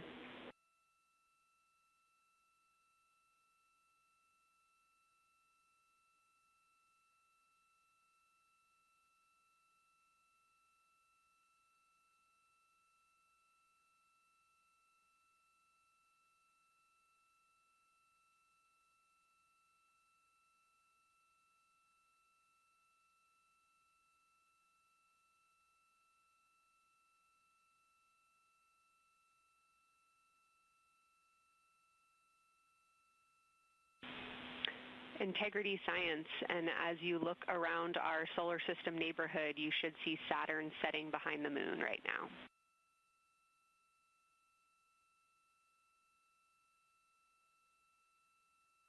We do. We've been watching it track close to the horizon, and it's right tangential to the moon at this moment.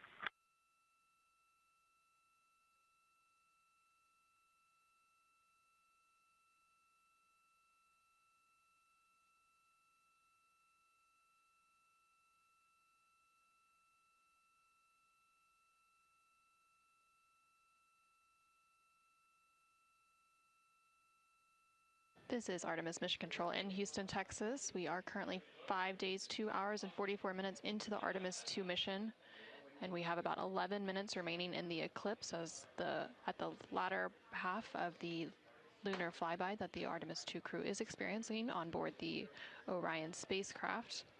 We've received several different call downs from the crew and questions up from the science officer here in Mission Control. One of the things that they said that they were able to see is Mars off in the distance, and then the science team also confirmed that they should be seeing Saturn setting behind the moon. They've also acknowledged seeing several different impact flashes, and these are flashes of lights from meteorites striking the surface of the moon.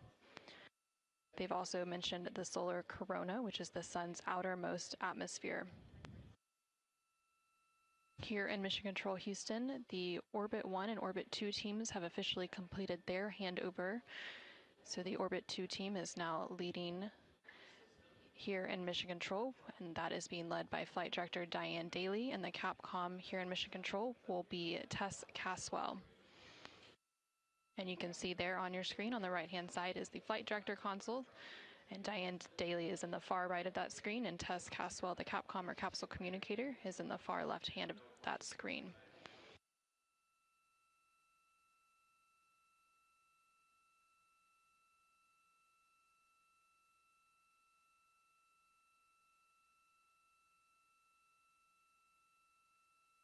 Okay, the light is continuing to grow in intensity.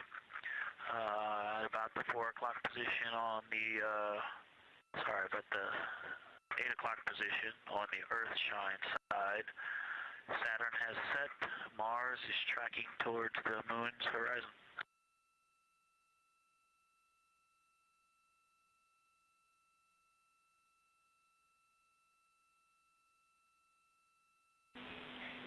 Integrity Science, we copy, and we're starting to see it on the vehicle stream. Looking forward to any coronal observations you can share with us.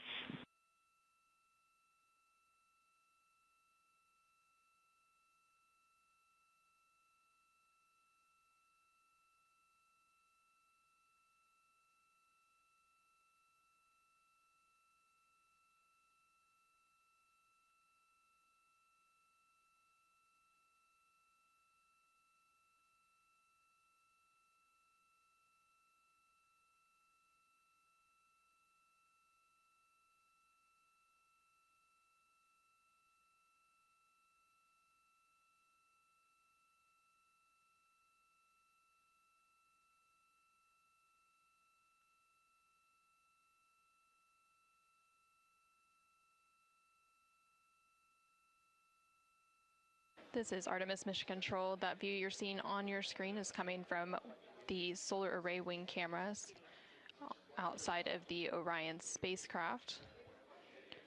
And you can see the light starting to come into view as the solar eclipse period is starting to end. Integrity, still no coronal structure at this time, just continue to grow in intensity.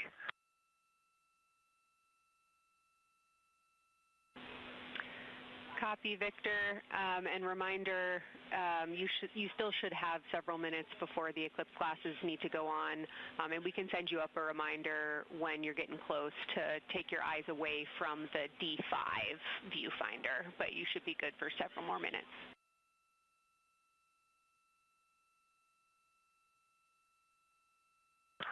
Copy, thank you, and yes, please send up the reminder. Thank you.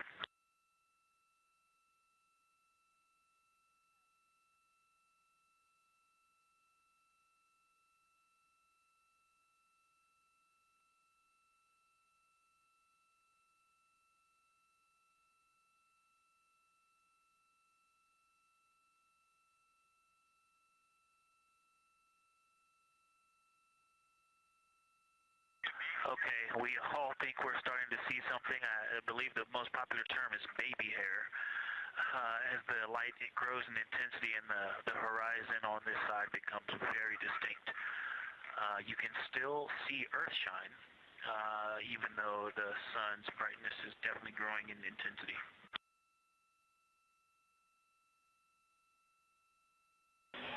Love the description, Victor. I'm sure as the next couple minutes progress, more of those structures will continue to pop out.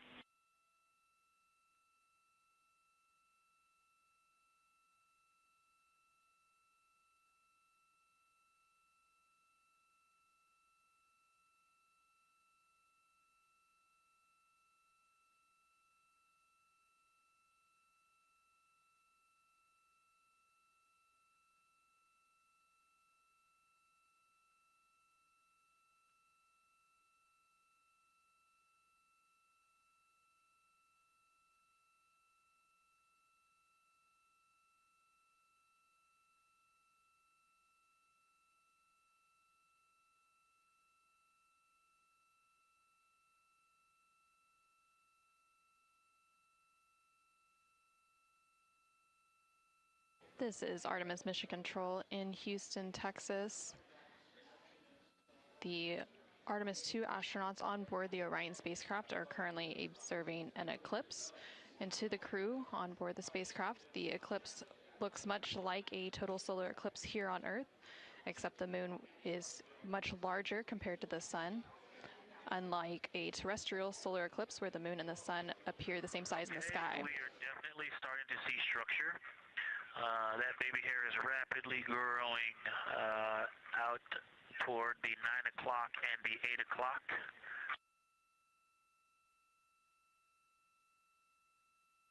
It's almost as if it were reaching out for Venus or for the Earth.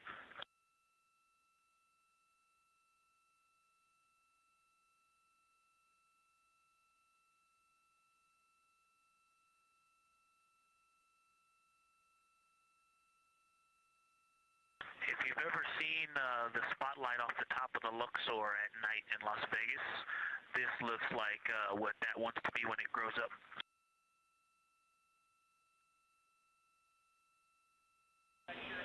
Integrity Science, glad to hear you're following your training of tell it like you see it.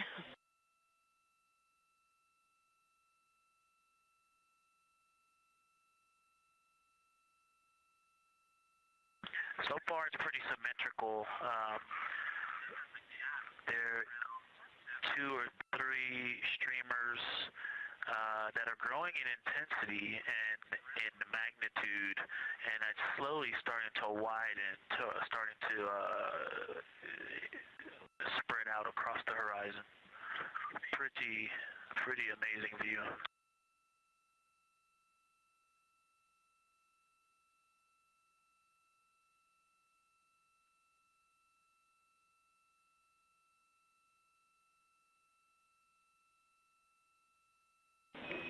And Integrity Houston, great words.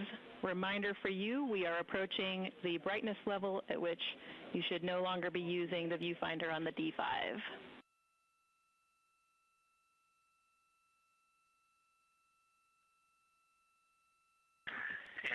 copies, and thanks for the heads up.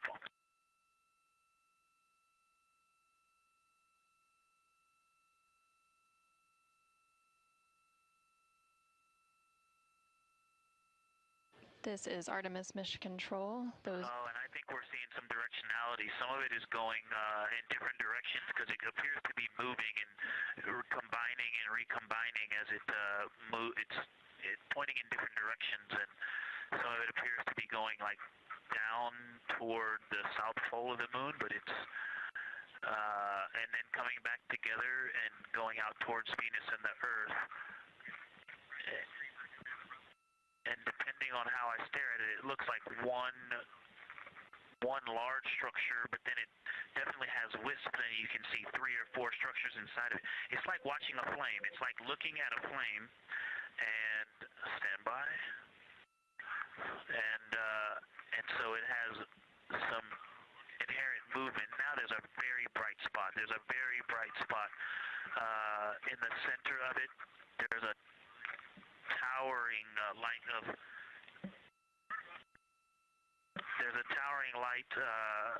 and then there were like 2 streamers that were going 30 degrees out from it, and now it is just extremely bright.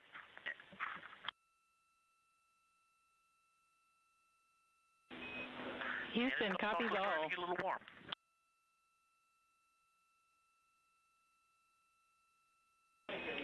And we copied all. We wanted to remind you at this point on the eclipse glasses. Should be about time for those.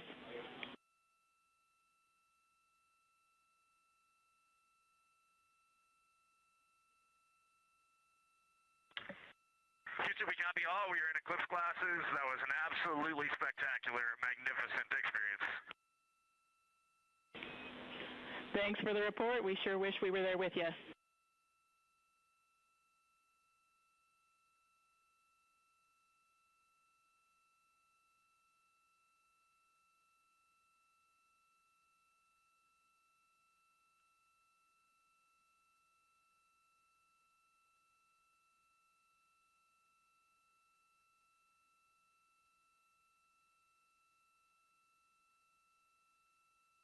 This is Artemis Mission Control.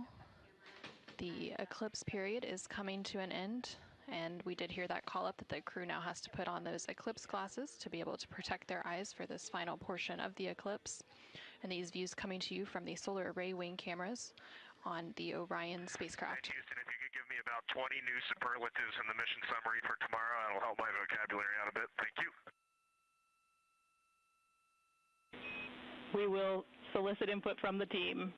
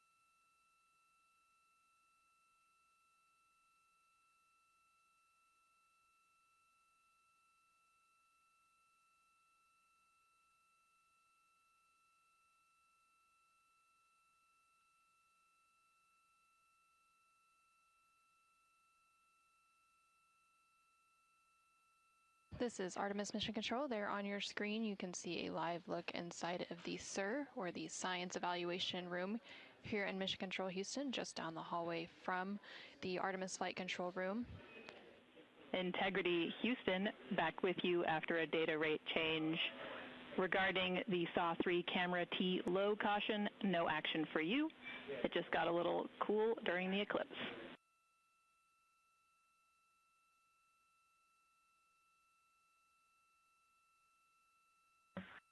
Okay, we copy, and if you didn't copy my request for the mission summary to add about 20 new superlatives to help my vocabulary, I would appreciate it. We copied it fantastically.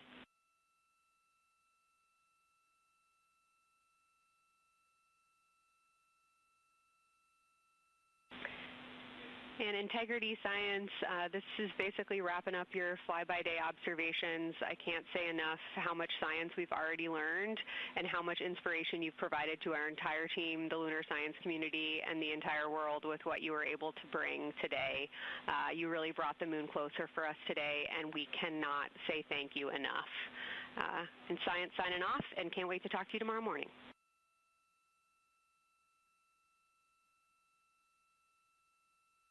To your entire team, Kelsey, to the entire NASA science team, you all really turned to when we shifted launch dates to April 1st, and you got the most incredible package together for us to go do some great science and some great, truly human experience moments here.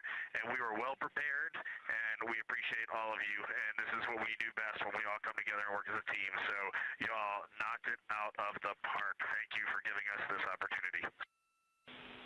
Beautiful words, Reed. Thanks so much.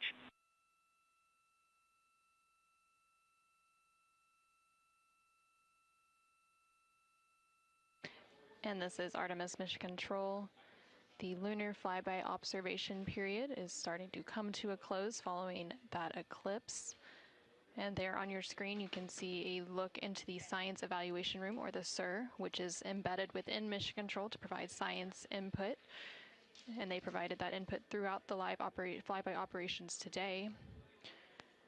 They also have a back room called the Science Mission Operations Room that processes data, evaluates imagery, and supports rapid analysis. And then, of course, we have the science officer on console here in the Artemis Flight Control Room, which you can see a view there on the bottom right-hand corner of your screen. The science officer throughout the flyby operations today has been Kelsey Young, who is the Artemis Science Flight Operations Lead. And then to her left is Angela Garcia, who will be the science officer taking over for Orbit 2.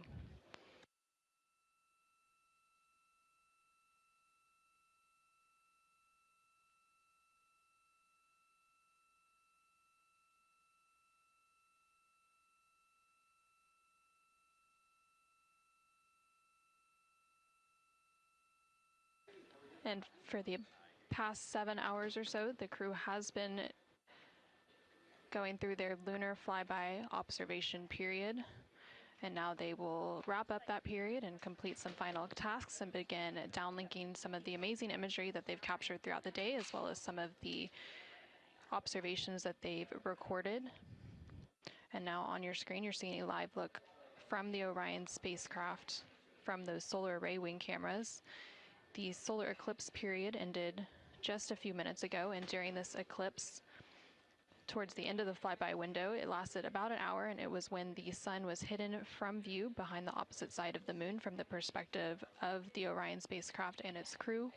And during that time, the crew saw a mostly dark moon, and they used the opportunity to analyze the solar corona, which is the sun's outermost atmosphere, while it was visible.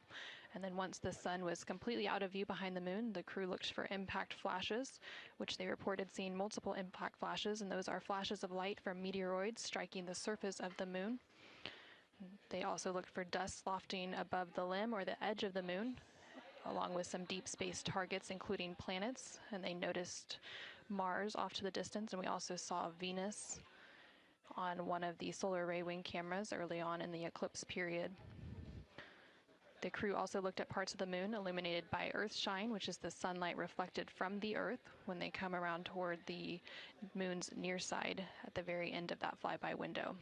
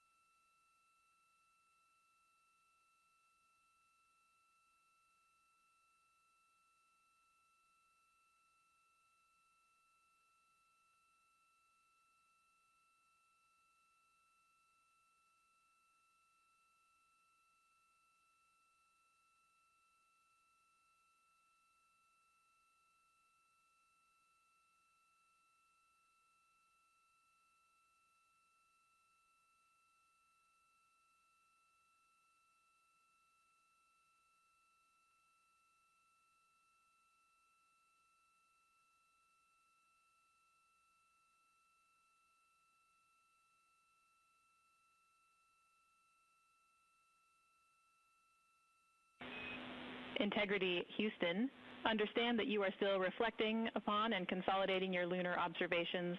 At your convenience, I have 2 items related to the upcoming VIP event.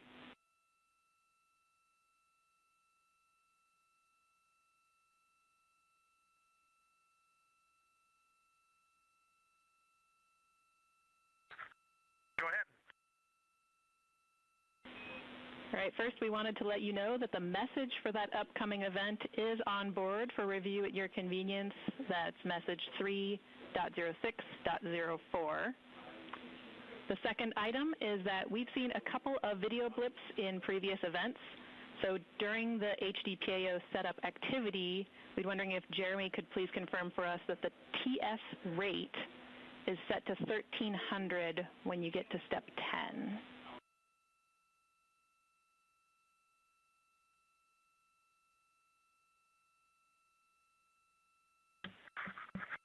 Okay, Jenny.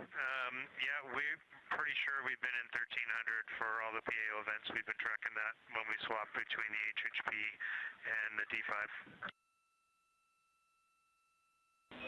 We copy, Jeremy. Thanks. And for the record, the phenomenal Jenny has gone on to her next appointment of the day, and you've now got Tess with you.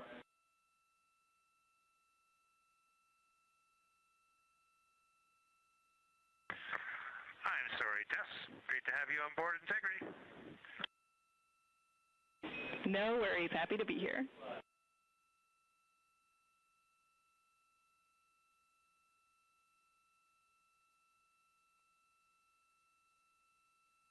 This is Artemis Mission Control. We heard some communication there between the Capcom or capsule communicator here in Mission Control, which for Orbit 2 is Tess Caswell, and the CSA or Canadian Space Agency astronaut on board the Orion spacecraft, Jeremy Hansen. They were discussing an upcoming public affairs event. And Integrity, 3-minute warning for the maneuver back to bias tail to sun.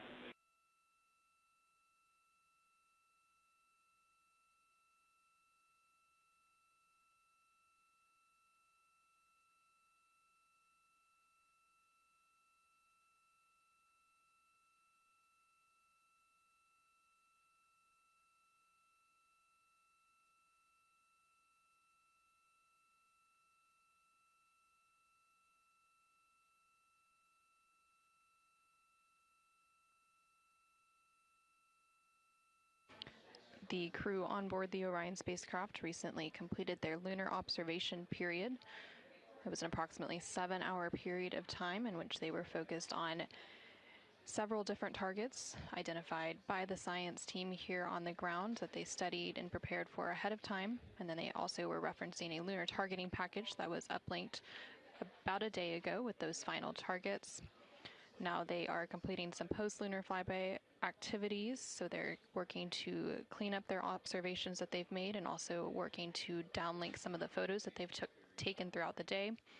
The science team here on the ground will then work to get as much data as they can overnight, and then there will be a post-flyby conference tomorrow after the crew wakes up. And that's not a debrief, but a science data collection to capture their nuanced experience while they're still in the field and the experience is still fresh. And then, of course, there will also be a public affairs downlink event later in the day. Now that once the post-lunar flyby activities are complete, and then after that, the crew will go into some of their final activities for the day. They will have a private medical conference or PMC with the medical teams here on the ground. These are regular conferences that they have at the end of every day, and then there's also a flight director conference that they will have before they go into their pre-sleep period, during which they can complete hygiene activities and they will have the chance to eat their dinner and complete any other final personal activities for the day before they head into their sleep period.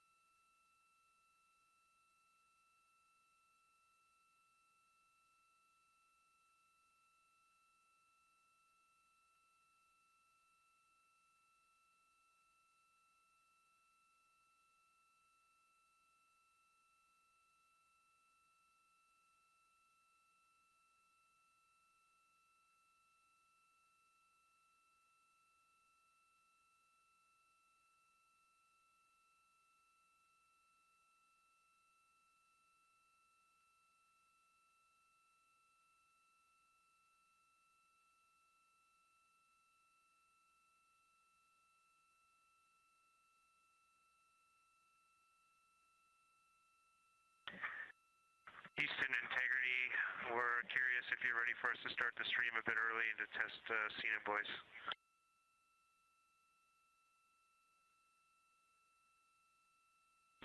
Checking.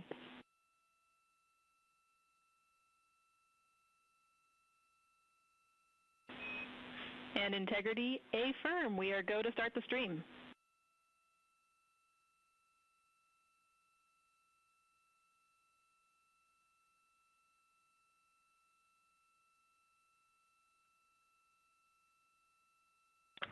Okay, Houston, the stream has started.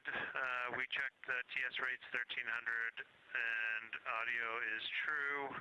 So I will give you a voice check now on the mic. We copy good settings and we've got a good view.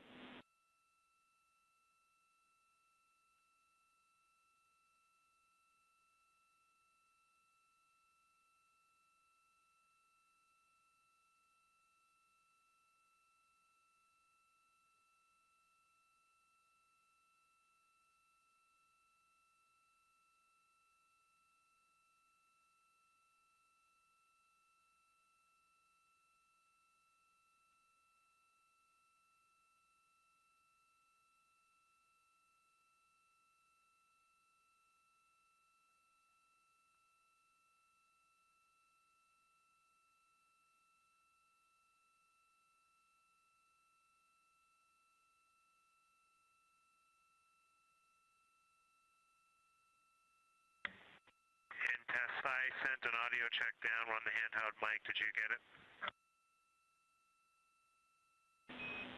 Sorry for the delay, Jeremy. We were talking that a bit, but it was a bit broken, so please repeat for us.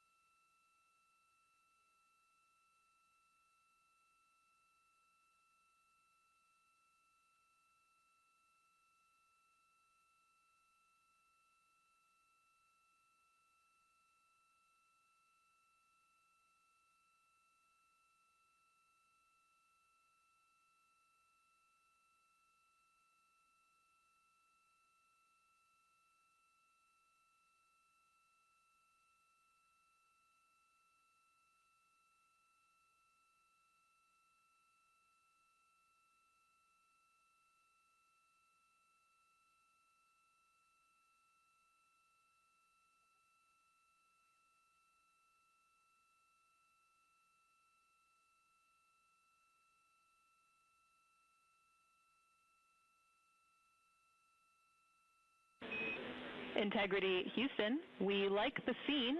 At your convenience, we'll take a 10 count with Jeremy in frame.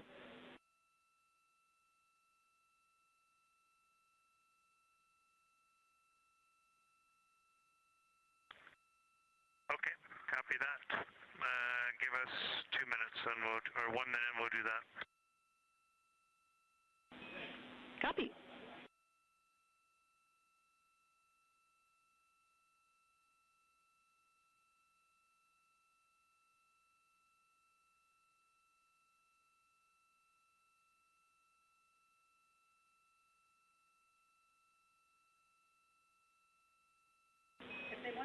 Great voice check and good words. We like the scene.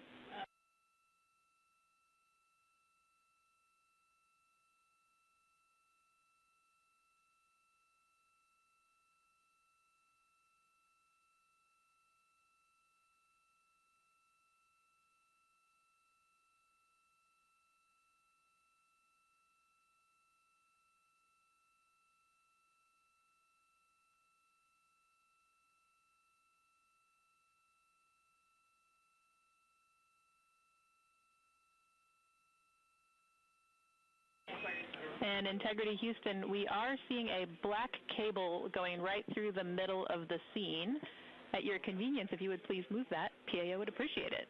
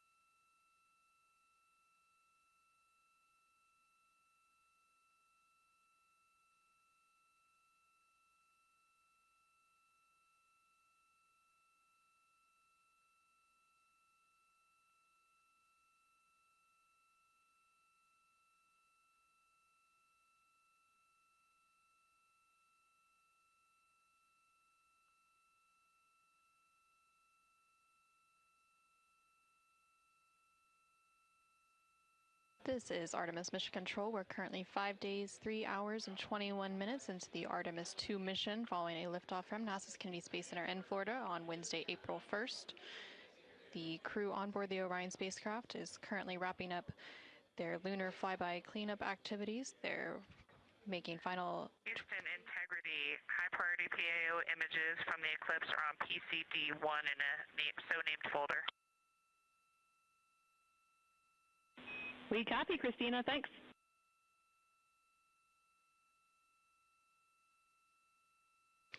And NASA astronaut Christina Cook there calling down to the ground regarding some public affairs imagery that was captured during the lunar flyby activities. She referenced a PCD, that is in reference to their portable computing devices, which are basically tablets that they're able to transfer files and also follow along on processes and procedures and their timelines for the day.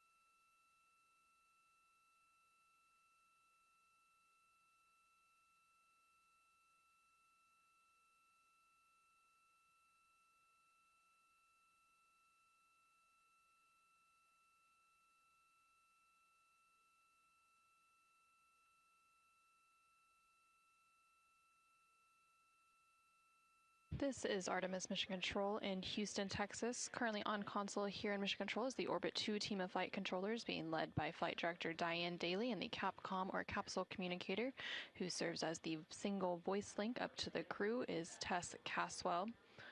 The crew on board the Orion spacecraft recently wrapped up their lunar flyby observation period, and now they are completing some cleanup activities and transferring some data and files down to the ground following that lunar flyby. Many of these files will be analyzed by the science team overnight in advance of a post-lunar flyby conference tomorrow once the crew wakes up. The crew is also preparing for an upcoming public affairs downlink event. And then following that downlink, they will have a few final activities for the day, including a private medical conference with their team here on the ground. These are standard conferences that happen at the end of every day, and they'll also have a private conference with the flight director here in Mission Control to go over the vehicle status and any other questions or concerns they may have for the remainder of their flight. We are currently in flight day 6, and we have a splashdown expected on Friday, April 10th. That splashdown expected in about 3 days, 21 hours, and 49 minutes from now. During the lunar flyby, and as part of Artemis II, it marked the first time in more than 50 years that humans were able to observe the moon directly and provided a critical opportunity to practice how lunar science will be conducted during future Artemis missions. The moon preserves a near-continuous record of solar system history that has been erased on Earth, and with no atmosphere, weather, or plate tectonics, the lunar surface retains evidence of ancient impacts, volcanism, and solar activity that scientists can study today. Studying the moon helps scientists understand how planets formed and evolved, how the moon influenced Earth's history, and how the early sun shaped conditions across the inner solar system. The moon also serves as a unique platform for studying the broader universe. The science on Artemis is designed around questions best answered by humans working alongside robotic systems, combining decades of robotic lunar data with real-time human judgment, context, and adaptability. Currently on your screen, you're seeing a look at the Artemis real-time orbit website. You can access this website at any time throughout the mission at nasa.gov/trackartemis. It provides updates on the velocity as well as the distance from Earth and the distance from the moon of the Orion spacecraft and its crew. The crew currently on board the Orion spacecraft includes NASA astronaut Reed Wiseman, who is the commander for the mission, NASA astronaut Victor Glover, who is the pilot, alongside the 2 mission specialists, who are Christina Cook and Jeremy Hansen of the Canadian Space Agency. Currently, the Orion spacecraft is about 250,000 miles away from the Earth, and that distance now will continue to close down ahead of that splashdown on April 10th. And they are now about 8,100 miles away from the moon, and that distance will continue to increase as they are now in the return leg of their journey.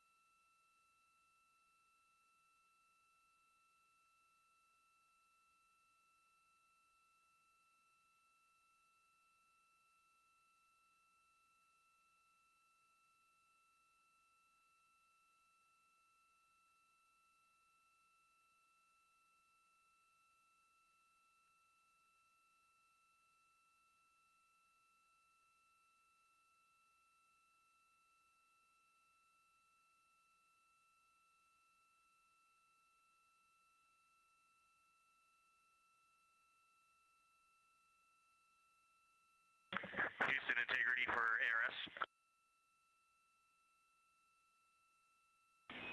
Go ahead, Integrity.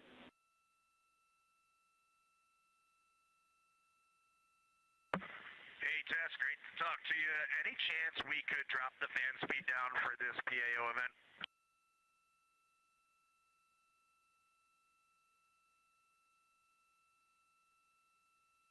We will put that in work. Great to be talking to you, too.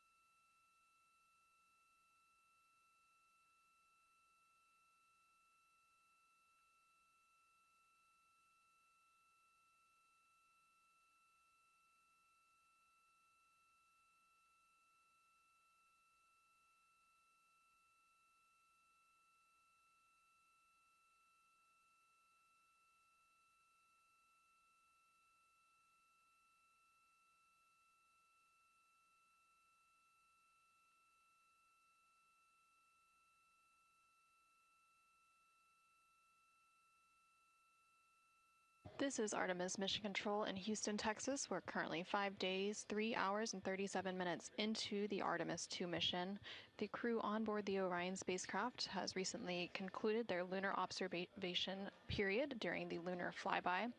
As part of that lunar flyby, the Orion spacecraft and its crew made the closest approach to the moon at a distance of 4,067 miles away from the surface at approximately 6 p.m. Central Time, 7 p.m. Eastern Time.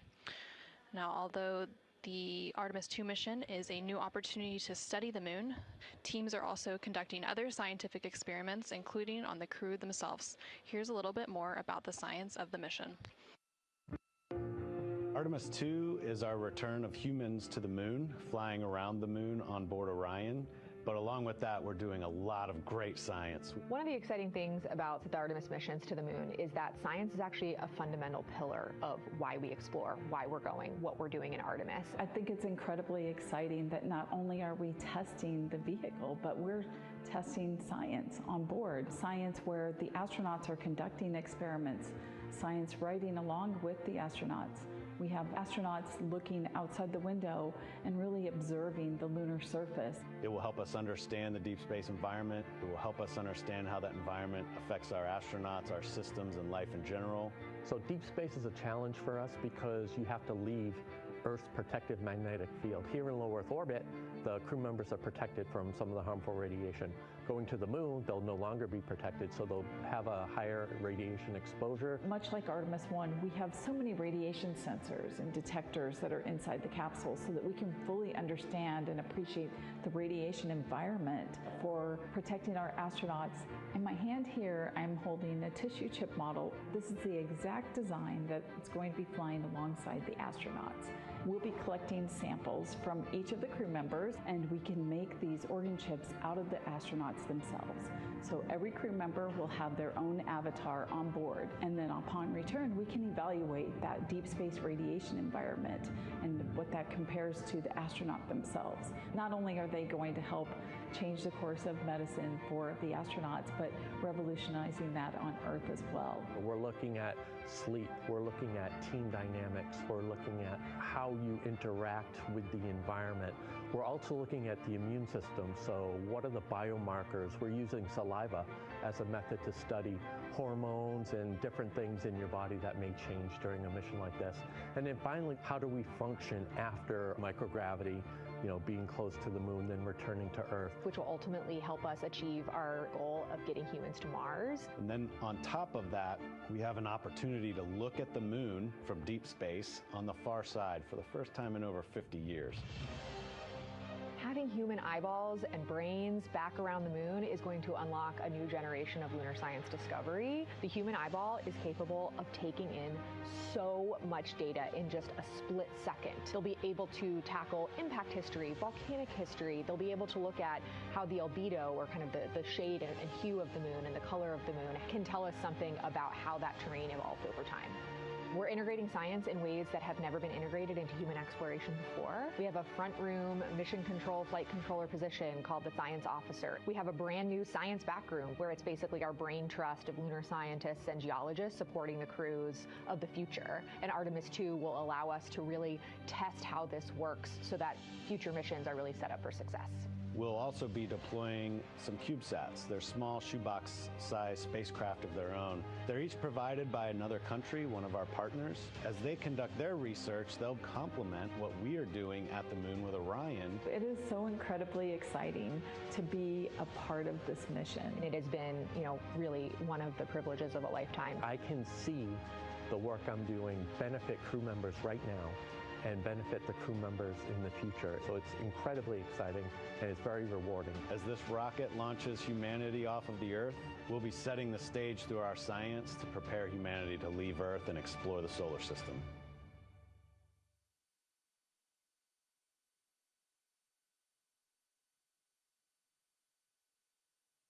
And as part of that, we are going to inhibit cabin leak detection. The edge key manual response is still available. Copy, thumbs up.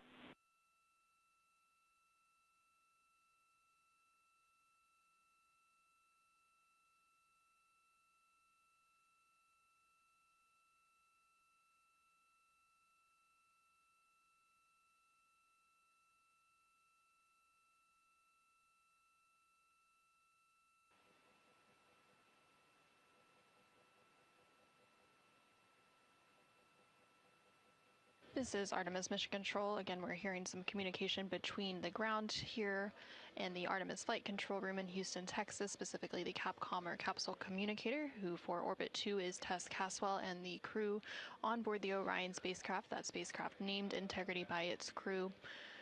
They are preparing for an upcoming public affairs event, so they are discussing the camera views, which we will see here shortly. There on your screen on the left-hand side, you can see the Artemis Real-Time Orbit website, or ARO.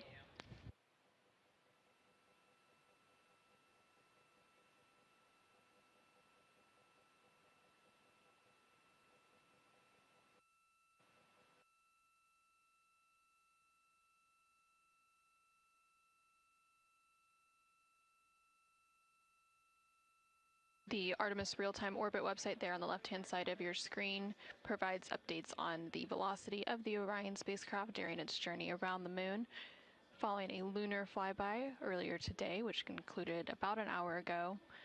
The crew has been conducting some cleanup tasks, so they've been transferring some of their documentation, their photos and data that they captured during the flyby to the ground to be evaluated by the science team, and of course some of that imagery will also be evaluated by the public affairs team here at NASA and then shared with the world once it's available. The crew will also have a post-lunar flyby conference with the science team tomorrow following their sleep period to go over some of their observations while it's still fresh and at the top of their mind. On the bottom right-hand corner of your screen, you can see a look into the Artemis Flight Control Room here in Mission Control Houston, specifically the Flight Director Console and the Capcom or Capsule Communicator Console. The flight director currently on console for Orbit 2 is Diane Daly, and throughout the Artemis II mission, there are 3 shifts or orbits of flight controllers who provide 24/7 coverage and support to the Artemis II crew and the Orion spacecraft and its systems during its journey around the moon. We are expecting a splashdown on Friday, April 10th. That splashdown will take place in about 3 days, 21 hours, and 33 minutes.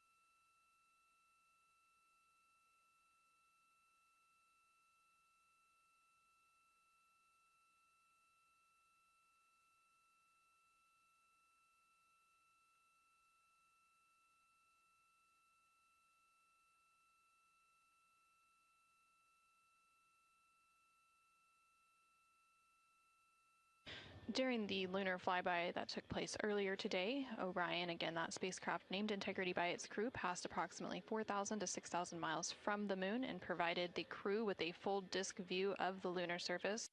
And from that higher vantage point, much farther than Apollo's lunar orbits on average, the astronauts were able to observe both poles and large-scale geological features in a single view.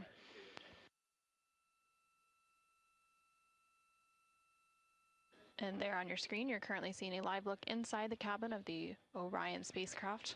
Integrity Houston, we are 3 minutes out from an on-time start, and we have adjusted the fan speed. We'll take a thumbs up if you're happy with it. Copy, thumbs up.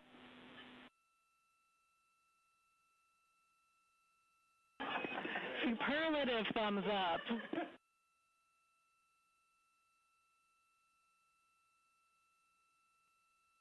And there on your screen, you can see all of the Artemis II crew members. CSA astronaut Jeremy Hansen just floated out of view behind the camera, but you can still see NASA astronaut Reed Wiseman, NASA astronaut Christina Cook, and NASA astronaut Victor Glover as they prepare for an upcoming Public Affairs Downlink event, which is scheduled to take place in just a couple minutes from now. And there, floating back onto the screen, is CSA or Canadian Space Agency astronaut Jeremy Hansen.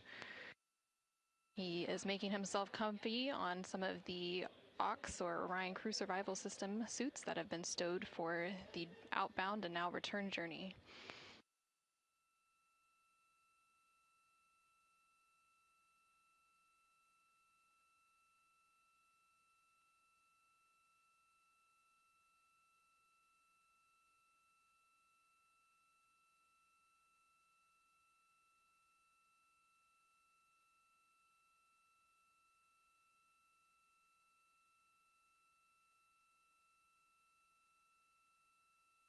Shortly after the completion of these couple of public affairs downlink events, the crew will begin winding down for their day, and they will have the opportunity to eat dinner. Some of the items on their menu today for dinner include chicken with corn and black beans, sweet and sour pork, rice pilaf, spicy green beans, citrus fruit salad, and maple cream cookies. All of the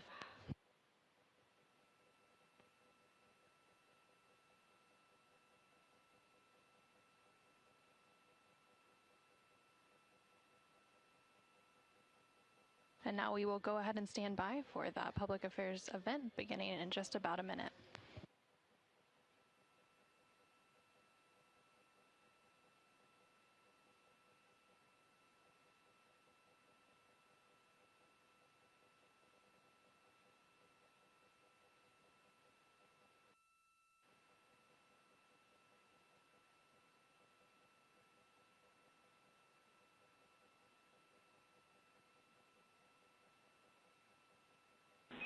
Integrity Houston, no action for the DU-1. Caution, we're taking a look.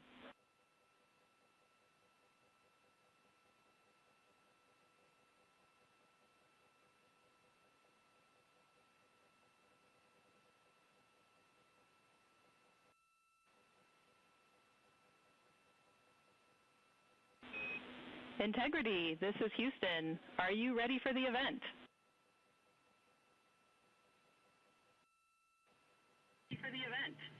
Hello, Houston. Integrity is ready for the event.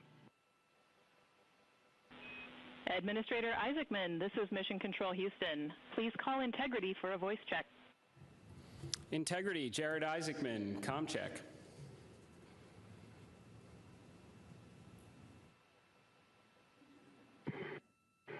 Administrator Isaacman, we've got you loud and clear, sir. How us?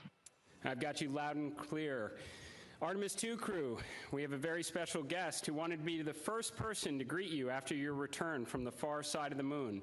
Reed, Victor, Christina, and Jeremy, it's my honor to introduce the President of the United States of America, President Donald J. Trump. Over to you, sir. Well, thank you very much, Jared, and you are doing a fantastic job. And hello, very special hello to Artemis II. Today you've made history and made all America really proud, incredibly proud. We have a lot of things to be proud of lately, but this is there's nothing like what you're doing, circling around the moon for the first time in more than a half a century. and breaking the all-time record for the farthest distance from planet Earth. Humans have really never seen anything quite like what you're doing in a manned spacecraft. It's really special. I want to personally salute and congratulate Commander Reed Weissman, Pilot Victor Glover, Mission Specialist Christina Koch, and Jeremy Hansen. And I also want to thank the entire amazing team at NASA, headed by Jared, who's a very special guy, by the way, and you all made this day possible, and you've really inspired the entire world. Really, everybody's watching. They find it incredible. I just watched you go to the back of the moon, and people haven't been there in a long time, we can say, but it's going to be more and more prevalent because we're going to be doing a lot of traveling, and then you're going to ultimately do the whole big trip to Mars, and that's going to be very exciting. So you look at, we had no astronaut has been to the moon since the days of Apollo program. The Apollo program was also very special, but that was 50 years ago, and at long last, America is back, and America is back in many ways stronger than ever before. We're the hottest country anywhere in the world. The Artemis crew flew in the most powerful rocket NASA has ever made, ever launched, traveled over 250,000 miles, broke the distance record set by the legendary Apollo 13, and America is a frontier nation, and the 4 brave astronauts of Artemis II are a modern day, you really are modern day pioneers, all of you, and one of them happens to be a neighbor. You know who that is, right? You have a special person over there, a neighbor, and we like our neighbor. Your mission paves the way for America's return to the lunar surface very soon. We're going all out. We're doing everything we can, and it's headed up by Jared. We'll plant our flag once again, and this time we won't just leave footprints. We'll establish a permanent presence on the moon, and we'll push on to Mars. That'll be very exciting. I'm waiting for that so much. I'd love to be here, but maybe we won't quite make it in terms of timing, but we will be up in the moon, and that's going to happen soon. So America will be second to none in space and everything else that we're doing, and we will continue to lead the whole thing into the stars, this incredible journey into the stars. So I just wanted, it's an honor to speak to you, and I wanted to congratulate each and every one of you. And tell me, what is the most unforgettable part of this really historic day? The whole world is watching and listening. Please tell me.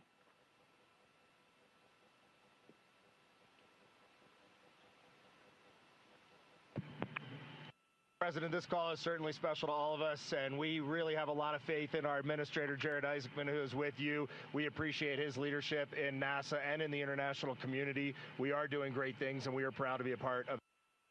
I have to tell you, as we came around the near side of the moon, seeing all the sights that we've seen from Earth for all of our lives, but we're seeing them from a different perspective, and then we started to get a glimpse of the and we saw sites, Oriental sites that no human has ever seen before, not even in Apollo, and that was amazing for us. And then the surprise of the day, we just came out of an eclipse where the sun, moon, and the entire dark moon about that big right out the window that we were watching. We could see the corona of the sun, and then we could see the planet train line up, and at Mars, and all of us commented how excited we are to watch this nation and this planet become a 2-planet species. That is fantastic. You know, I had a decision to make in my first term, and the decision is, what are we going to do at NASA? Are we going to have it be revived, or are we going to close it down? And I had very little hesitation, and it's really great to have somebody like Jared involved, because he really makes it much easier for me. But it was not even a question in my own mind.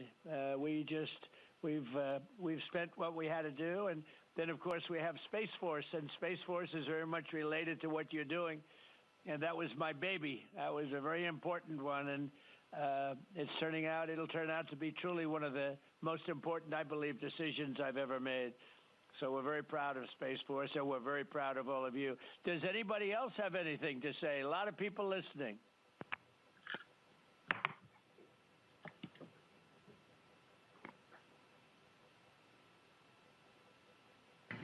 Mr. President, to be here with you speaking about our incredible day today.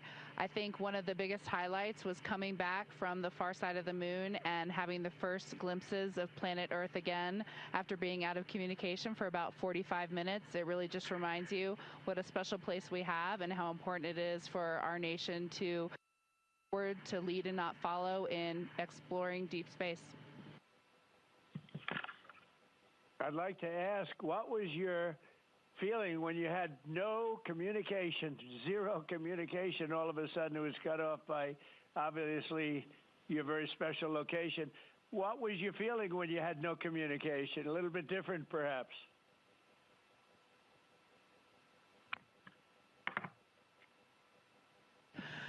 Yes, Mr. President, it was cool. I said a little prayer, but then I had to keep rolling. I was actually recording scientific observations of the far side of the moon. You know, that is actually the time when we were the farthest and the closest to the moon. And so we were really able to make some of our most detailed observations of the far side of the moon up close. And so we were busy up here working really hard. And I must say, it was actually quite nice. Did you see a difference, a big difference, between the far side of the moon and the near side of the moon? Was there a difference in feel or difference in look? What did you see?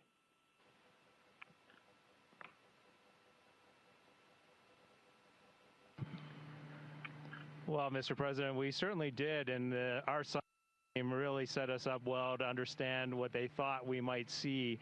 And the gravitational pull of the Earth has had a profound effect on the near side of the moon, changing all those dark mares, those dark patches of the moon you see from Earth. It's very different on the far side. While you see some small patches of those mare in deep craters, it's very much absent on that side, so that's really neat. And while I have the microphone, sir, I just want to thank you on behalf of Canada. The space leadership you spoke of from America truly is extraordinary. I've said this many times before. A nation that leads like that and creates and sets big goals for humanity that brings other countries along with it is truly incredible. And I know that's a very intentional, not a necessary decision, intentional decision to lead by example and to allow other countries like Canada to share our gifts and help you achieve these mutually beneficial goals, like establishing a presence on the moon and eventually going to Mars. And Canadians are so proud to be a part of this program. Well, I have to say I spoke to a very special person, Wayne Gretzky, who I think you know, the great one. And I spoke to your Prime Minister and many other friends I have in Canada. They are so proud of you. And you have a lot of courage. I'm not sure if they'd want to do that. I'm not even sure if the great one would want to do that, to be honest with you. But you have a lot of courage doing what you're doing, a lot of bravery and a lot of genius. But they're very, very proud of you.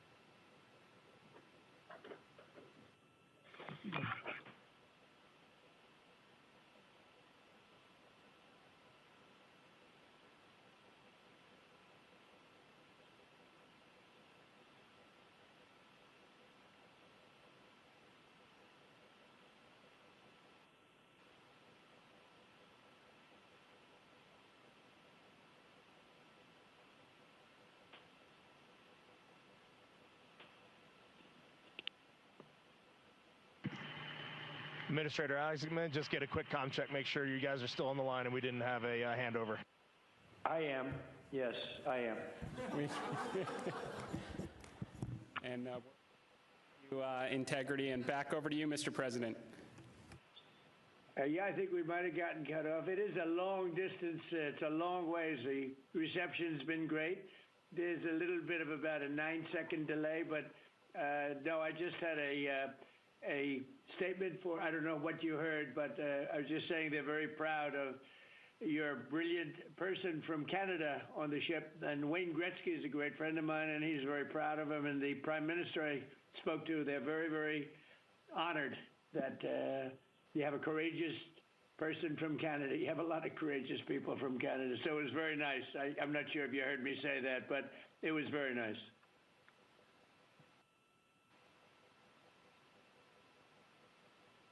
Yes, Mr. President, we heard that, and we do love our Jeremy Hansen. We love all our Canadian astronauts, Jenny Gibbons, Josh Kutrick. They're just great people, and they're such a welcome addition to our Corps. Great. Well, I really look forward to, when we can, I look forward to seeing you in the Oval Office. I'll ask Jared to bring you over, and I'll ask for your autograph, because I don't really ask for autographs much, but you deserve that. You really are something. Everybody's talking about this. And I look forward to having you in the Oval Office at the White House, and we will celebrate your incredible achievements and triumphs. This is big. This is really big stuff. The whole world is talking about it. And if you have the time, I will certainly find the time. I've been pretty busy also, as you know, but I will absolutely find the time, and we'll get together, and I'm going to be giving you a big salute on behalf of the American people and beyond that.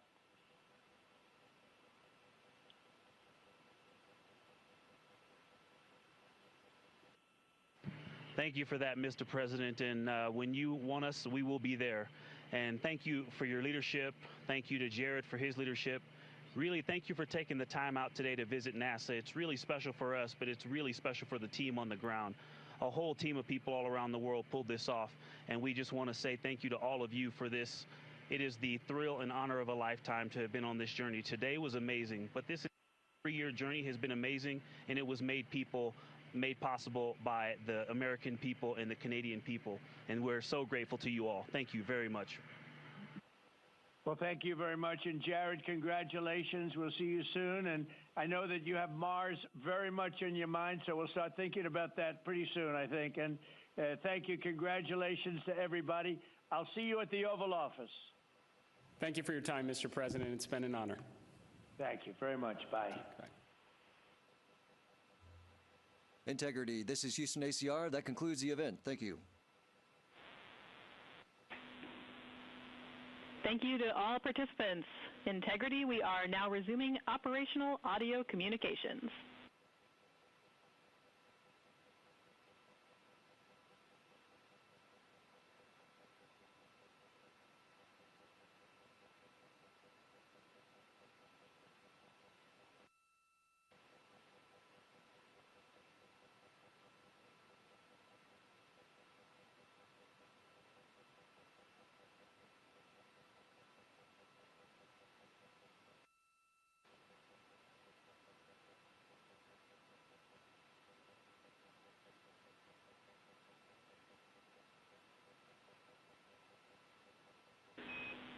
Integrity Houston, great job on the event. Just a heads up, we are on track to start the next event on time at 4:15.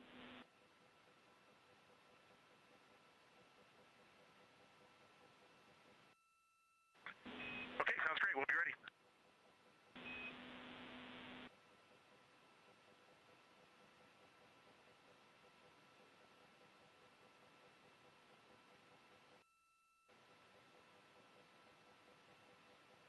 This is Artemis Mission Control in Houston, Texas. We just had that public affairs event with President Donald Trump and the crew on board the Orion spacecraft. And coming up in about 10 minutes, there will be another public affairs event. That event taking place at a mission elapsed time of 5 days, 4 hours, and 15 minutes. Currently on your screen, you're seeing a look at the Artemis Real-Time Orbit website, which provides updates on the velocity as well as the distance of the Orion spacecraft from both Earth and the Moon. The Orion spacecraft and its crew, that crew including Reed Wiseman, Victor Glover, Christina Cook, and Jeremy Hansen, are currently about 250,000 miles away from the Earth, and that distance is starting to become smaller as they are now on the return leg of their journey. And they are about 9,300 miles away from the Moon. They made their close approach to the Moon. Integrity Houston with a question about fan speed.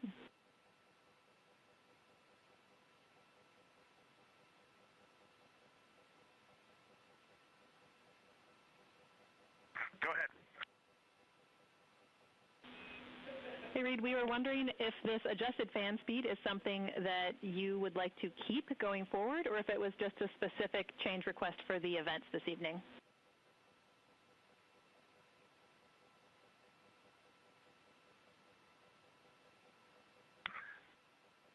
Certainly for PAO events, this is an ideal fan speed. If you're willing to give us this fan speed for routine habitability, I think we would take it and try it for a while.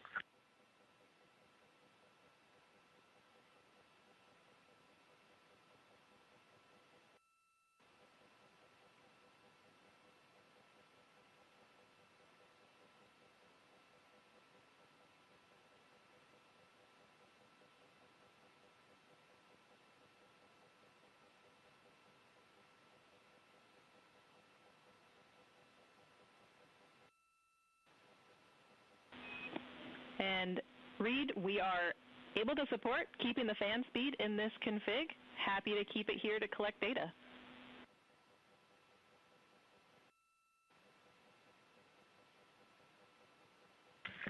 Okay, you got 4 happy astronauts up here. We'll take it. Obviously, when we go to exercise, we'll need to bump it up, but I think for quiet of living, this will be great. We copy, and we love seeing those smiles.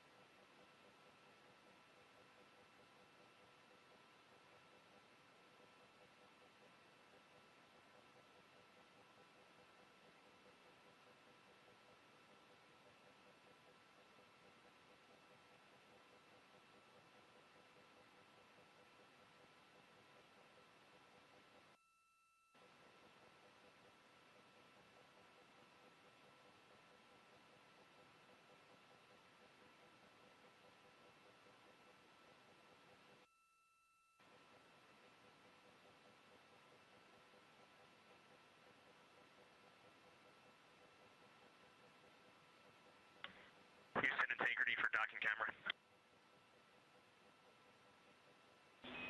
Go ahead.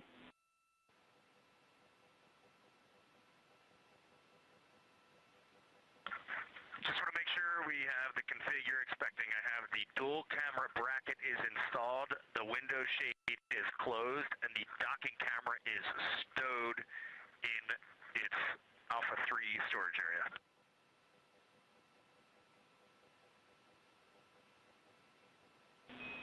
That's a good config.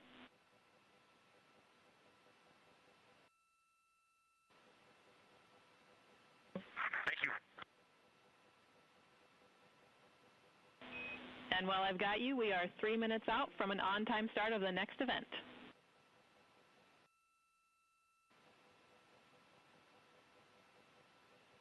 This is Artemis Mission Control in Houston, Texas. You can see a live look of the Artemis II crew inside the Orion spacecraft cabin as they prepare for another public affairs downlink event. There on your screen is CSA astronaut Jeremy Hansen along with NASA astronaut Reed Wiseman and NASA astronaut Victor Glover popping up. Earlier today, the crew completed their lunar flyby observation period, during which the Orion spacecraft and its crew passed approximately 4,000 to 6,000 miles from the moon and provided the astronauts with a full disk view of the lunar surface. And from that higher vantage point, the astronauts were able to observe both poles and large-scale geological features in a single view. Towards the tail end of that observation period, they also were able to see an eclipse. And that eclipse period lasted about an hour and was when the sun was hidden from view behind the opposite side of the moon from the perspective of Orion. Since then, the crew has been working to clean up some of their observations and transfer some of the data and imagery down to the ground to begin processing, and the science team will take a look at that imagery as it comes down ahead of a post-lunar flyby conference tomorrow with the crew following their sleep period. Now we are standing by for a second public affairs event taking place in about a minute.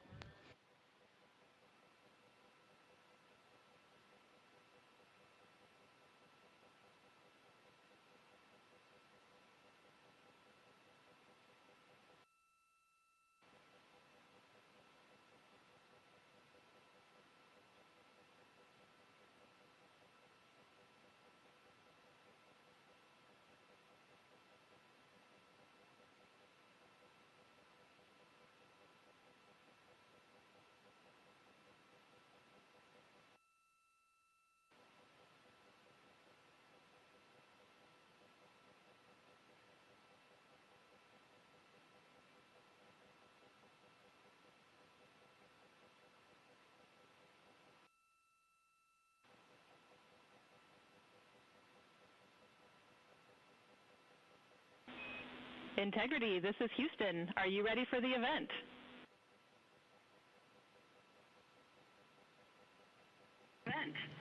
Houston, Integrity is ready for the event.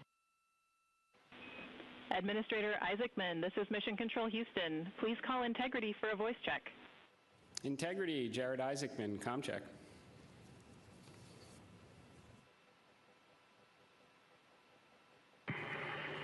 Administrator Isaacman, we've got you loud and clear up here. I've got you loud and clear, and let's see if we can top that last PO event. That was pretty special.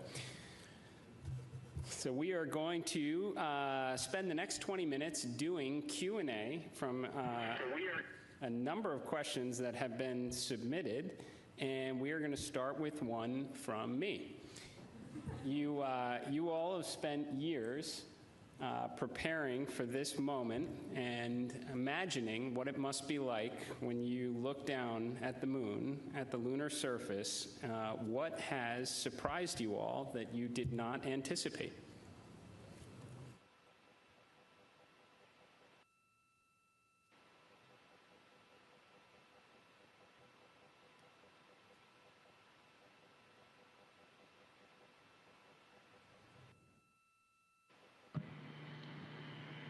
Go ahead.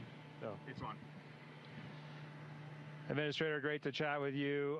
Just something that just shocked me because I'm really using imagery and just the three-dimensionality of it. You know from your experience of seeing the Earth from space how it just seems different, and you look out in depth of things. And when we were on the far side of the moon looking back at Earth, it was just so obvious. You had this sphere out in front of you of the moon and this three-dimensional. You really felt like you weren't in a capsule. You'd been transported to the far side of the moon, and it really just bent your mind. It was an extraordinary human experience. I'm so grateful for it.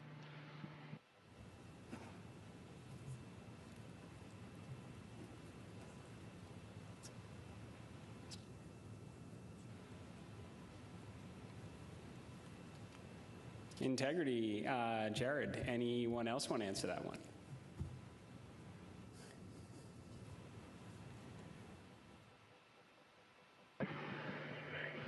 You know, we had an amazing launch. The SLS is quite a powerful rocket, and got us into a 1,200 by, eventually a 100-mile orbit, and clearly power and speed, and then we did our translunar injection, and we were going quite fast. And so with all of that speed, though, it still took us days to get here. And so the scope of all of the things to a 321-foot tall rocket was amazing. It just puts the power required to do this in perspective. But then even with all that power and to get to those velocities, it still took us days. And the breadth of the distance we had to cover. Watching the distance from Earth count up and the distance from the moon count down was one of the most surprising things I've enjoyed. Well, as I was trying to formulate an answer, at first I couldn't think of anything because there are so many things to choose from. I'll try to just narrow it down, but I'm going to go with something we did yesterday, a manual power flight test objective, where we just basically got to sit at the vehicle. It was Jeremy and I this time, and just drive around using the rotational hand controller, basically just drive it with the stick, and how well it handled, how tight the control algorithms were, and watching it respond when we actually degraded it on purpose by going into 3 degrees of freedom control, by actually inhibiting some of the jets, which even though we have jet redundancy, of course, for each other in these complicated algorithms. So it was just amazing to be in a deep spacecraft and just be flying it around by hand. The one other thing I'll say, how fast it has gone by. I'm not ready to go home. I can't believe that something this cramped of quarters can fly by and still be fun every single minute. And I'll just close out with, I think just scale, Jared, is the thing that is just blowing my mind. You flew Polaris Dawn to some amazing apogee numbers, and on the International Space Station, we're 250 nautical miles up, and that's the most beautiful view I think a human could ever experience. And we are dealing with numbers that are 250,000 miles, and every time Mission Control points to this vehicle, either at the moon or at Earth, and it reminds me every day that humans have to go, we've got to explore, we got to go further to expand our knowledge, expand our horizons. And every time we take another step forward, it makes the world seem a little bit smaller and a little bit more manageable. And just putting these numbers in perspective, it is impossible as a human to look at these displays and comprehend them. But here we are, and NASA is doing this, an international team is doing this, and they're doing it very well. Excellent words, Integrity. So certainly a very wild insertion orbit. I can imagine the contrast between perigee and apogee, the scale of it all, the 3D, seeing the moon come alive, and then certainly manual control. Well, every Dragon crew for the last 5 years is very jealous on that. Okay, so we're going to questions here. This one, the Artemis II crew, inspire all of us, but what inspires you?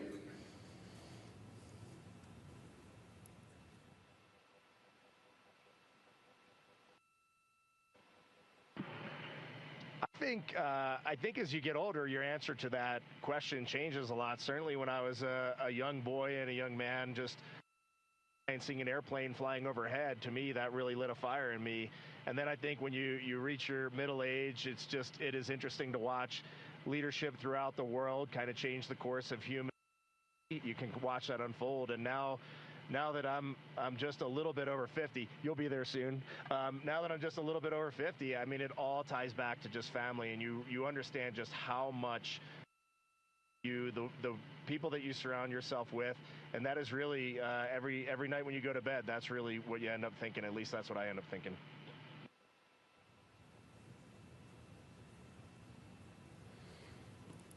Thank you. All right, so here's a question. It's a good one. So for the Artemis II crew, what is the advice you would pass along for the next astronauts that will go in Orion?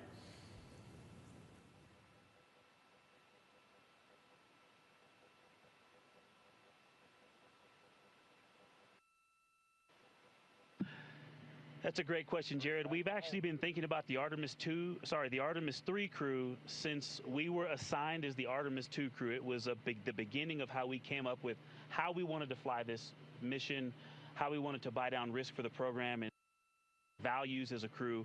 And so, over the course of these 3 years, we've taken a lot of notes. So we've almost got a book to hand them. But I think a few practical things, just sitting here that we've been living for the past 6 days, how you pack is a huge impact to how you will live on the journey. And so things like food and your hygiene products, and then you know what's going on with our waste management system, the technology that we have, practicing that and being familiar with that and being prepared mentally. I used it on the space station. I used it at home in training. But I'll be honest, I wasn't really prepared to have to use it for over half the mission. And but we adapt and overcome. And so I can't wait to talk to that crew. I'm glad you said it, or else I was. We definitely have to fix some of the plumbing. Okay, this question is from Merriam-Webster. So wordy one here. So you are going to be, well, you've already surpassed more than 250,000 miles from Earth, farther than any human has gone before. So what are some words that come to mind when you try to wrap your mind around this very unique experience?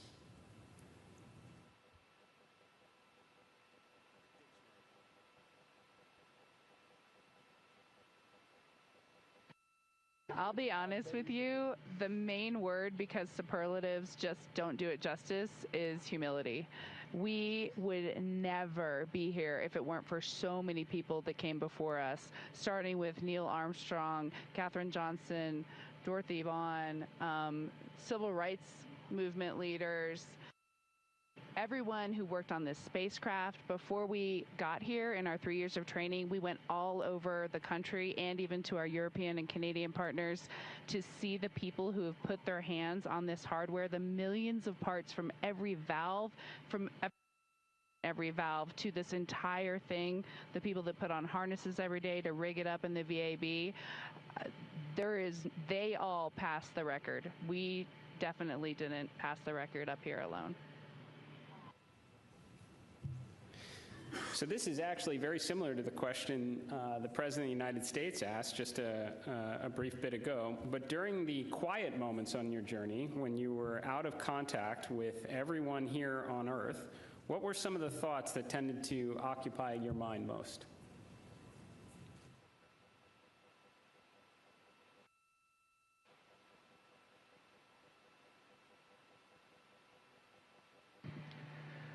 Yeah, as Victor said earlier, when we were on the far side of the moon and out of contact with planet Earth, we all knew it, and it was a milestone. We saw Earth disappear, the Earth set.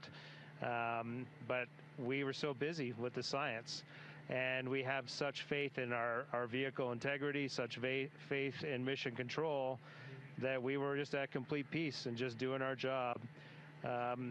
And just trying to do a good job to collect as much science data as we could while we were on the far side of the moon, and we were just giddy in here, like of our lives. He's being a bit humble, but as soon as we went out of comm with planet Earth, we did have maple cookies. As we just gathered together for about 30 seconds, each one of us had a maple cream cookie, and then right back into the science. But we had to take a moment to honor that time going behind Earth, and it was going behind the moon and out of touch with Earth, and that was a very surreal moment for this crew.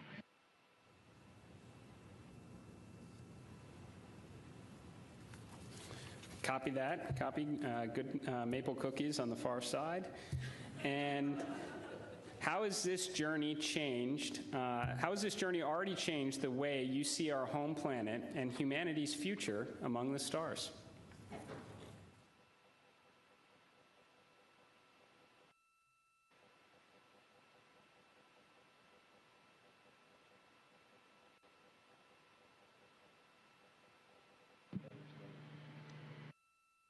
There's so many directions I think we could go with that, and I just, I think that there's, global, but I think real impact is local, and is to see the Earth as an entire thing and look at it, this system, and to see it all in once. But my daughters, and just the things that we can impact directly, the people that I can touch, that I can speak to, hug, and show love and gratitude toward,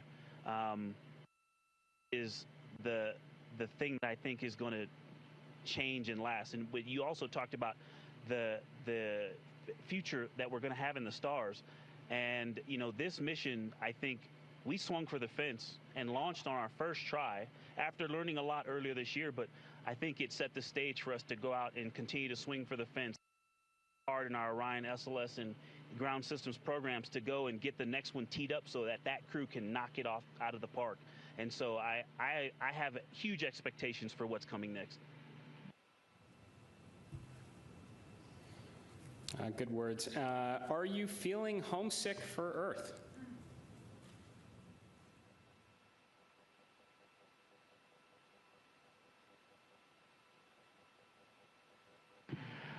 I will tell you, last of my eyes, I did start thinking about getting home. It's not homesickness at all, but the first time probably in 3 years, I let my mind get past the moon and back towards home, and I had to catch myself right there. You're an operator just like we are, and that is the place to be when you're up here. We got to look one step ahead. What's next?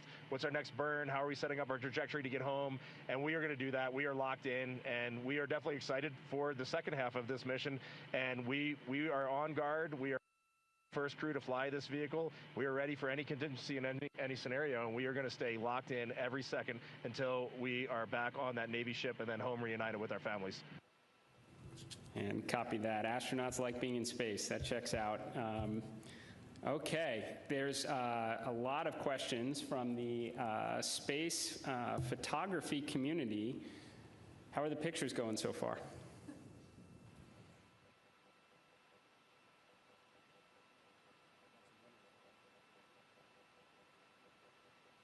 Well, we all love getting our hands on cameras and our eyes behind the lens here, because we're just trying to share the incredible things that we're seeing, and that's obviously the best way we can try to do that. I've been into night sky photography for a long time, and so this is really a dream come true for me. I have thought specifically to that community, the time lapses I've been trying to get, those are a little tougher because we have a very dynamic vehicle. It's not like being on ISS where you can get the city lights below and the auroras and the spinning stars around the North Star. There's a lot going on. So, but what we got to matter is out of this world. When we viewed that eclipse, that was the one time we all said, we literally cannot capture this with a camera. Everything else, I think we've really put our hearts and minds into making sure we understand so that we can bring that home to everyone. But having to set the low light features for Earthshine on the moon while it's an eclipse, that was a new one. I had to dig deep in my book for that one. And thanks for the iPhones. They've been working great. Very glad to hear that. And there are a couple billion people back here on Earth that are extremely excited to look at the imagery you've captured up there.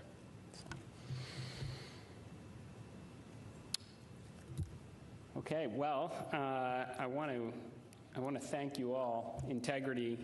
So Reed, Victor, Christina, Jeremy, on behalf of NASA and space-loving people across the world, thank you for taking us with you to the moon. Thank you for your courage all of your beautiful words that we've heard. You represent the absolute best of us. We are proud of you, and we look forward to welcoming you back safely to the good Earth very soon. Godspeed, and go Artemis II.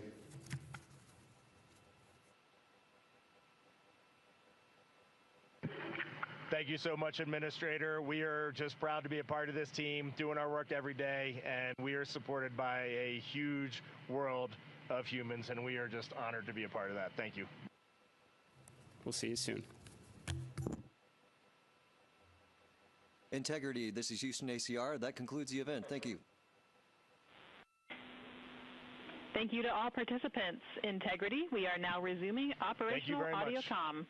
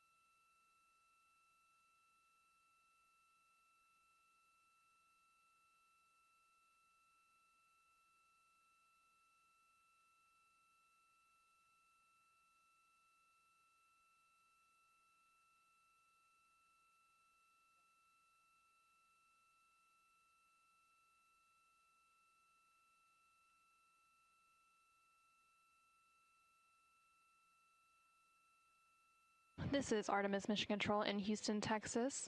That second public affairs event with NASA Administrator Isaacman and the crew on board the Orion spacecraft named Integrity now complete, and there on your screen you're seeing a live view from the Orion spacecraft, specifically from the camera on its solar array wings, and you can see a crescent Earth there.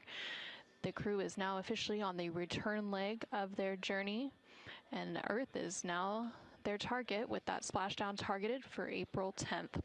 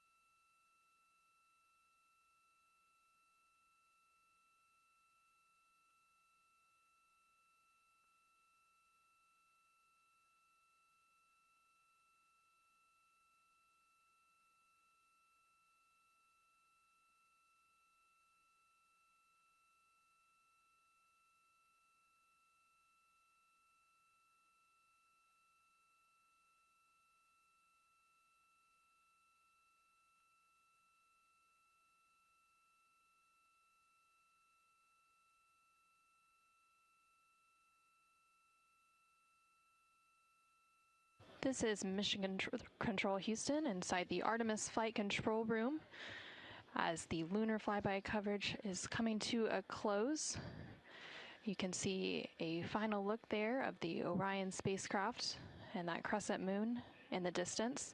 The Artemis II crew inside the Orion spacecraft named Integrity lifted off atop the Space Launch System rocket on Wednesday, April 1st from NASA's Kennedy Space Center in Florida. This crew is the first to live and work inside the Orion spacecraft.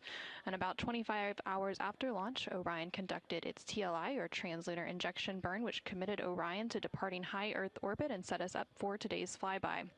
TLI also served as the spacecraft's deorbit burn as it slingshot Orion around the moon and set the crew on its free return trajectory, with that splashdown slated for Friday, April 10th. Last night, on flight day 5, the crew entered the lunar sphere of influence, the point at which the pull of the moon's gravity became stronger than the pull of Earth's gravity, and the crew will remain in this lunar sphere of influence until about 12:25 p.m. Central, 1:25 p.m. Eastern on April 7th. Today, the crew spent the majority of their day making science observations and capturing imagery as part of the lunar flyby, during which Orion and its crew passed approximately 4,000 to 6,000 miles from the moon and provided the crew with a full disk view of the lunar surface. From that higher vantage point, the crew was able to observe both poles and large-scale geologic features in a single view, and the Artemis II crew also became the first humans to directly observe certain far-side regions of the moon with unaided eyes.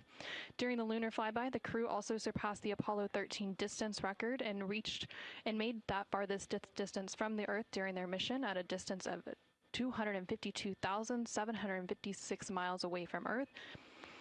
Integrity Houston with 2 updates.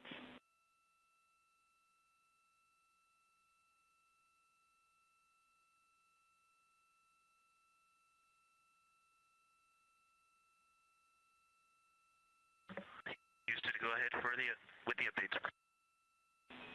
Hey, Victor, again, awesome job on both of those events. The team down here really enjoyed following along. I've got 2 sync items for you. The first is that based on ground schedules, we'd like to pull your flight director conference up before your PMC, so we'll start the flight director conference at the time the PMC is currently scheduled.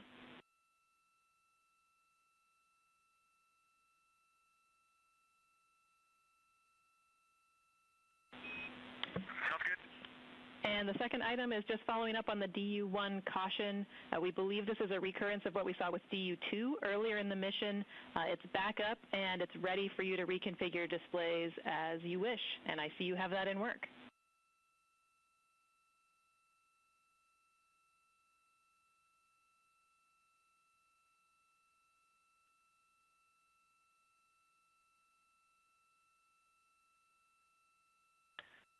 Okay, great. We would love a main and secondary dump line status, or really the main line.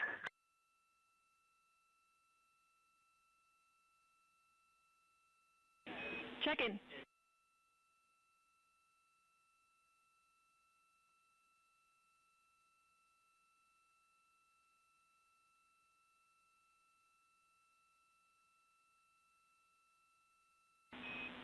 And Reed, back with you on the dump lines. The main dump is open and it's proceeding very slowly, but the secondary is still configured and go for use.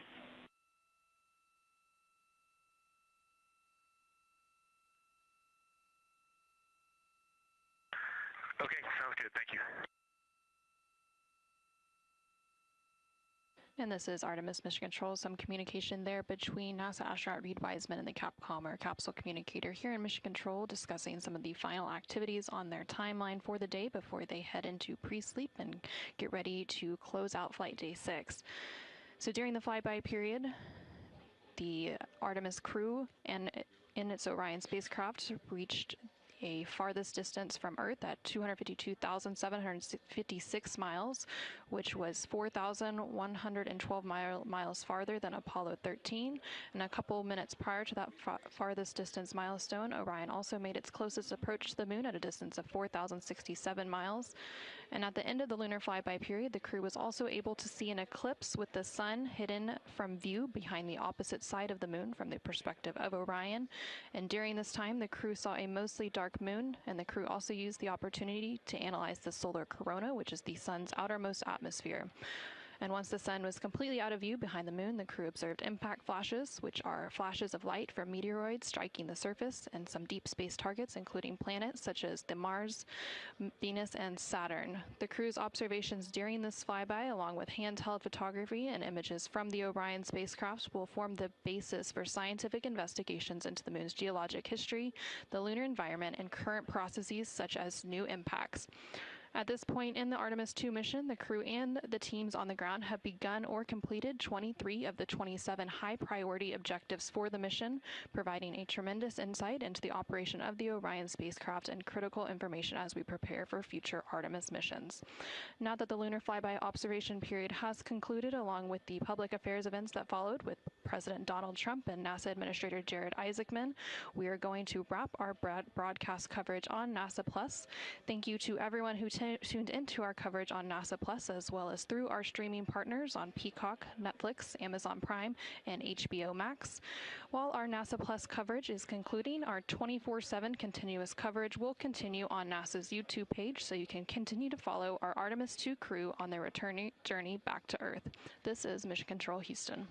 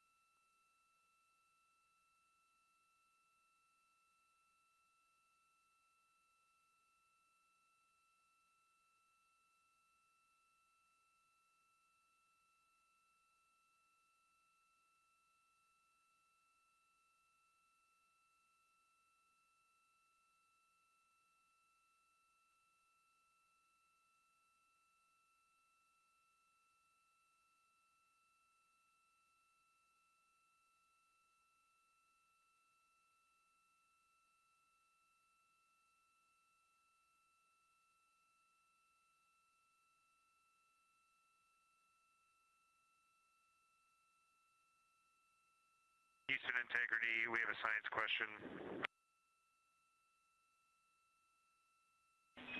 We are ready to copy.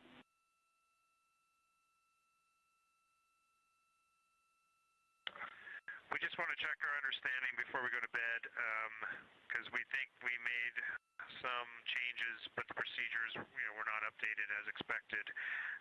We no longer have to transfer any of the audio recordings on our PCDs or any notes we made in OneNote. That you will just go into the applicable locations and pull that stuff down from where they are originally created. That is a good recollection, Jeremy. That is correct.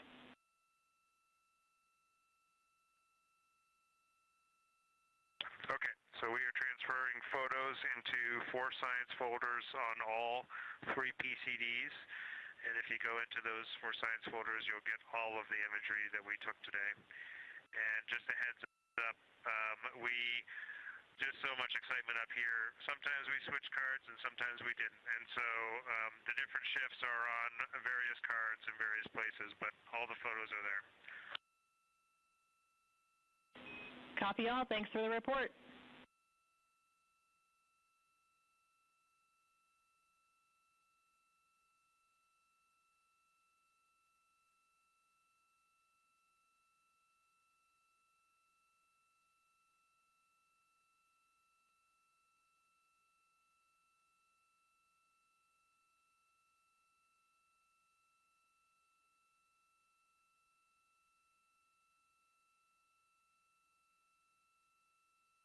This is Artemis Mission Control in Houston, Texas. We're currently 5 days, 4 hours, and 52 minutes into the Artemis II mission. You just heard some call down from the crew on board the Orion spacecraft, and you can see a live view of the exterior of that Orion spacecraft there on your screen.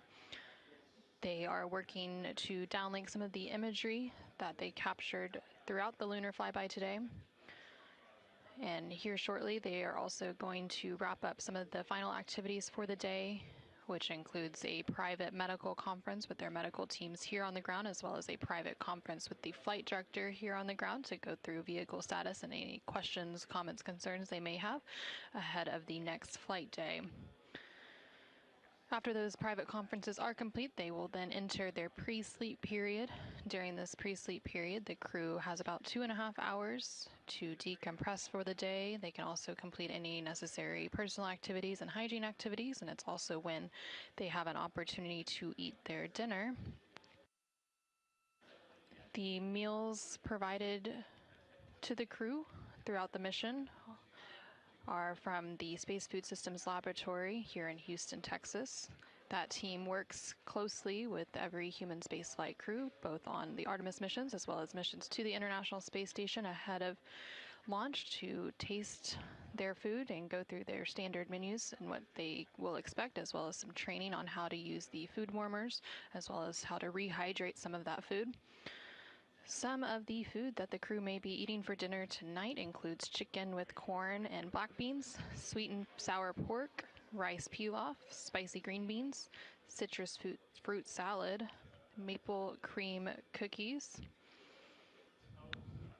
as well as shrimp cocktail, Turkish fish stew, Caribbean chicken, mashed potatoes, cauliflower with cheese and butter cookies.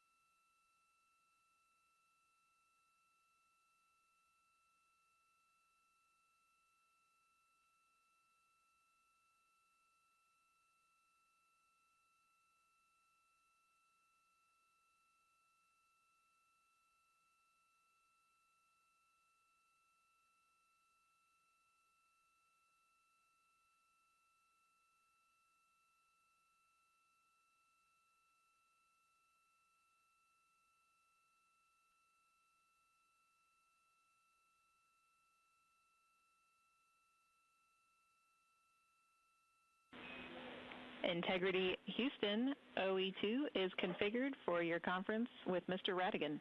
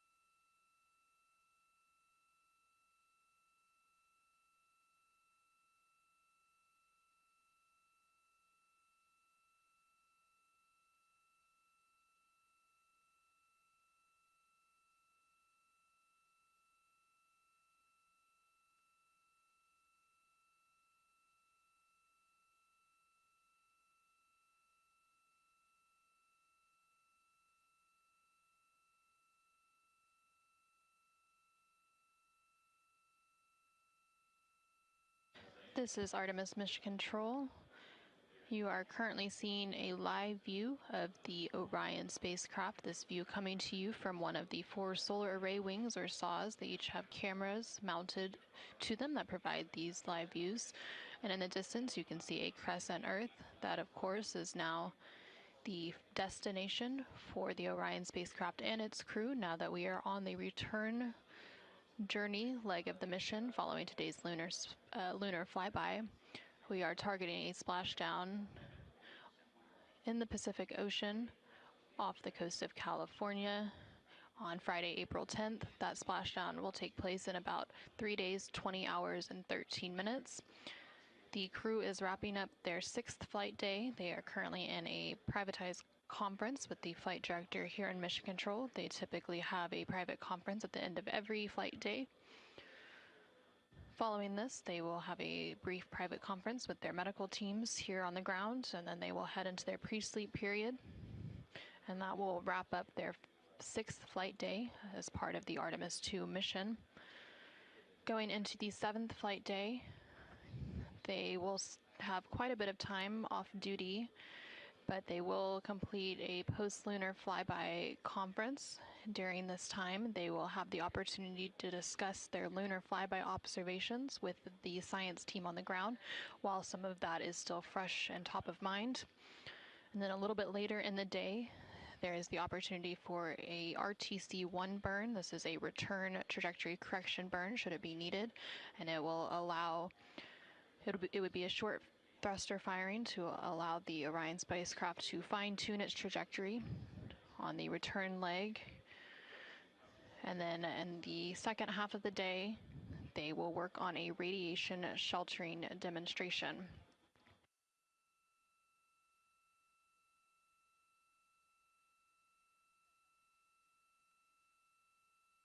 During that radiation shelter demonstration, the crew will build a radiation shelter within the cabin of the Orion spacecraft and prepare lockers for radiation shelter ingress or entering into them. On missions to the moon through the Artemis program, astronauts venture beyond Earth's protective magnetic field. The Orion spacecraft serves as the main protection against the sun's intense power. And NASA has radiation dosage level thresholds that they look for inside Orion. The first threshold signals a caution, prompting closer monitoring and coordination with medical and flight operations team. And then a higher threshold triggers a recommendation for the crew to take shelter. Radiation shielding in space is all about mass.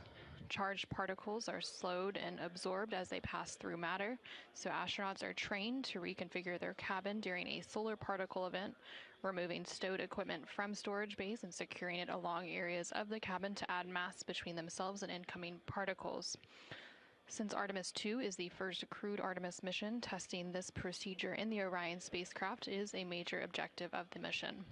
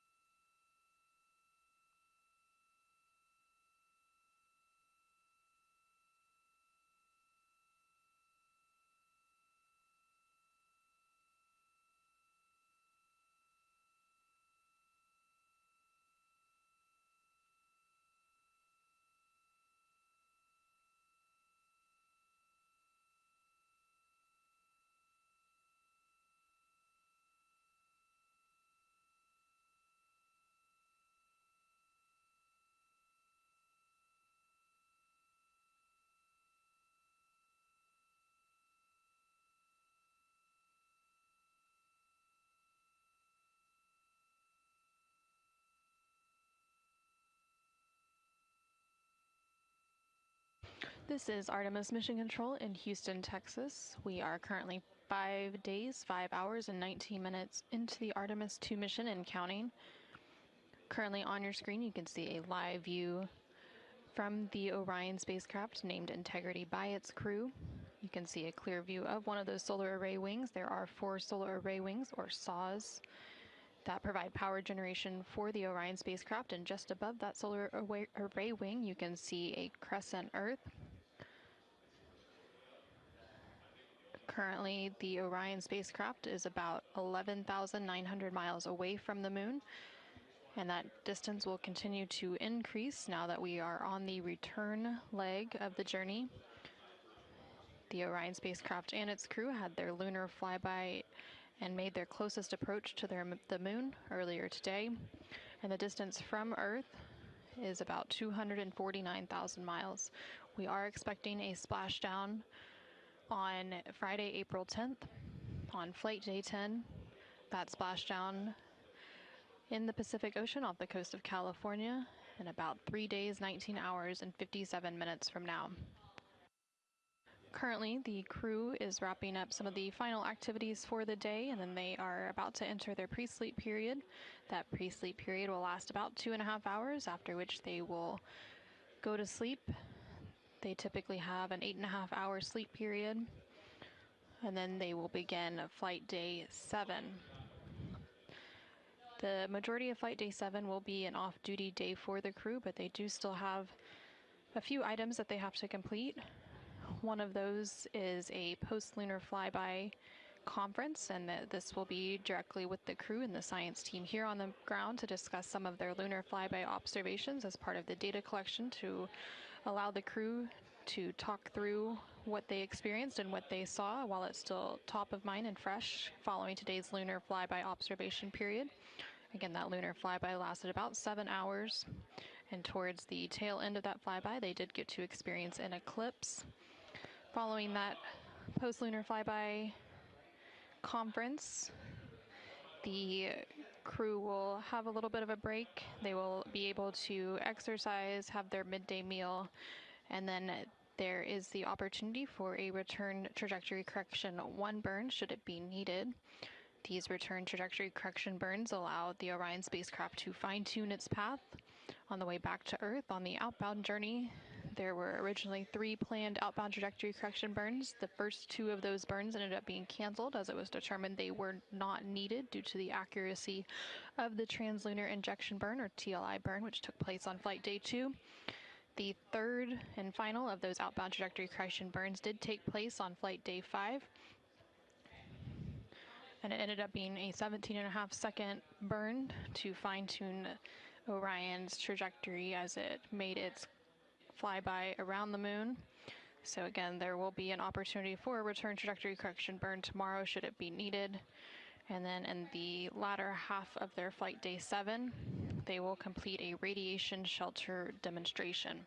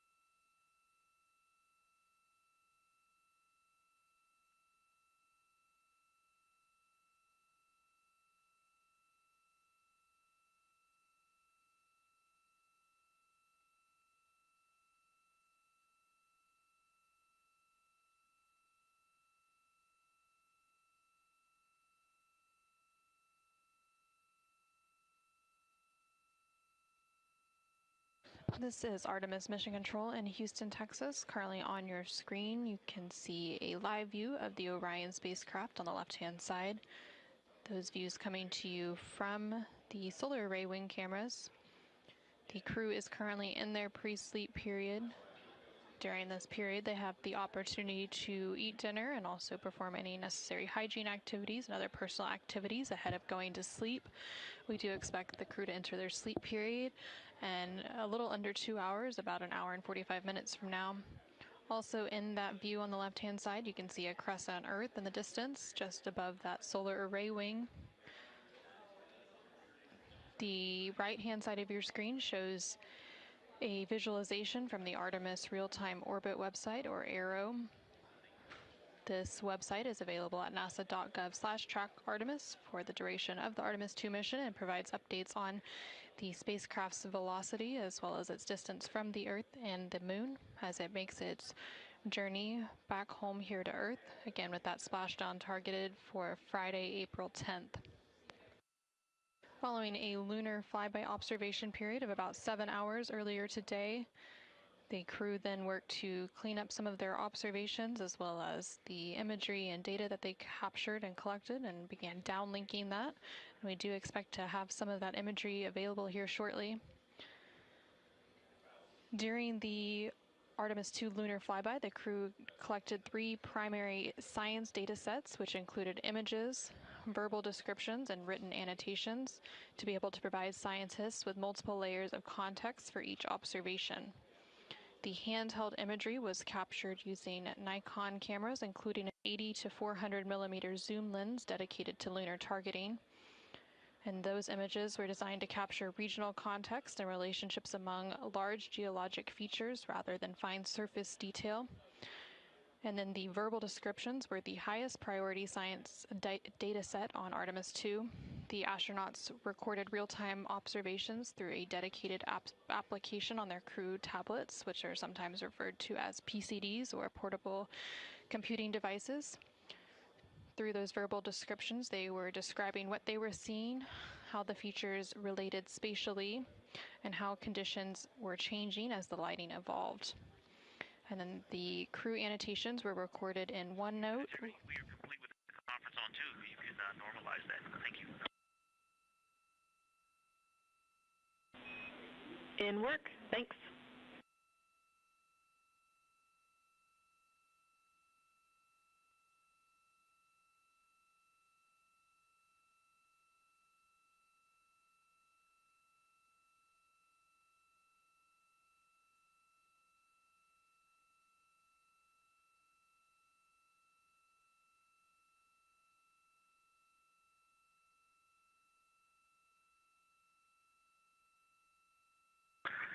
And Houston Integrity, the active data is on PCD2. We copy.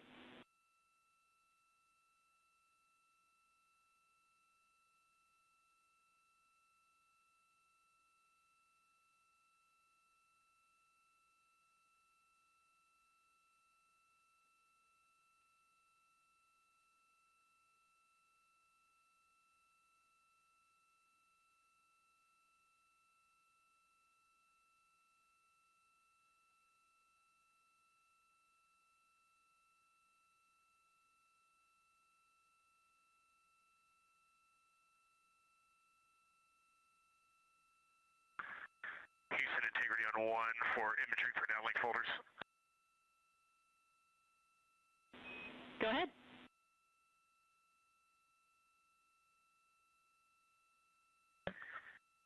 Hey, on PCD1, I have noticed I have 2 imagery for downlink folders, and I have been using both of them today. One is on the C drive, and one is in C users CDR desktop imagery for downlink. So when they're downlinking from PCD1, please have them check both folders, and then after, it looks like there was an alias placed on my desktop, and that has caused that confusion. So likely my fault, don't recall. But if they could please check both the C drive imagery for downlink and then my login imagery for downlink on PCD1, I would appreciate it. We copy.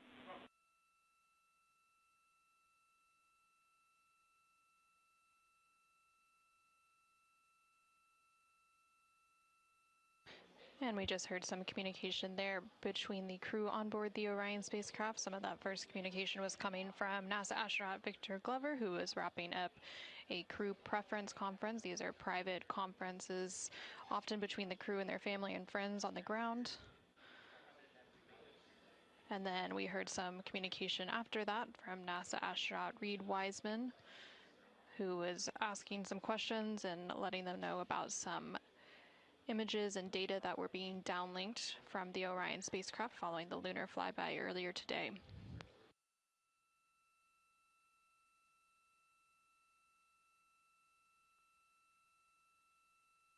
During the lunar flyby, in addition to the images and verbal descriptions and written annotations that the crew was collecting, the Orion spacecraft's vehicle-mounted cameras also supplemented the crew's observations by providing high-resolution still imagery and lower-resolution video before, during, and after the flyby from perspectives unavailable inside the Orion spacecraft itself.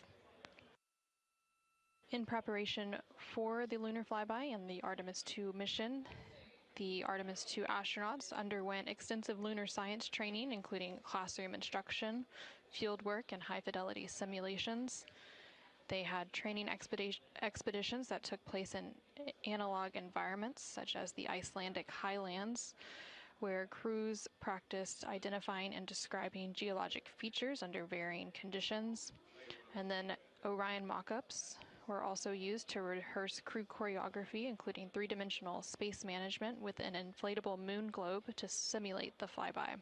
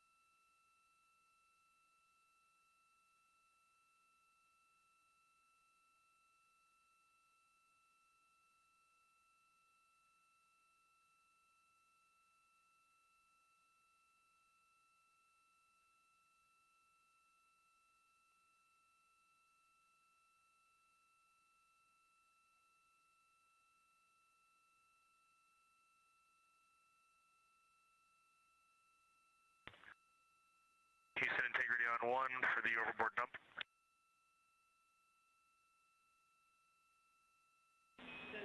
Go ahead.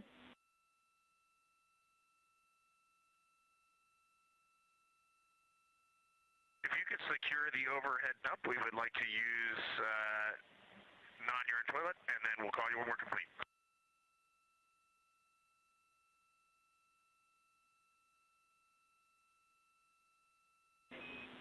We are putting that in work for you, and I have two other updates for you while I got you, if you're okay with a little bit more interruption to your pre-sleep.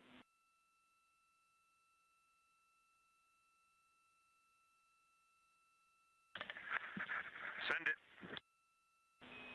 All right, so just with email, we're still syncing. We did hear your comment about the priority list. Unfortunately, it turns out that there was a miscommunication on that, so we're working it. We've got a couple of solutions in mind to reduce the volume of emails that you're getting, but we probably won't get there tonight. So the uplink you're getting now is not truncated, but we are pursuing a solution to truncate those in the future.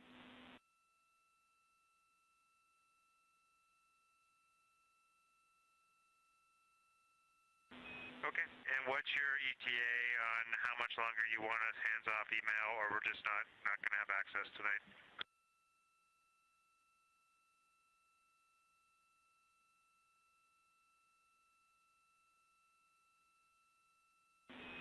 We are aiming for 20 minutes on that. Thanks for bearing with. Sorry again.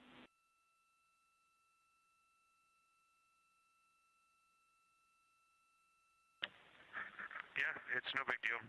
Email around the moon was not something we expected to have anyway. Well, you guys regaled us with so much moon joy today. We were really hoping to pay you back. But we'll let you know as soon as that sync is complete. The second thing we had for you is that we are going to start doing some playback from the ACU. So OE2 will be unavailable for about an hour while we are playing back some of your comm from earlier.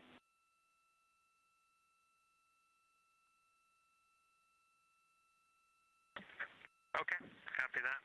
OE1 only for us for the next couple hours.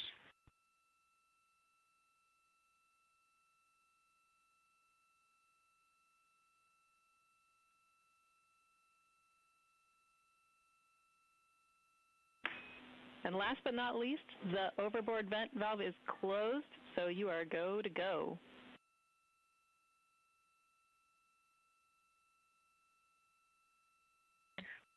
All right, in work.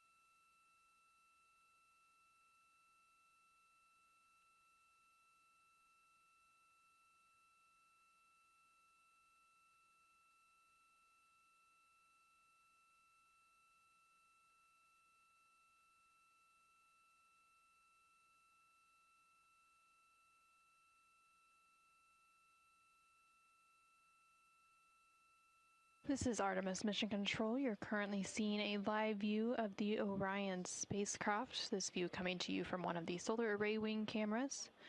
Currently inside the Orion spacecraft, which was named Integrity by its crew, are the 4 crew members of the Artemis II mission, which includes Reed Wiseman, Victor Glover, Christina Cook, and Jeremy Hansen. The crew recently completed their lunar flyby today during flight day 6. And they are currently in their pre-sleep period, preparing to go to sleep in a little over an hour to wrap up flight day 6.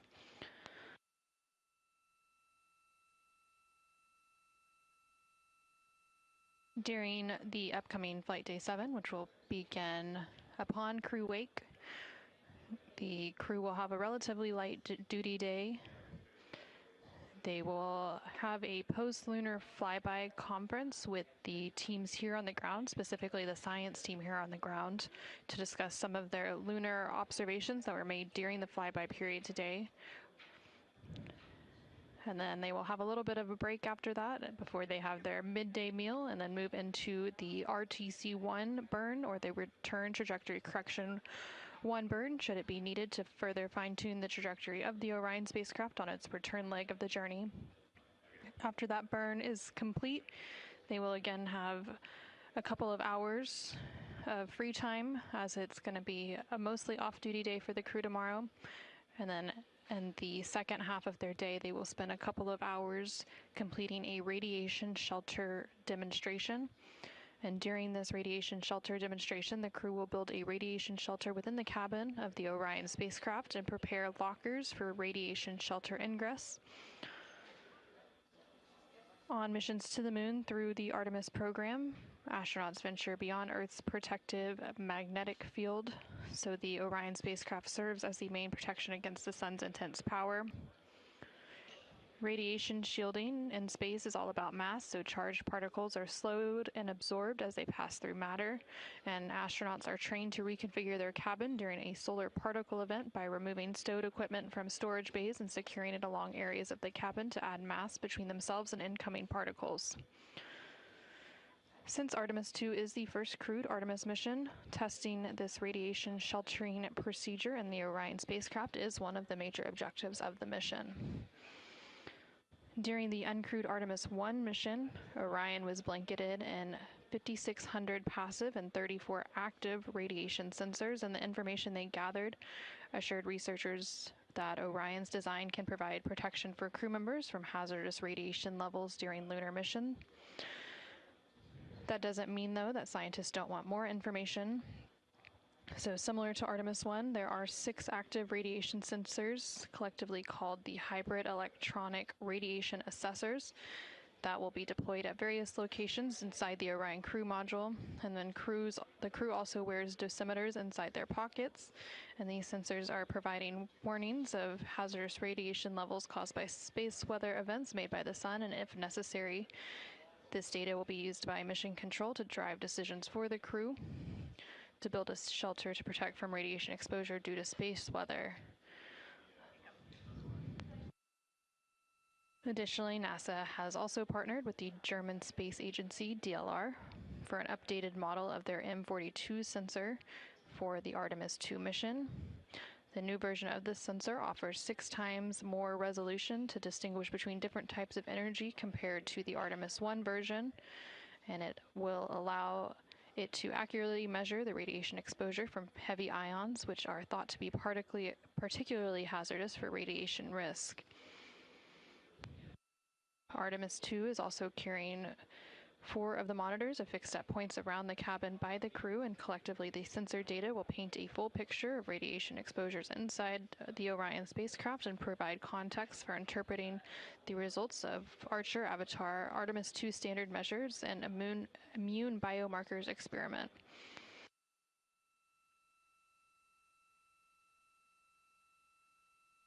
Currently on your screen, you can see a view of the Artemis Real-Time Orbit website, or ARO.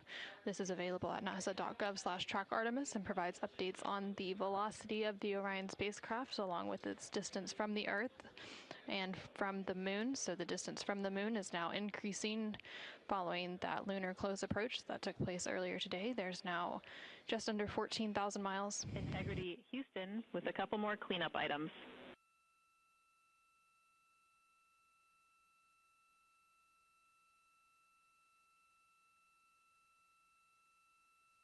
Houston, go ahead. Hey, I wanted to let you know that our email sync is completed. You can all now use your email.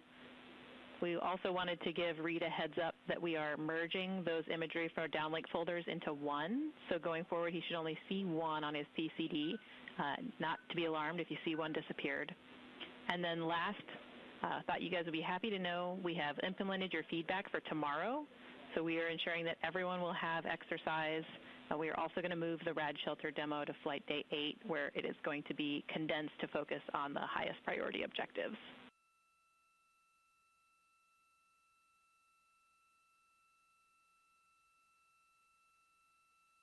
Awesome. That's great news on all accounts. Thank you.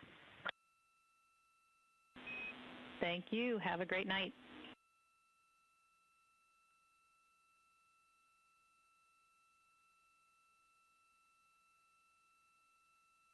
And we just heard some... Thank you, Tess, and you have a good night, too.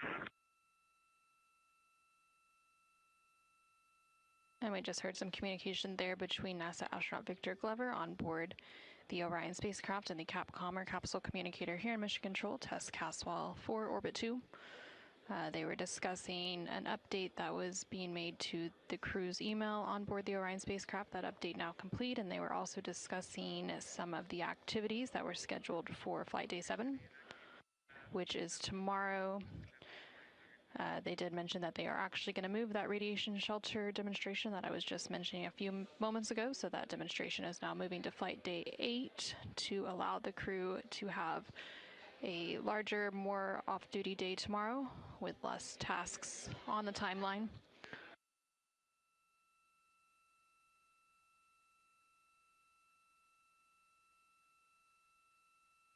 So now for Flight Day 7, the crew will just have their post-lunar flyby conference, and then possibly that return trajectory correction 1 burn should it be needed. Otherwise, they will have a pretty light duty day tomorrow with some free time to do as they please on this return journey back to Earth. Again, that splashdown targeted for Friday, April 10th.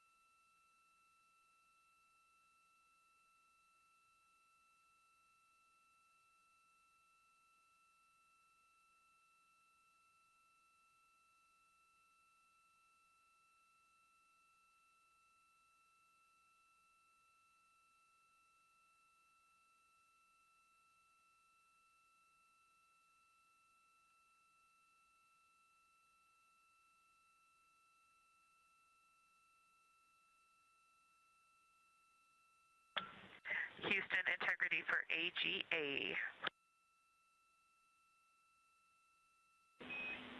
Go ahead for AGA, Christina.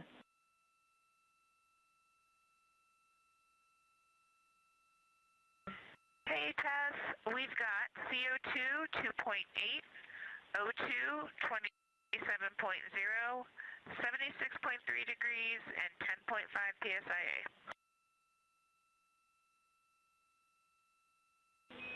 We copy all. Thanks so much.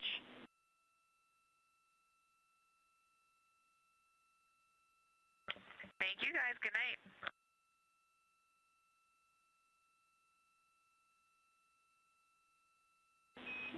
Have a wonderful night, and just for your awareness, we are still standing by for your go to resume the wastewater dump when you guys are ready.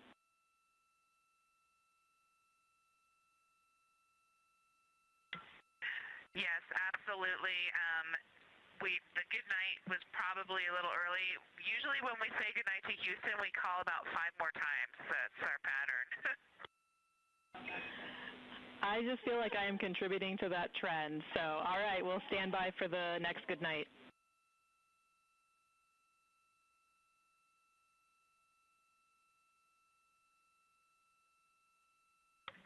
Okay, good night, Tess. We'll talk to you soon. Good night, Reed.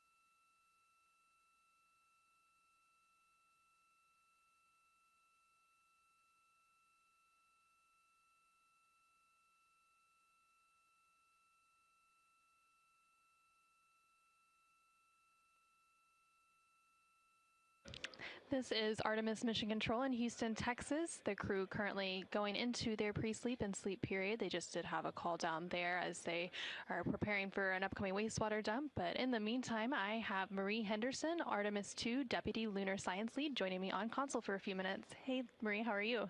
Very good. Thanks for having me. It's a pleasure, and I know today was an exciting day for you and your team. But first, can you tell us a little bit more about your role in the Artemis II mission? I'm the Deputy Lunar Science Lead, but today I had the joy of a lifetime and held the role of the Science Evaluation Room Lead during the flyby today. So you mentioned the SIR, the Science Evaluation Room, and being lead during that flyby. So what was that experience like for you? I know we saw some images coming from that room, and it seemed like a lot of excitement there. It was a complete joy in that room. It was a day just filled with science, with happiness, with love, and just really we got the chance to live out a lot of our dreams today, listening to the descriptions from the crew. So we got to have a lot of fun. We got to feel their joy, but we also have a lot of science to follow up on. And so today I think was just the beginning a little bit, and there on your screen for those at home you can see a look inside the Science Evaluation Room. Now it's a little bit empty as folks have wrapped up that lunar flyby, but again it's just the beginning for some of that data. But for those who may not know, what was the role of the SIR or the Science Evaluation Room during the flyby? So today during the flyby we had a documentation of the flyby, and also you heard some of those great questions and science conversations that came down today. And so our response, our goal was to actually listen to those questions, get responses, and actually try to get those back up to help them be excited about it.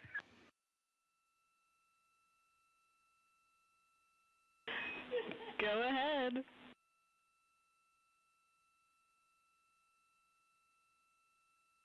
Yes, Cass, we needed a new spot for a trash bag, so we came up with a plan, and if it's all right with you, I will let you know what we did to update the stowage. We are happy to receive.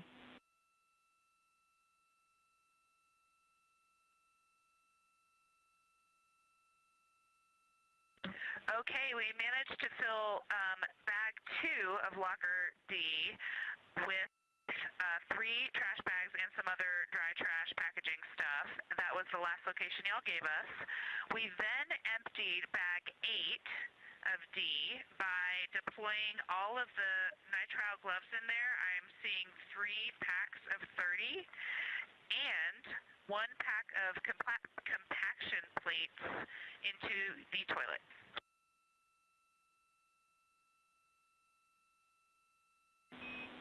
That is perfect. That is the next action we would have given you. So, bravo.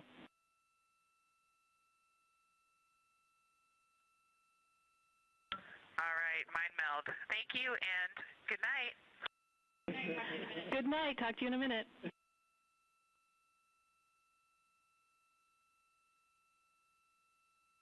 And we just heard some communication there between NASA astronaut Christina Cook. Exactly. Currently on board the Orion spacecraft. Again, they are in their pre-sleep period, preparing to go to sleep, but they are being a chatty bunch this evening, and they were just calling down about some stowage. There is actually a position here in Mission Control, the IVA, or Intravehicular Activity Officer, that tracks where everything is and where everything is stored on board the Orion spacecraft. Again, I am here with Marie Henderson, Artemis II Deputy Lunar Science Lead. We were just talking about some of the moments from the flyby, so can you tell us a little bit about what some of the biggest moments are that stood out to you during the flyby? Yeah, I think that first time we started to hear their descriptions of colors coming down was one of those things that we have been talking about, training them on. We know it's one of those things that the human eye is uniquely capable of picking up. And so that is one of those things we really were excited about. But just listening to that eclipse, watching the video of the eclipse, and then also hearing the words that they saw some impact flashes, it was just, it was a dream. And we have so much work to do, and we're very excited about it. So the crew following the flyby was in the process of downlinking and beginning to downlink some of that data and the imagery, but now that the lunar flyby is complete, what comes next for you and your team? So we actually, the members of our SIR team, most of them have gone home, but we had another shift of scientists come on. They are in our Science Mission Operations Room, the deliciously named S'more. So they are working right now, and so they are waiting for that data to come down and start processing it. And so by that, we are going to inventory all the images, all the audio files that we got, and they're going to get that organized and start putting the first scientific analysis on that data. That'll be exciting, and we're so excited to see some of those images, and of course we'll share those with the world once we are able to and once we have those. And tomorrow on flight day 7, you will have the post-lunar flyby conference with the crew. What insights do you hope to gain from that opportunity as well? Yeah, we're really excited about this post-flyby crew conference tomorrow because we've only done one part of our data collection. And so we have heard from them during the flyby just through over the air. But the other 2 members who were at the windows, they were collecting recordings on their personal computers and also taking those images. So we have a lot of observations to listen through. And then tomorrow we'll actually get to ask more questions. And so as you heard today on the during the flyby, they were really excited when they got the chance to talk to each other, talk through those discussions. And they said every time they actually took a moment to talk to each other, they were talking science and learned more from each other, and they had a different, unique perspective. We as scientists want more of that. And so we have this chance tomorrow to talk to them during the crew conference, and it's almost like when you're on vacation and you want to journal and write down everything that happened before you take the long flight home and have to go back to work. That is the same concept here. Is they had this amazing lunar flyby, and they have a lot of work left to do to get home, and so we wanted to hear more about it and get the chance to ask them some questions based on the data they have collected. And I can just hear the excitement in your voice, and you keep smiling as you talk. So I can really tell that it was an exciting day for you, and there's just so much more ahead from this opportunity. But from your perspective, what excites you the most about the scientific opportunities that Artemis II opens for future missions? This is just the beginning. This is the beginning of our science in Artemis, and we know that every single mission going forward will give us the opportunity to learn more. There are a lot of open hypotheses on the moon, and I'm really excited that maybe we get a little closer to closing some of them today. Well, thank you so much, Marie, for joining us, and it was a pleasure to watch your team in action during the lunar flyby, and we can't wait to see what scientific insights y'all deliver for us the rest of the mission. Thank you so much. Thank you.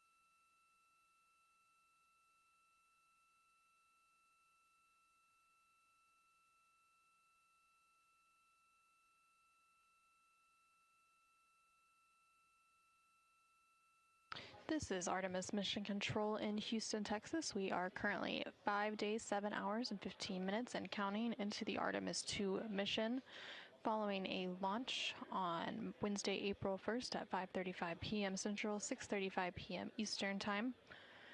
We are currently rounding out Flight Day 6. The crew on board the Orion spacecraft, named Integrity, is preparing to enter their sleep period in about 15 minutes. This will be an 8.5-hour block of sleep, and then they will begin Flight Day 7.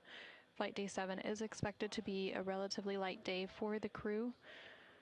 They will have a post-lunar flyby crew conference with the science team here on the ground towards the beginning part of their day. There will then be the opportunity for a return trajectory correction burn, or RTC-1 burn, should it be needed to fine-tune the trajectory of the Orion spacecraft as it makes its way back home to Earth. And then for the most part, the second half of their day will be relatively empty, allowing the crew to rest and do any sort of activities of their choosing. Today, the crew spent most of their time in a lunar flyby observation period, during which they captured imagery. They also captured voice recordings and made annotations of what they were seeing on the moon to provide to science teams here in Mission Control. Those science teams beginning to receive some of those downlinked assets, and they'll continue to receive some of that imagery throughout the night. And the science team will begin evaluating some of that in preparation for that science post-lunar flyby conference tomorrow. Currently on your screen, you're seeing a live look of the Orion spacecraft. This view coming to you from one of the 4 solar array wings on the Orion spacecraft. Each of those wings has a camera, and from this view you can see some of those thrusters at the bottom of the service module. Those thrusters would be used in that return trajectory correction burn 1 tomorrow, should it be needed. Now you're seeing a view of the Artemis Real-Time Orbit website, or ARO, which is available at nasa.gov/trackartemis. This provides updates on the velocity and distance of the Orion spacecraft and its crew from the Earth and Moon throughout its journey around the Moon and back home to Earth.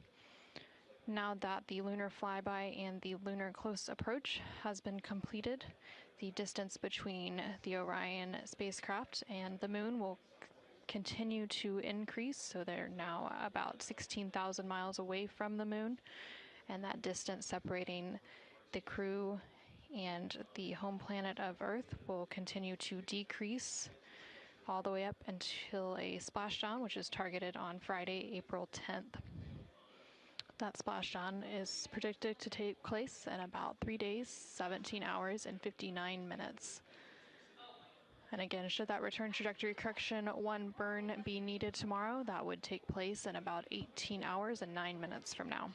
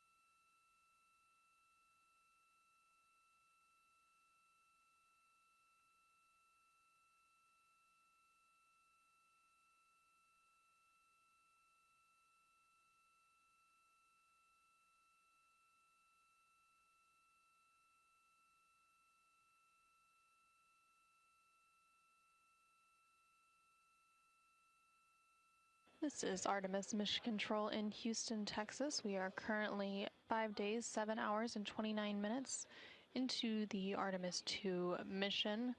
And the crew recently entered their sleep period. That sleep period will last 8.5 hours. And once that sleep period concludes and the crew wakes up, it will officially mark the start of Flight Day 7 for the mission. Just a moment ago, you probably saw the Orion spacecraft on your screen as it completed a brief attitude maneuver, and now on your screen you can see a view of the Orion spacecraft with one of its solar array wings extended, and above that solar array wing is a view of a crescent Earth. Earth, of course, now the target for the return journey of the Orion spacecraft, with that splashdown expected to take place on Friday, April 10th. The flight control position in Mission Control responsible for some of those attitude maneuvers is GNC, which is the Guidance, Navigation, and Control Officer. That flight controller is responsible for managing the inertial measuring units, the global positioning system receivers, barometric altimeters, and the position, state, and attitude health of the Orion spacecraft. This console position is also responsible for commanding those attitude maneuvers. The equivalent to the GNC position in the International Space Station Flight Control Room just down the hall is known as ADCO. Currently on console here in Mission Control is the Orbit 2 team of flight controllers. They are being led by Flight Director Diane Daly, and the Capcom or capsule communicator here in Mission Control for Orbit 2 is Tess Caswell.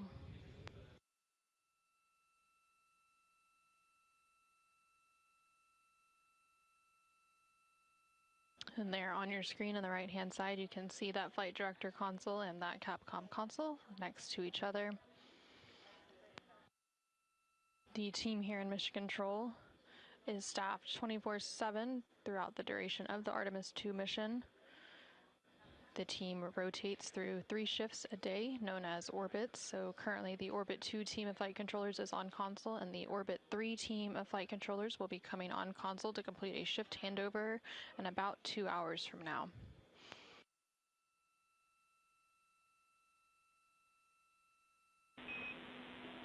Integrity Houston with a potential last good night before we go into a very long forward link LOS.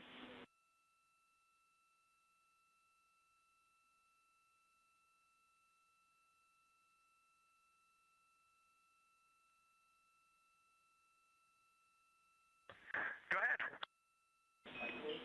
Hey, sorry to bug you again, but the team here is looking to resume venting before we go into this long LOS. We did want to make sure that you guys know the team here has decided that there is no constraint to fecal use of toilet during vent ops. So we would like to resume the vent if you're okay with that, knowing that you can continue to use toilet for fecal purposes while we do so.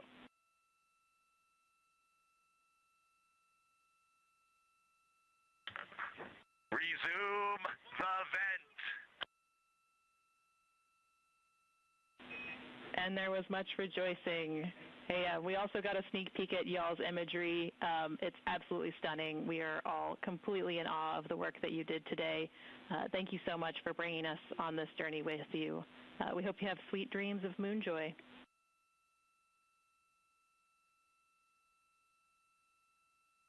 Thank you so much, Tess. And when you think about 10,000 pictures in a day, trying to download 10 for PAO is tough. So that's just a sampling. There's many more that look like them, and there's probably quite a few that look better than them. But that was the best we could do right there. So glad that they're appreciated. We certainly appreciated being up here in our observation post. Hey, one thing while I got you for tomorrow morning, I know we're trying to make it a light crew day, but if you could still give us our wake up on time at the beginning of post sleep, we would appreciate it so we can get our science going and get our morning about us. We will make that happen for you. Have a wonderful night.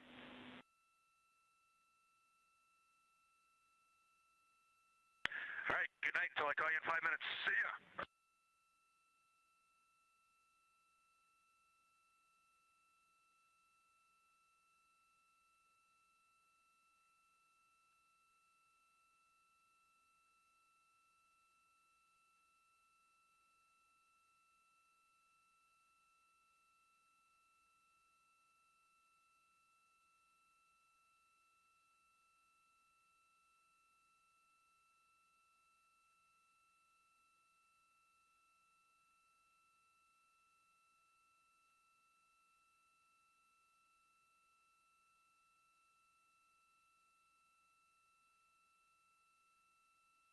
This is Artemis Mission Control. Some final communication for the evening there from the Orion Commander Reed Wiseman and the Capcom or Capsule Communicator here in Mission Control, Tess Caswell, who you can see there in the center portion of the right block of your screen. They were discussing an upcoming wastewater dump as part of the Universal Waste Management System, aka the space toilet on board the Orion spacecraft. They conduct periodic wastewater dumps where they vent the wastewater overboard.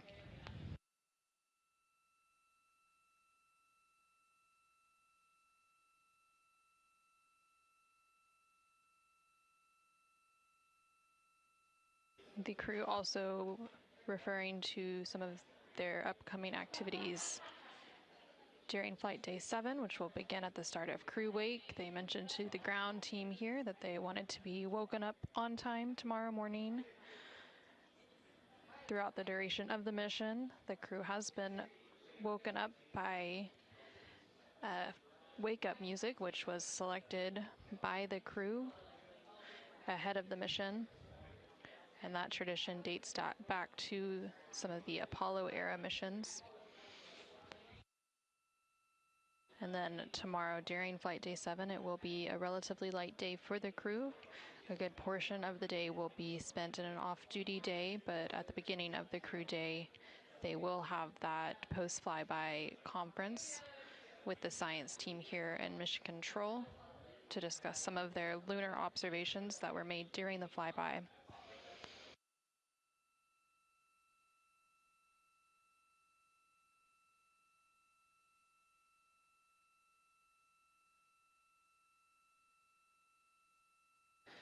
The mission control position here responsible for some of those wastewater dumps that have been referenced throughout the mission is ECOM, which stands for the Emergency Environmental and Consumables Manager. They are responsible for the internal thermal control systems, the air and water supply and purification systems, and they also manage emergency response. The equivalent flight control position in the International Space Station flight control room just down the hallway is known as Ethos.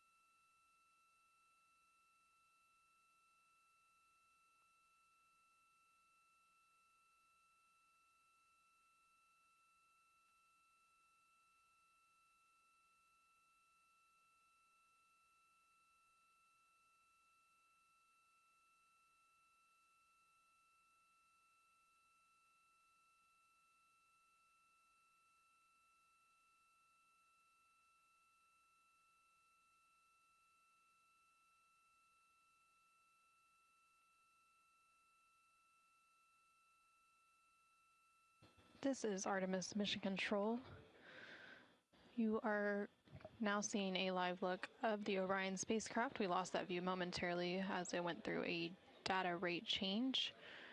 And then we are also expecting a forward link loss of signal in about 13 minutes, which will mean that the crew can call down if they want, even though they are in a sleep period at this point. But the team here in Mission Control Houston won't be able to call up to the crew during that loss of signal.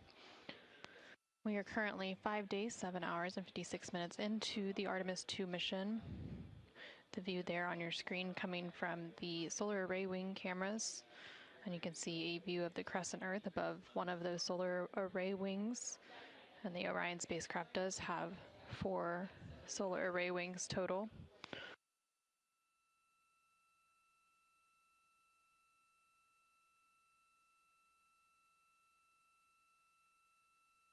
The flight control position here in Mission Control that monitors some of those data rate changes is known as INCO, which stands for the Instrumentation and Communications Officer, and they manage the communication systems of the Orion spacecraft, including the phased array antennas, baseband signal processors, and audio systems. And the equivalent position in the International Space Station Flight Control Room down the hallway is known as CRONUS.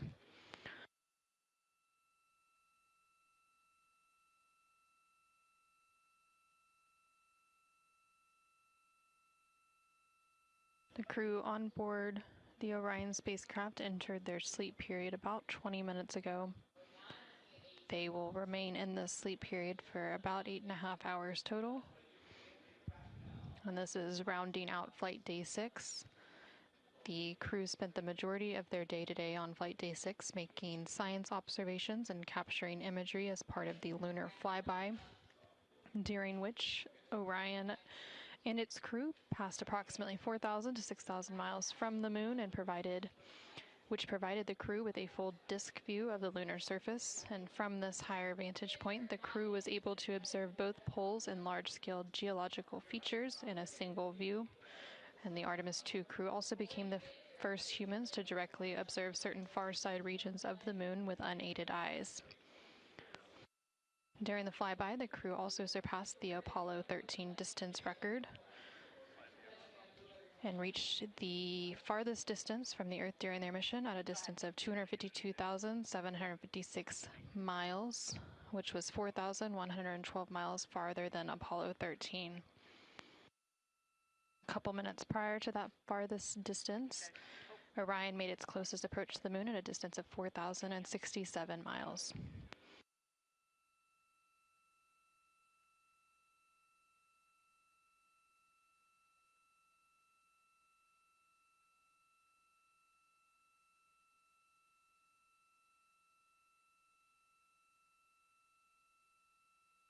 At this point in the Artemis II mission, rounding out flight day 6, the crew and the teams on the ground have begun or completed 23 of the 27 high priority objectives for the mission, which have already provided tremendous insight into the operation of the Orion spacecraft and also provided critical information to teams as we prepare for future Artemis missions.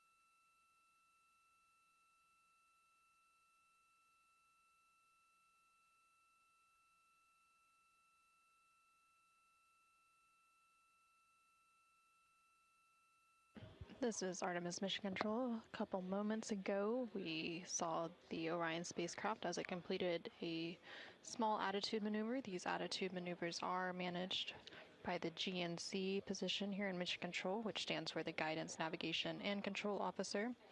They're responsible for commanding those attitude maneuvers. And during that maneuver, you could also get a good look at some of the solar array wings as they were positioning. There are 4 solar array wings, which are sometimes referred to as saws, on the service module of the Orion spacecraft, and each of those solar array wings is made of 3 panels, and each of those panels is approximately 6.5 by 6.5, and the total length of each solar array wing is nearly 23 feet, which is about 7 meters long.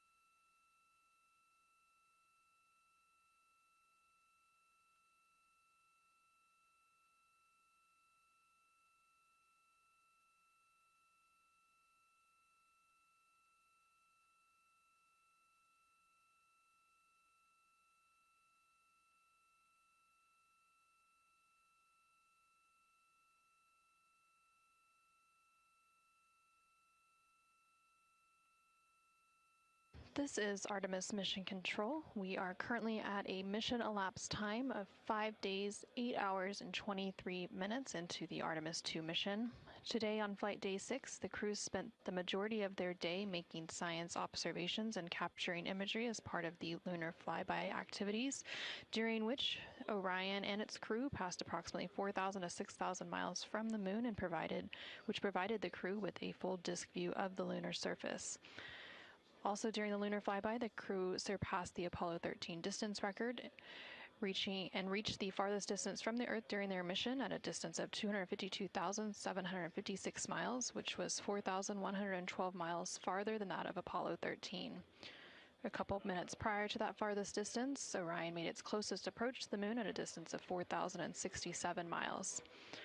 At the end of the lunar flyby period, the crew was also able to see an eclipse with the sun hidden from view behind the opposite side of the moon from the perspective of Orion and its crew.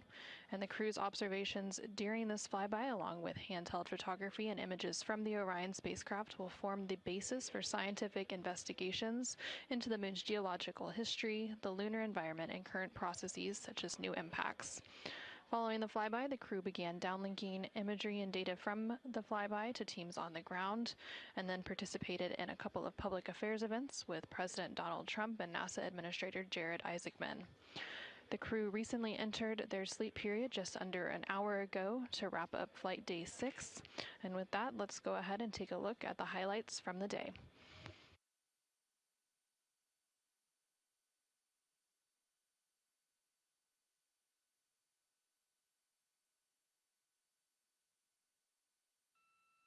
Mark, I think one of the most interesting things right now is the four of us have looked at this moon our entire lives, and the way we are responding to what we are seeing out the window is, it's just like we're a bunch of little kids up here. We cannot get enough of this. It's amazing. Thank you for the privilege. Thank you for sharing that special perspective you have with all of us back here. This is Artemis Mission Control in Houston, Texas. We recently received confirmation that the Orion spacecraft and its crew have officially entered the lunar sphere of influence, that milestone taking place at a mission elapsed time of 4 days, 6 hours, 2 minutes, and 54 seconds into the Artemis II mission. By reaching this milestone, it means that the gravitational forces of the moon are now greater on the Orion spacecraft than that of Earth.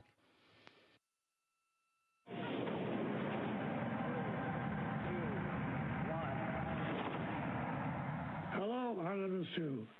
This is Apollo astronaut Jim Lovell. Welcome to my old neighborhood. When Frank Borman and Bill Andrews and I orbited the moon on Apollo 8, we got humanity's first up-close look at the moon and got a view of the home planet that inspired and united people around the world. I'm proud to pass that torch on to you as you swing around the moon and lay the groundwork for missions to Mars for the benefit of all. It's a historic day, and I know how busy you'll be, but don't forget to enjoy the view. So, Reed, and Victor, and Christina, and Jeremy, and all the great teams supporting you, good luck and Godspeed from all of us here on the good Earth. Good morning, Houston. Integrity on one week. That was an awesome message from Jim Lovell, and very cool to hear him. Welcome us to the neighborhood. It's going to be a great day. Thank you. Good morning, Houston, from inside Integrity, 215,049 miles away from Earth and 12,712 miles from the moon. Let's actually savor the calm delay that we have. We're ready for the morning DPC. Beautiful. We are savoring it down here. Good morning, Integrity, and good morning, Moon. Our room is buzzing with moon joy today, and I imagine yours is too. We are ready to go. We are looking forward to working with and for the science team, and we are just excited to be so close to finally accomplishing what we've been training for so many years.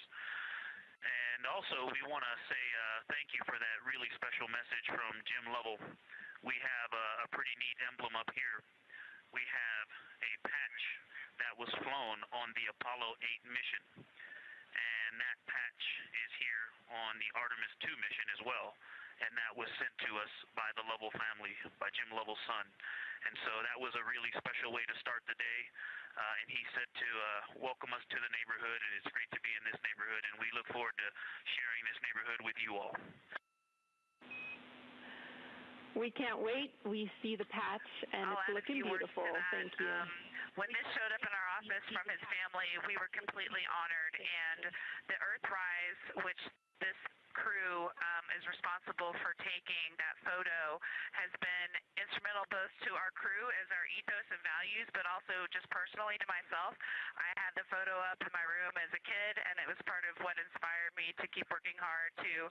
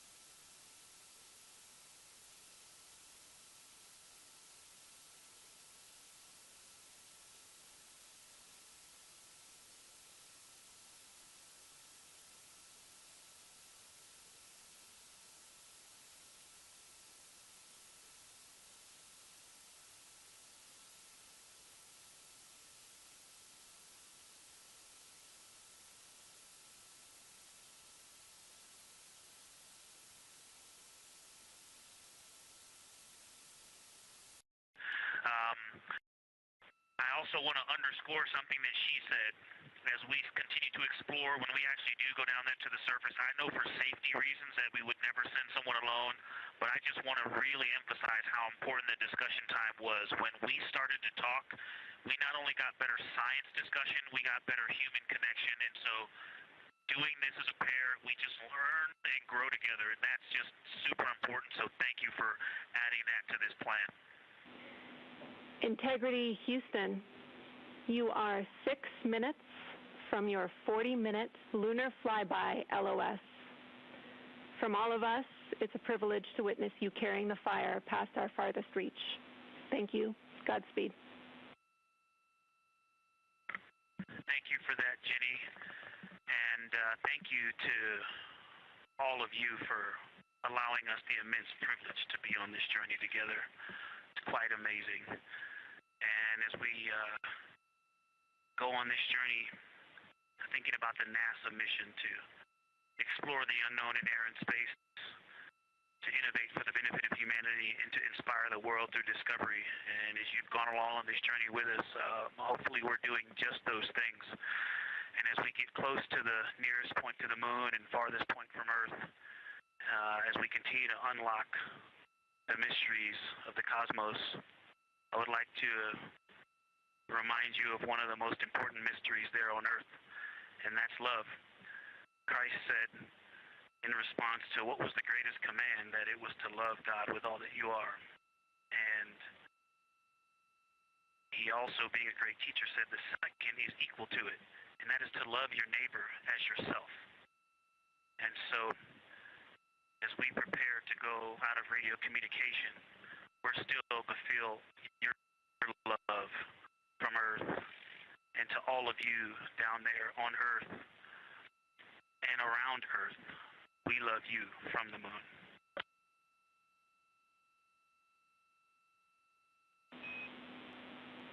Houston copies. We'll see you on the other side. We are now less than 3 minutes away from loss of signal with the Orion astronauts. The Artemis II crew will be out of signal for about 40 minutes as they are on the other side of the moon, continuing their work photographing the lunar surface, and they will reemerge, and we will also get this view on the other side. 30 seconds now until we expect loss of signal.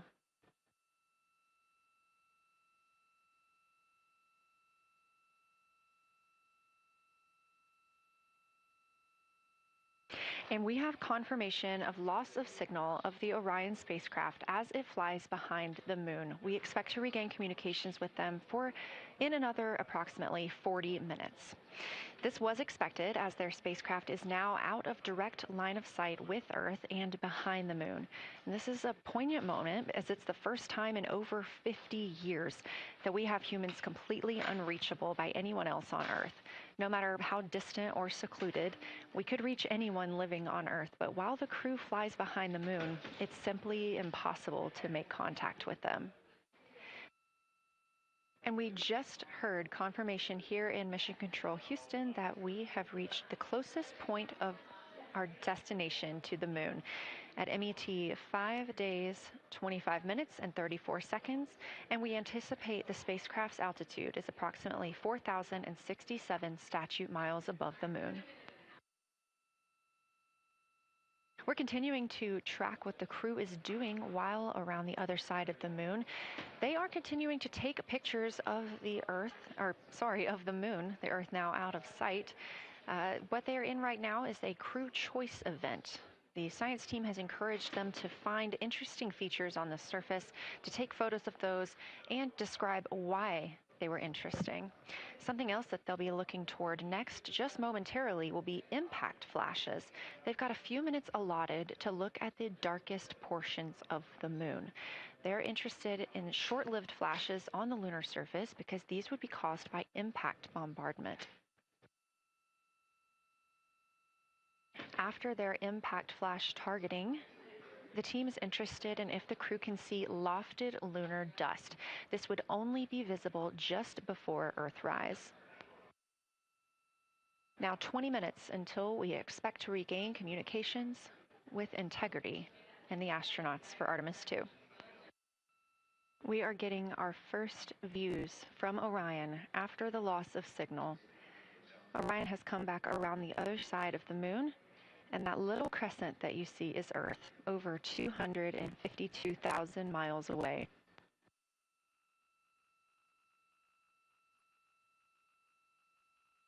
With this transit complete, lunar flyby continues, but Orion has also technically begun its journey home. This view from inside the Orion spacecraft, all 4 astronauts now back on the other side of the moon and in contact with us on Earth. Their tasks for lunar flyby did not stop as